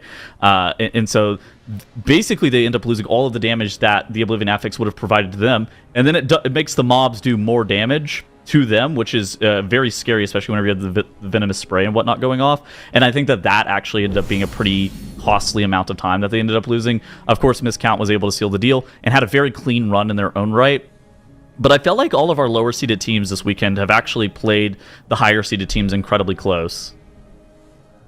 They have. They've been showing themselves really well. You never know when you've got a season where some folks are coming in that, maybe their experience isn't that they have 100 MDIs and TGPs under their belt, or that they've been competing for 10 plus years, but to see these teams come in still and put up such a good fight is just so exciting, and is something that I think again just goes to show that we can all strive for this. Now I will not probably be ever competing in an MDI, but me neither. Yeah, me neither. But again, it goes to show that the community is not just only the top teams you see all the time. It is everyone who loves and plays this game. So love to see that passion poured in here. Now we will have coming up next Polish Mountain versus Team Name, but before that we have another Whose Spell Is It Anyway, and we're going to be playing that here. We do have Dratnos on the desk as well, so all right, we'll see. But time Chat, to lock we're going to ask you. Yeah, time to lock in Dratnos. Chat, you can just pick Dratnos' answers like Nagura if you want as well. Dratnos, and probably going to be totally right. I got Google open. I got Bing open. I've got I've got a guards dialogue window open. See if it can direct me. I've got a guards dialogue window open. See if it can direct me to where to go here. Okay. Alexa, what spell has the common characteristics of within 12 yards, 30 seconds cooldowns, and 8 seconds? Is that 3? Is that 8? This is so messed up. Don't you cheat! This is so weird. Weird spots for the blurs to be. Okay. This one feels particularly hard. Could this be so it's a 30-second CD. Yeah. Yeah. Well, we haven't seen the answers yet. Reducing there. Do we get multiple auto choice, or attack do we have to just figure it out? We do eventually. We're allowed to talk Okay. about it. Mine suit's a 5-second cooldown, so it's not mine suit. I thought it could be like reducing their threat detection, but What's the Cooldown DK isn't thing right. that makes you reduce auto attack speed?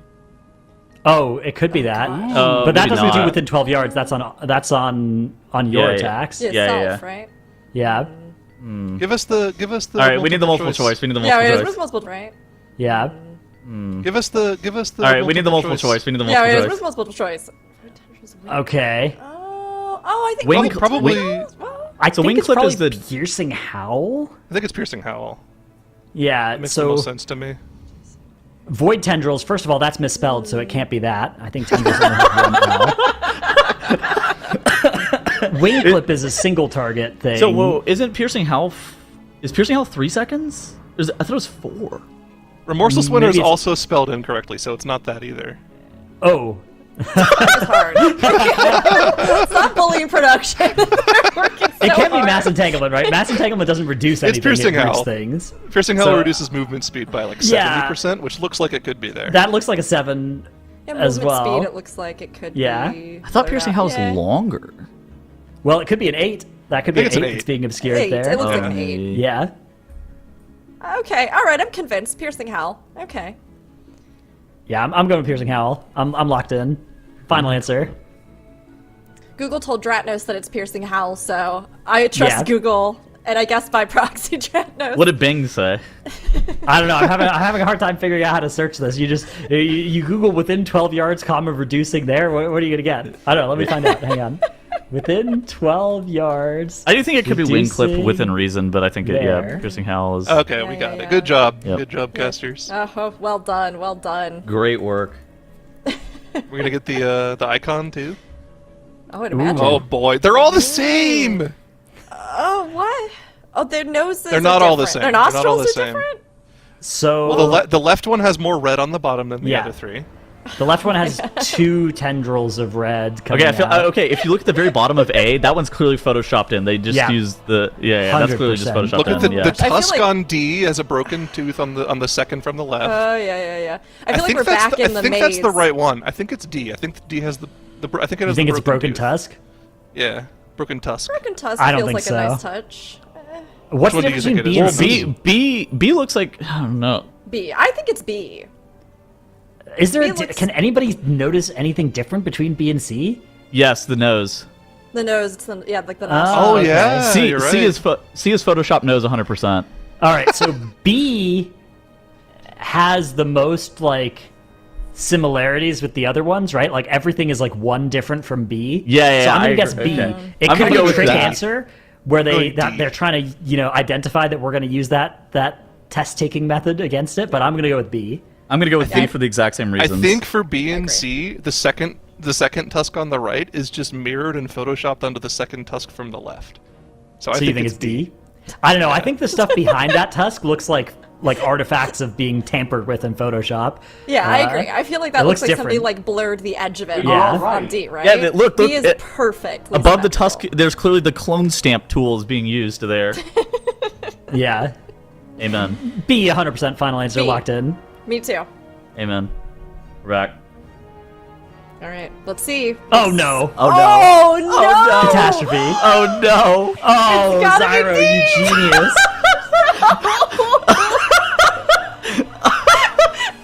I don't want to say I told you so, but It sounds like you do.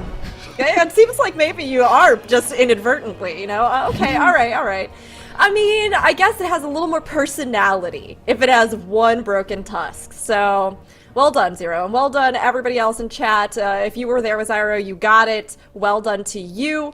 But, you know, we had a good little round there. That one, honestly, that one I think has been one of the hardest ones so far for me.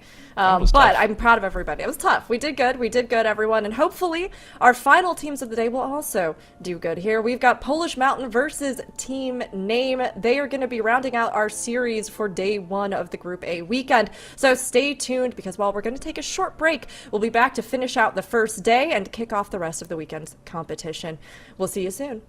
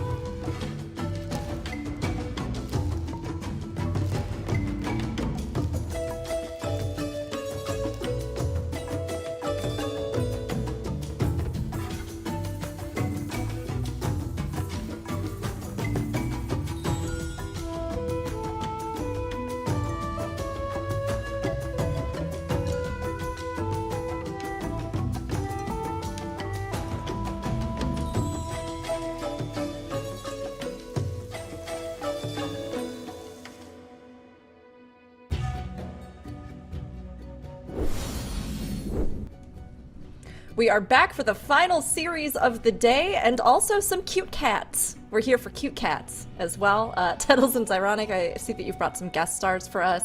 Makes is working on getting a third here, but yeah, she's not appearing. I think she might be eating right now. But I'm very happy that both of these guys are blessing us with your orange kitties. Now between all of us, we have like 6 brain cells to share. That's good. I feel really good about that. That's great for rounding out the day here. And I mean, we've got some fierce competition as well coming up with Polish Mountain and Team Name. Now, chat, again, you know the drill maybe by now, or maybe you're just tuning in, but get your own predictions into the chat on who you think is going to take this.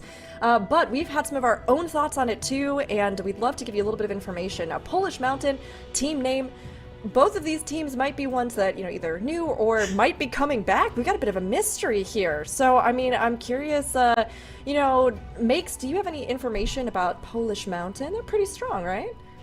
Yeah, so they looked incredibly good in our time trials, of course. So one of the favorites, I think, in this weekend to make it into the top 3.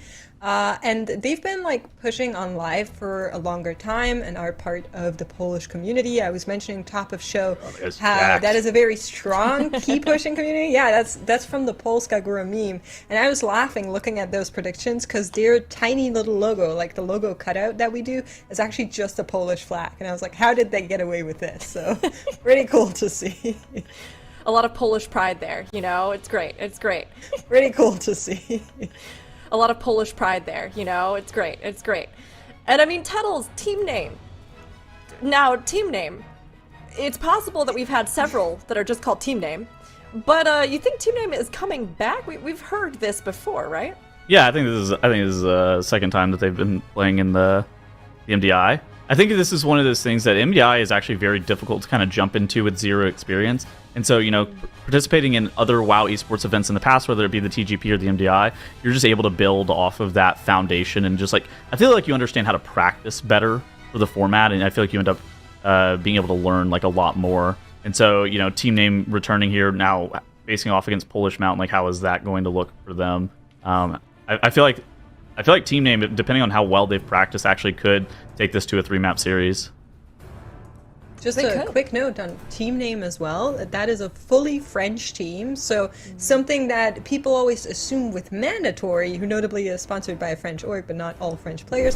Team Name is actually a fully French team, and they're all raiding together, so very, very cool to see those high elo raiders to come into the MDI and try to see what they can do here as the map started, but now it didn't. Oh no, there we go.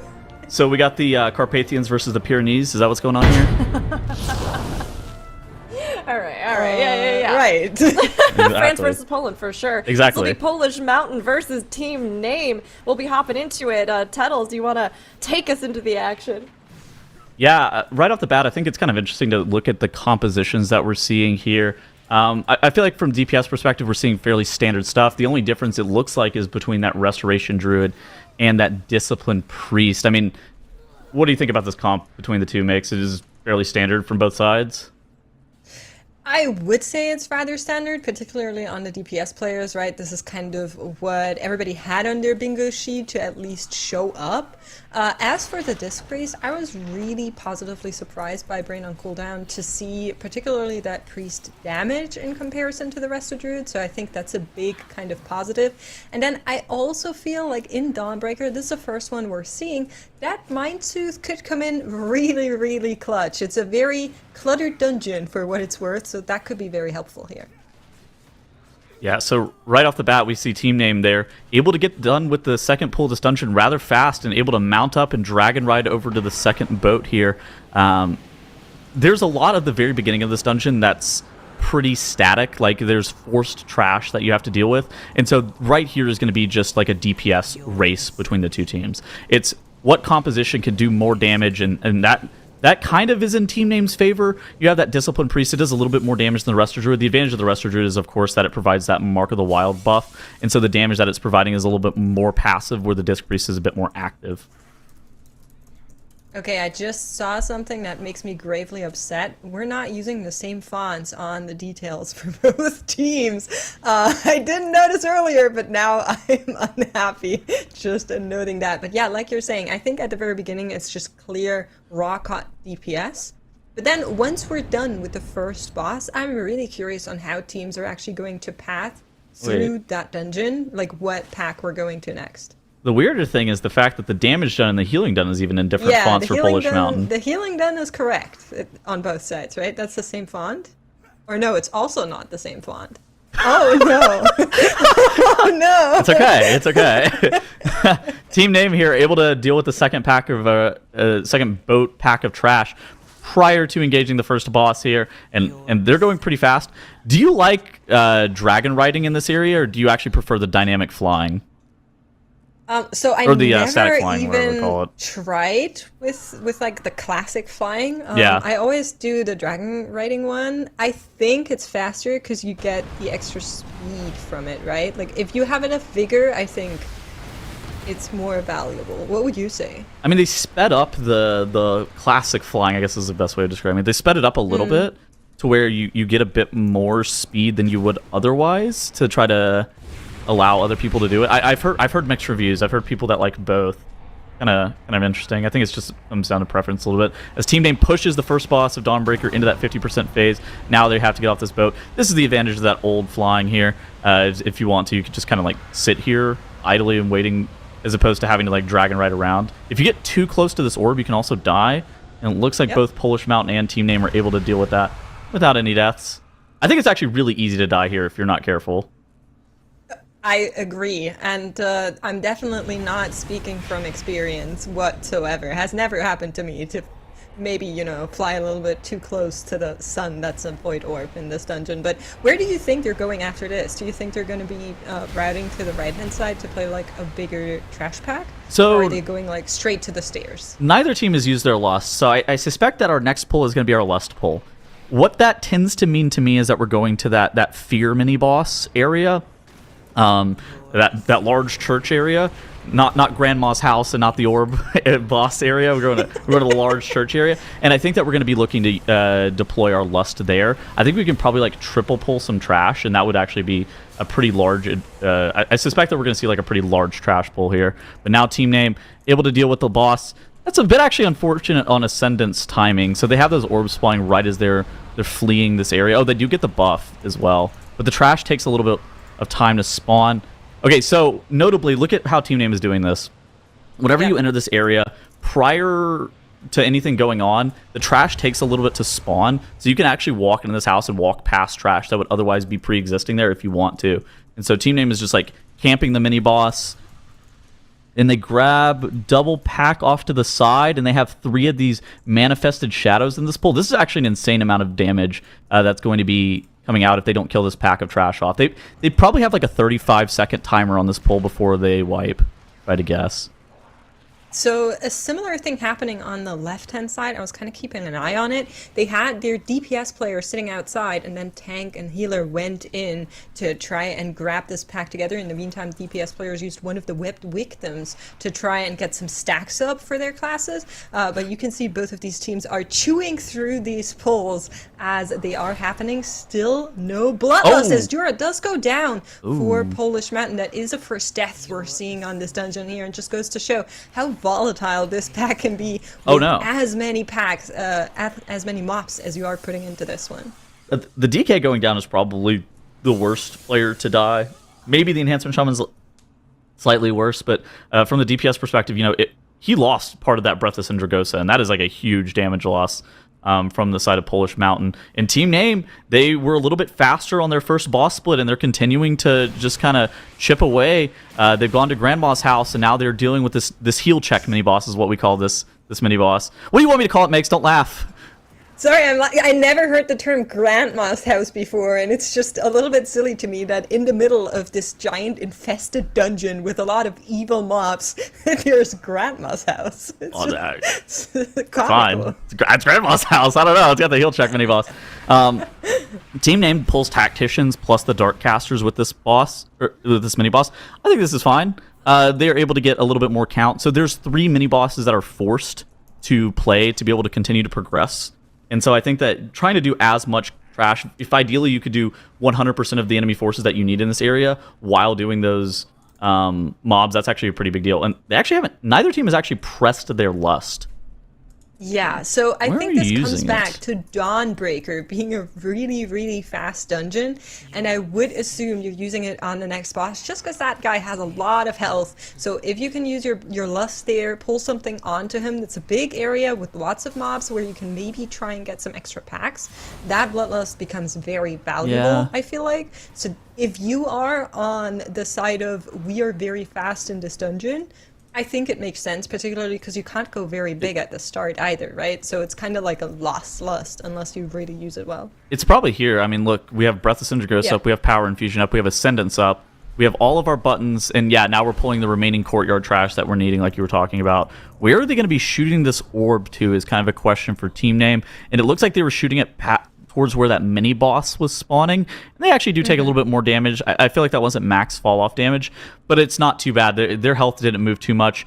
Their disc priest should be able to deal with that pretty easily. And team name, the lower seeded team here is taking it to Polish Mountain right now. Makes this, I feel like this was You jinx it. unexpected.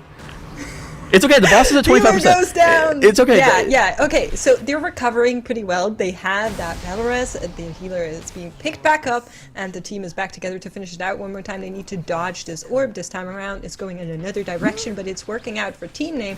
On the same time, though, Polish Mountain doing that pull as well, finishing out the trash. And for them, it's going to be crucial to not have any more deaths because they were behind before this due to the death on Yura earlier.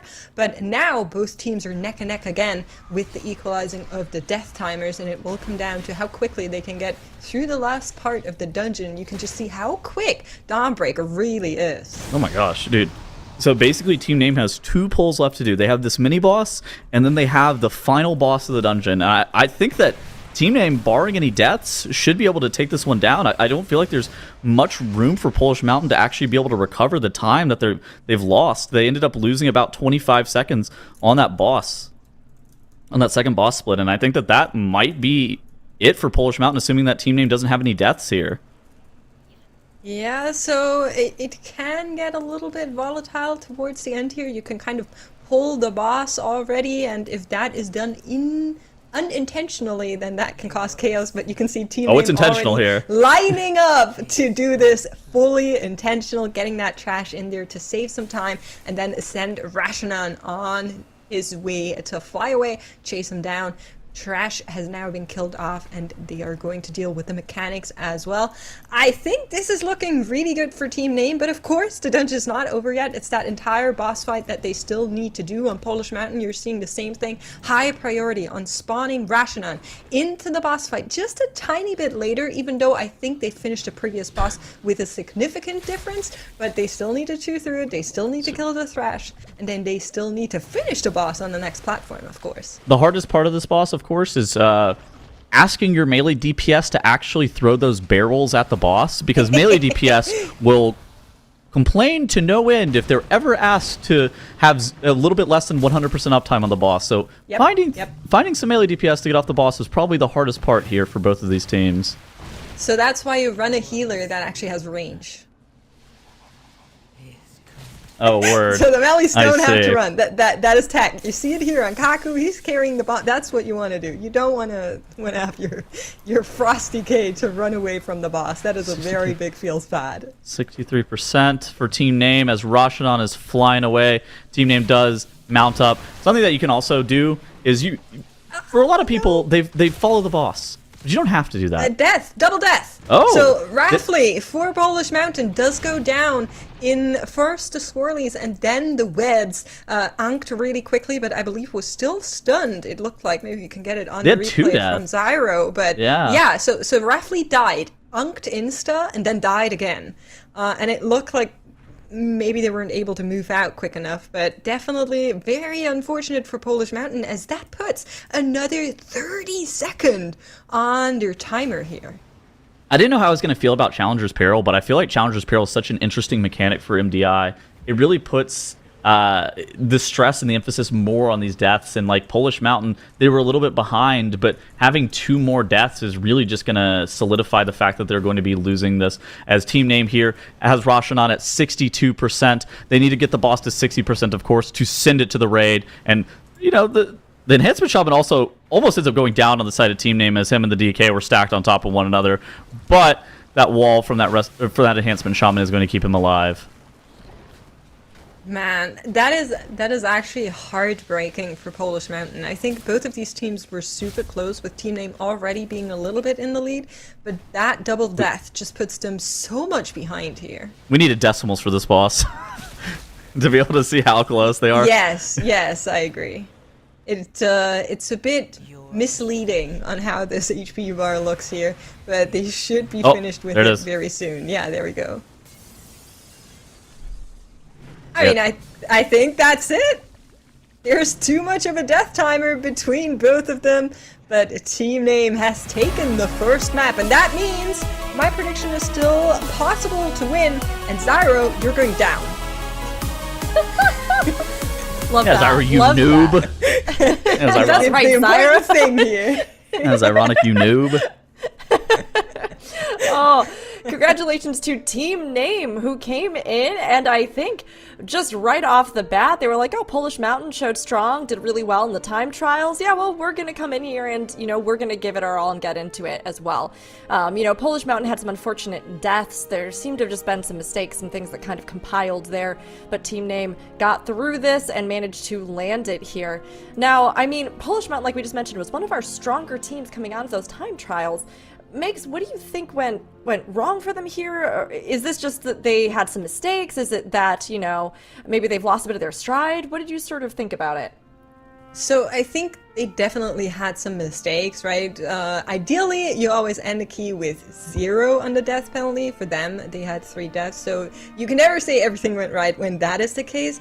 But I think it also comes a little bit back to what they were saying to us when we asked them about kind of their challenges coming into this MDI, and they were saying that they have a really hard time to find actual practice time. So while in the time trials you have more time to get the keys done, here of course it's one and done, so that just might have come back to bite them. Yeah, you know, having to put that time in, that practice, it really does make a huge difference when you're trying to perfect and get consistent these speed runs. But we'll take a closer look at some of the things that went wrong or right here. Zyronic, let us know your thoughts.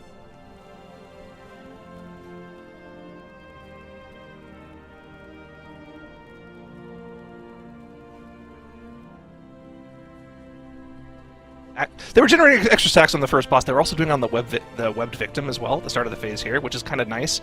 It helps you get that AoE a little more consistent and ready to go prepped up for this next pull. But honestly, it just seemed like Polish Mountain were a little bit sluggish through the key, right? They were setting up the correct pulls, but they were taking just a little bit more time to do it than Team Name was. Team Name looked like they were just fluidly moving through the key, going pull to pull to pull a little bit more quicker than Polish Mountain was, and unfortunately that was what put Team Name ahead throughout the key for Polish Mountain, right? Polish Mountain just looked like they were going a little slower, and then of course the deaths at the end were kind of just the icing on the cake. They were already at least 15-20 seconds behind at that point, and those deaths just put it completely out of reach for them. So I think we just need to see a little bit more decisiveness out of Polish Mountain if we want to see them come back in this series, but Team Name definitely looked like the standout team here. They played pretty much a lights out key except for just the one death.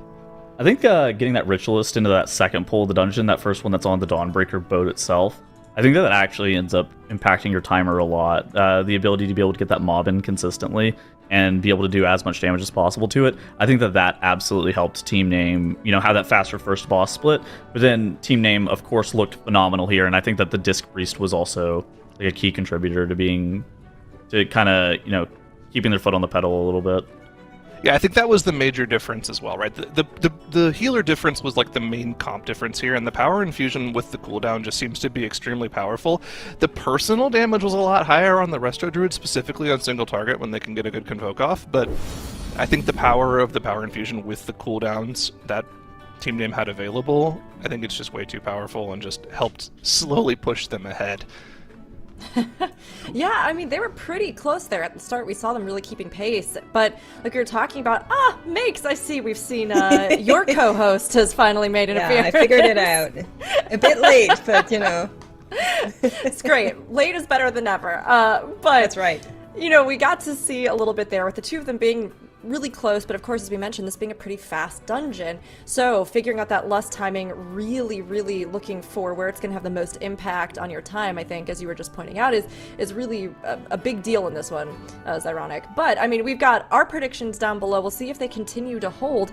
And this was something that we talked a little bit about during the run, and I thought maybe we could share a little more details. But Challenger's Peril, we had some changes. Some things have happened. And deaths now, I think, carry a slightly bigger penalty to some degree, right? So, I'm curious, Tuddles, as we take a look here at what's ahead, would you give everybody a little refresher about those Challenger's Peril changes that happened recently? Yeah, so for a while, deaths were 5 seconds.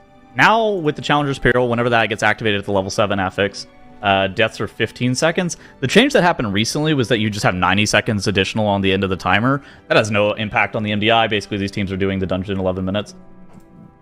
But the big thing is, of course, that just having that Challenger's Peril active at any point, that can really swing a dungeon. So for reference, Polish Mountain during their time trials were doing dungeons on average 15 or a minute faster than team names between both that City of Threads and that Necrotic Wake. It was about an average of 1 minute faster.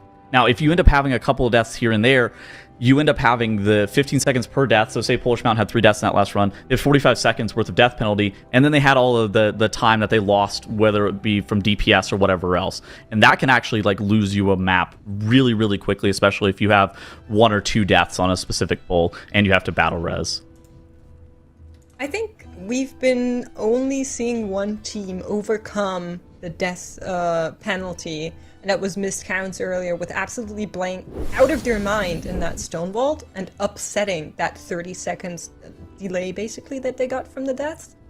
And I think if you have deaths like this, like 30 seconds, 45 seconds, that's your only chance, or you're hoping for the other team to have some mishap happen to them, which is never what you want to bank on in the MDI. So very, very costly to now have that death happen in dungeons.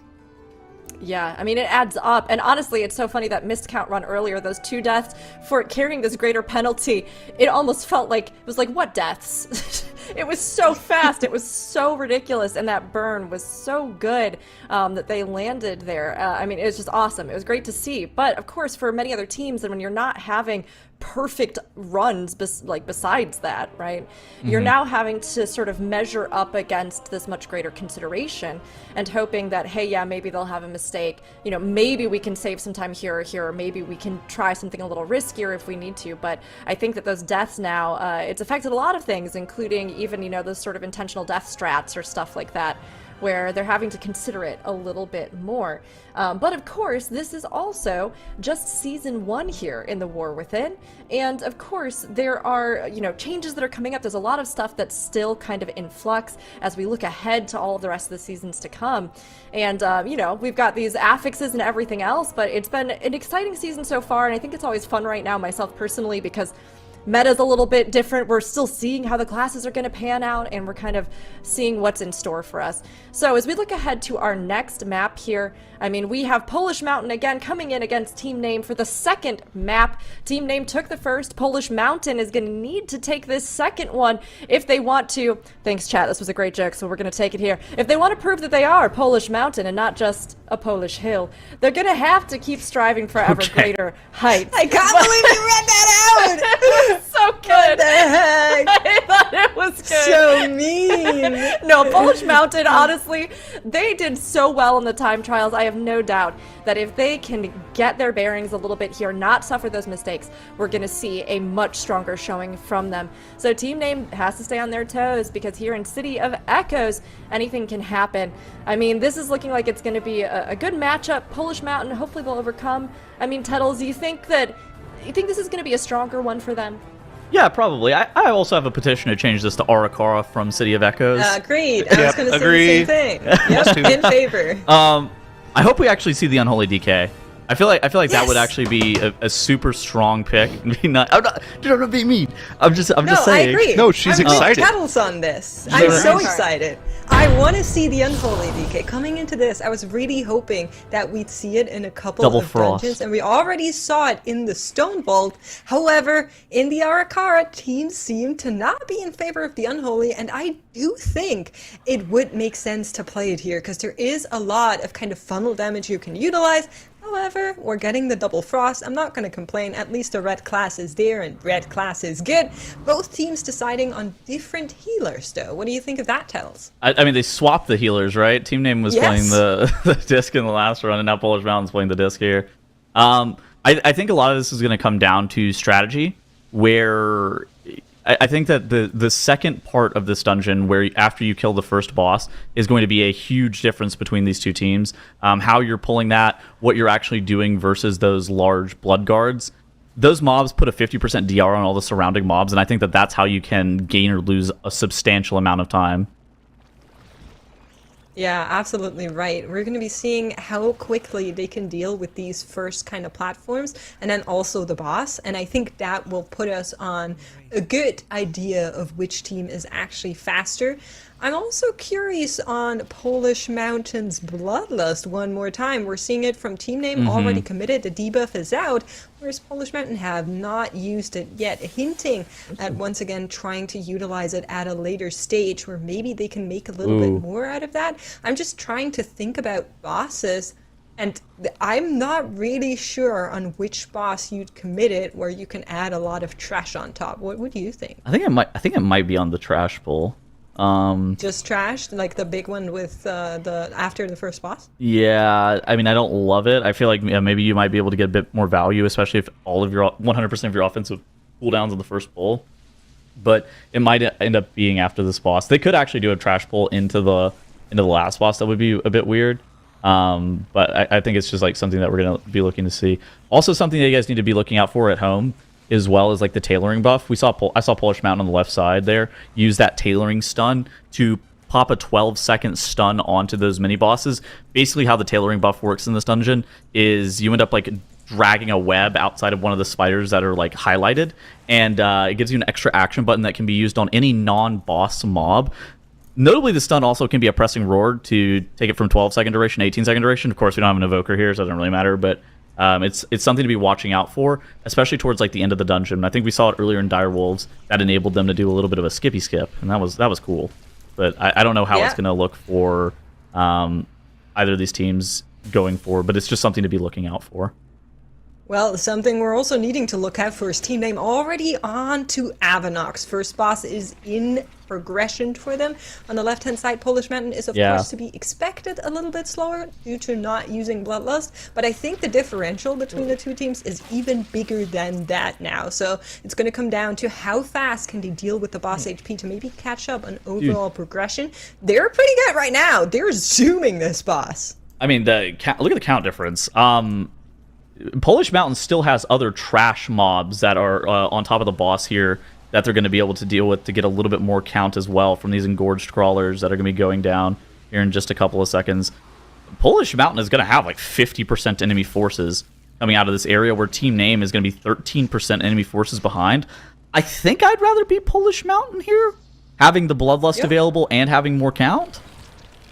No, I think I'd agree. We saw in the Direwolves Arakara how much that extra trash percent can help, specifically towards the tail end where the mobs get really mean. But for Team Name, kind of the name of the game has started now. The next polls can decide quite a lot. We were talking about these assistants, we were talking about the blood guards. There is a million of interrupts on these mobs here, and you need to get everything right in order to get the damage out to allow your team to deal with these packs. Blinding Sleep being used here, making sure that the Chaos Nova can follow up to it. And so there is an order that these teams have to try and deal with the trash packs as efficiently as possible, and you can see those stuns come out once again and again and again, but now they also have the affix, so a lot to deal with at the same time, and Polish Mountain doing the same thing on the left hand side.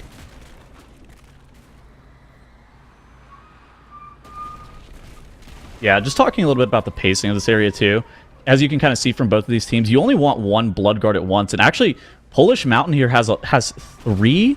I wonder if the alarm shrills ended up going off. I feel like this pull that they're doing, I just don't see how it's good. Because the mobs give one another 50% DR. This is like really scary. I feel like you're not actually killing any of this trash that's on top of these hulking Blood Guards. You're only able to kill off these mobs themselves. Yeah, I mean, I think they dealt with all the extras. This should be the last one that they have to DPS down. And then the question is, where does that put them at the end of the dungeon or at the end of this poll in terms of enemy forces, right? Because I feel like they were pretty quick with it, despite having the multipulse in there. Yeah, I guess I don't know if the AoE DR stacks. I assume that it did, but look at this, dude. Polish Mountain has 76% enemy forces right before going into this last boss, or the second boss area. And Team Name, on the other hand, still is at 70% enemy forces, so they're still behind Polish Mountain in terms of count. So Polish Mountain has taken that trash that they pulled in the first area and has accelerated a lot. Where did they get this Blood Guard from? I think that might be the one from the platform out there. At least, no, that's still in the background. Did the alarm that's shrill on go the off? other side. Don't you lose count if those mobs, if the alarm shrill goes off? I've never seen it. I'm not gonna lie. You are far more skilled than I fear. I just play a class with a lot of interrupts, but we have Polish Mountain go. Oh wow, the alarm shrill actually did go off. Look, they lost the count from that mob. I wonder if that's gonna. That is terrible. So you lose 7 count from that. I wonder if that's gonna end up messing up their route at all. Huh.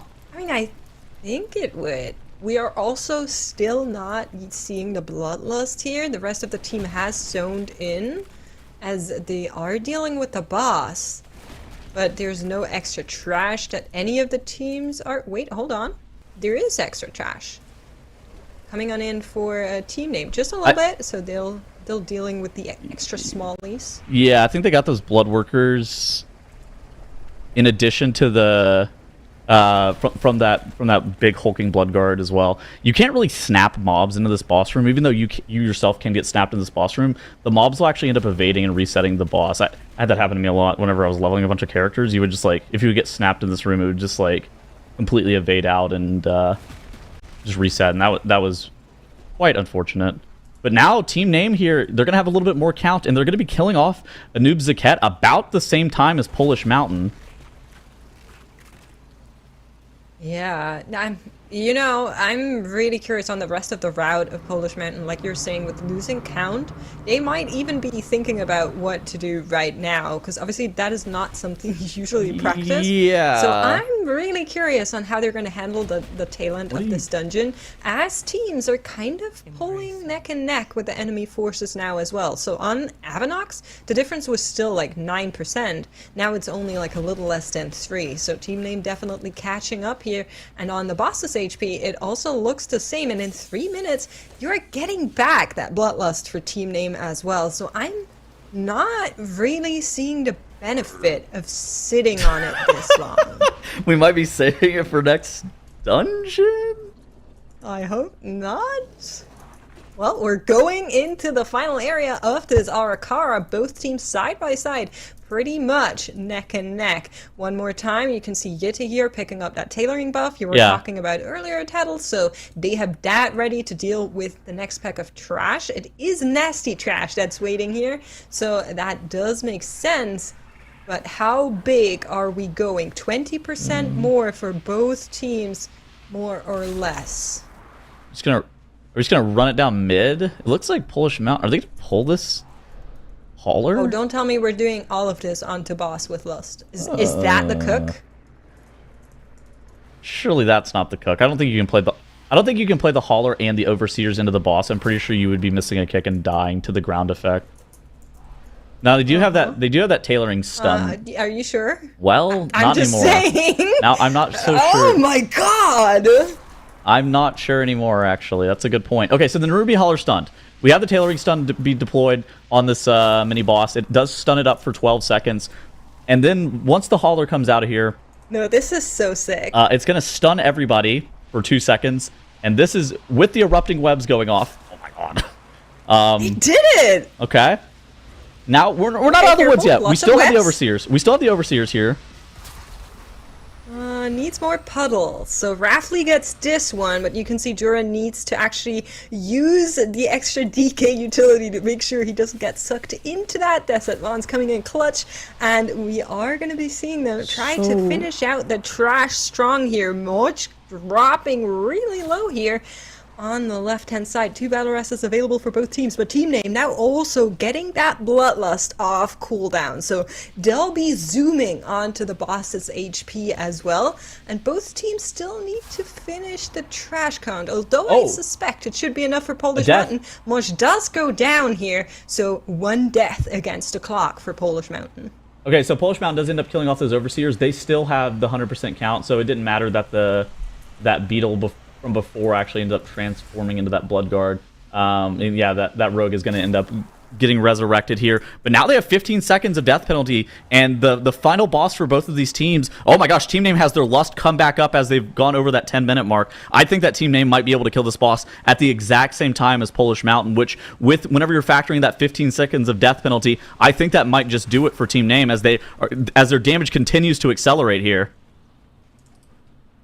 Yeah, this is super insane. I'm so curious on how this one is going to end out between the two of them. My gosh. Not still ticking for team name, but it should be over in a couple of seconds, and I think they will still be behind in boss HP, but if there's no death on the side of team name, that should be enough to put them ahead on the timer. Of course, this boss is still volatile. We just saw it on watch there. It can go bad real quick if you stand in You're playing any too many of the melee here. singularities or in any of the poison puddles. You can see how much overlap there is for these full melee comms. Down to the single digits for Polish Mountain. We're going to see where that timer stops. As one more time, they do have the Void Emissary come in. 3% to go. Okay, 15 seconds. We have the time. 13 seconds to go for Team Name. Can they beat this? I mean, this is going to be so close. As the cheat death ends up getting procced for Team Name, one of the things too is that standing in the circle makes you do 80% less damage as the boss goes down. And oh my god, it's a photo finish. It's an admin check. We need an admin check to see who won. Admin numbers. Who takes this? It Admin might be who won? 2-0 for Team Name. What is it? Did Polish Mountain win? They're checking right now. I mean, it seems like Team Name was right up at it. If I don't know though, I have no idea. I want to see a third match, so I'm all down. I'm down for Polish Mountain to win. Oh my god. Team Name! It's the That's a 2-0 too. 2-0, Wow. a nail biter here at the end. Team Name saying we might just be Team Name, but you are going to remember that. Incredible on this. I mean, popping that lust, getting those deeps out, and managing to close that gap, even with Polish Mountain doing that ridiculous pull on the final boss. This was a wild one. I mean, makes this was so close. I mean, you see it right there. 0.3 0.3 seconds between the two teams. Holy hell, what a photo finish. But the positive news is we're going to see both of these teams again tomorrow, and I'm excited, personally speaking. I love I don't know if it's good tech, okay? This is not an analysis, but as from a viewer perspective, I love taking all of that into the final boss. This is what I love the MDI for. Bro, my predictions. Challenger's Peril, man. Challenger's Also, Peril yes. claims our first key. What a run. If it was a 5-second death timer, Polish Mountain would have won that key. They would have. That's true. I mean, Tuttles, this one was neck and neck. I mean, that death timer, but also they tried as much as they could on Polish Mountain to make up that difference. What do you think, seeing how these two competed here? I mean, they're really close in as far as skill and routing and everything else goes. I'm actually interested in what Zyro has to say, like with his highlight package in a second. But I feel like the route that Polish Mountain was playing was really good until they accidentally spawned that extra blood guard, and I felt like they just like lost a bunch of random time to that. There was some stuff that I actually didn't mind the fact that they had so much more count coming out of the first area. I felt like that was something that a lot of teams are going to be looking to do more trash in that first area than in that second area because it seemed like it was more efficient. Yeah, I can absolutely see that. And, we'll thankfully have Zyro's insights right here, right now. So on the more granular level, what was going on in this map? So, like Settles was saying, yeah, the overall routing from Polish Mountain, I think, was far superior, and there was a lot of tiny things going wrong for them that added up over the course of the key, culminating in that one death that really cost them the map here. They pulled so much extra trash in the start of the key. By the time the first boss went down, I think they ended up having around 11% more trash count, which let them skip a lot in that middle section. This shroud past this trash meant you don't have to worry about these web mages sitting in the back. In this pull, where they pull 3 blood guards together, is crazy. There is so much AoE damage going out here, and if any extra damage comes out from any of the web mages here, you're going to have a player go down. And we were always, I'm sure you guys were thinking the same thing I was. What are we saving the lust for? And if it's not the triple blood guard pull, what could it possibly be for? But they get through this pull cleanly, and I have to imagine this is not something that many people will know, because you have to be a complete psycho to actually pull more than 1 blood guard at a time in keys. It's usually a wipe if you have 2 of them. I'm pretty sure the AoE damage reduction debuff that they place on the group doesn't stack. Otherwise, this pull just wouldn't be possible if it did. Yeah. But like you were saying, it kind of all started going wrong for them here on this pull right here. 1 web mage plus 2 of the stag shells. An alarm cast goes off. I think if the alarm cast goes off, it's okay. The thing that you really can't have happen is this emissary spawn. This emissary spawning here means that they can't snap to the boss. The emissary would stay upstairs. It doesn't snap down to you as well. So they had to stay here and burn down that emissary. They could have just now gone and pulled the boss, but I feel like they just made the decision to stay behind and deal with the extra blood guard, and that ended up costing them even more time. They also just didn't get any of that buff from the emissary on the boss as well. But even with all of that going wrong, going for this pull, saving the lust for this particular pull, almost netted them the win. This is insane. All of these drones, all of these carriers, plus this extra guard, plus the 2 overseers into the boss, saving lust for 9.5 minutes to pop it here. I'm not sure if it was worth it. I think that you could send the lust on the pull of the dungeon and then pop the lust late on this pull, but they just really wanted to make sure they had it saved for the beginning of the pull to make sure they were safe as possible. And they actually do spend most of the beginning of this pull nuking down that hauler, because they do not want to let as many of these massive slams go off as possible. The AoE stun on the group just costs you so much damage when you have these carriers flying around jumping on people. You really can't afford to have that extra damage go off. And if I'm not mistaken, they also even use the tailoring stun on the hauler as well. Yep. Yeah, just to make sure that they don't get too many of those massive slam casts off. I think ideally they would beat the second one, but they did have it go off, which cost them just a little bit of extra time. Even just the indecision of taking this res here, even taking the res earlier and getting out to a pull probably would have won them that key as well, but they were just playing it too safe. All in all, Polish Mountain looks like a team that can compete if they put together the runs that they have planned up, but just didn't work out for them here. So that beetle also, whenever it transforms, it loses you 7 count. Do we think that ended up impacting anything? Do we think that they were 7 count on their route? Like, I kind of question as to whether or not they were supposed to play those winged carriers with that pull. Yeah, they weren't supposed to play the carriers for sure. Probably avoided. Yeah, I Yeah. don't think they made that much of the difference in the end, though. So it was probably just a bigger Hail Mary kind of pull, but it worked out, right? That's not what killed the rogue at the end there. There was also one other thing that happened as well that I didn't include in the package, because we had like 2.5 minutes free plays for that key. on the last boss, they also proxy aggroed an extra pack of carriers at the end of the boss that they didn't need. They were already at 100% count, and that could have in and of itself cost them the extra 0.3 seconds, because they had to worry about doing extra healing on the group rather than just damaging the boss. So a lot of things went wrong for Polish Mountain there. But results in team name moving on to the quarterfinals, and Polish Mountain find themselves in the elimination bracket for tomorrow. They do, but that elimination bracket, that lower bracket is looking like there's still going to be some incredible competition. I mean, Makes, just like you were saying, I was over here too, like these are the moments that make the MDI so exciting, right? Maybe they aren't the absolute fastest pull you'll ever see in your entire existence, but those moments where the competition is so fierce and people are really just playing however they can and adapting, it just brings it to life. And of course, all of the teams in the lower bracket tomorrow, KASP'S Angels versus Brain on Cooldown, This Is Almost Fine versus Polish Mountain, are going to be giving their all and seeing what they can adapt, adjust, or perfect as they try to move ahead. And then up in the quarterfinals, we'll also have in our upper bracket PERPLEXED versus Direwolves, which is sure to be a fierce one, and Missed Count versus Team Name. So, I mean, the bracket, at least for tomorrow, has kind of sorted itself out, but we had some amazing matchups today, and some teams that I think really showed a lot of their stuff here. I mean, Tuttles, were any of these surprises to you? What do you think what are these matchups looking like for tomorrow? I think that the Polish Mountain getting upset by Team Name has to be the biggest surprise. I think the thing that's honestly been the most surprising to me, though, is how close lower-seeded teams have played against upper-seeded teams. I feel like, sometimes we actually kind of have blowouts in the MDI, occasionally where some team will end up being like 3 or 4 minutes faster in a dungeon. I feel like that has not happened here, where if you end up having these deaths with this Challenger's Peril at all, you can, even as like a much higher seeded team, like say you're Perplexed or something like that, you could potentially lose a map. I think that there's like a world where if you have deaths, that is like the disaster case here, is just having deaths, racking up any part of that 15 seconds of death penalty. Those are kind of like the biggest takeaways that I've seen from these matchups today.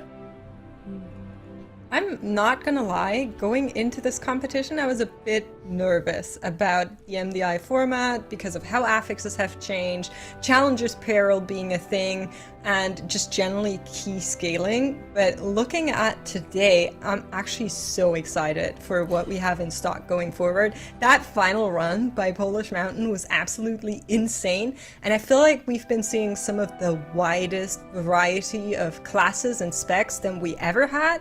And yeah, people are still figuring things out, but I think even when it is figured out, we'll see some variance in the end there in terms of what's good per dungeon and per affix, and I'm really here for it. Like, that is so cool. It is. It's awesome to see the variety, and also to be in this place where, with balance and everything else in these recent patches, we're kind of looking at like, hey, well, there might be surprise elements, or there might be some that, like that Unholy DK Tuttles is backing, that really have a place to shine, but that maybe just haven't been given as much weight versus other things, which is just awesome to see when you get to not only look at classes from the tech aspect of like, oh, how can they use this to skip, but then also take a look at all the other things, plus hero talents and everything else that are kind of influencing the classes that are being brought to the table this season. And as you can see down below, we obviously had some surprise ourselves with our predictions.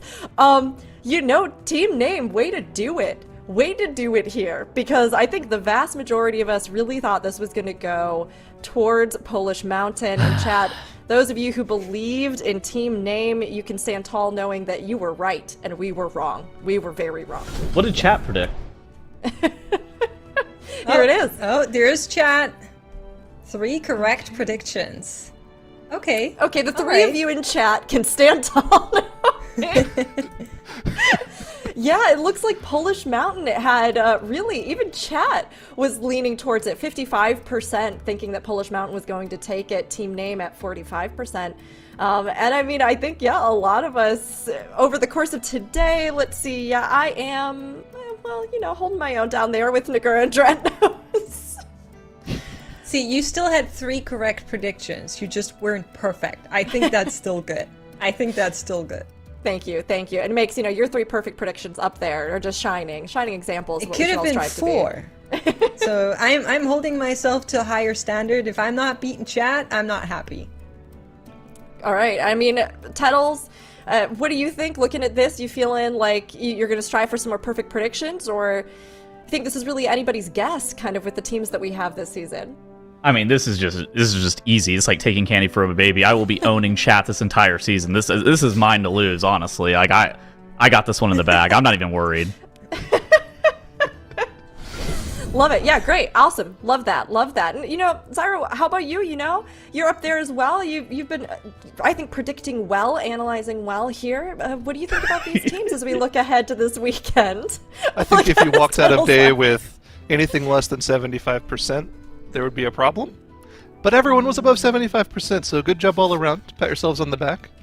It's crazy that Mix is no longer just like randomly throwing out weird predictions for no reason. Now that there's actually something on the line. Whatever, Echo Dark Horse. Mandatory winning the MDI last time, and I was right. So I get to claim that. You don't get to make fun of me for that. I picked them too. Let's be cool.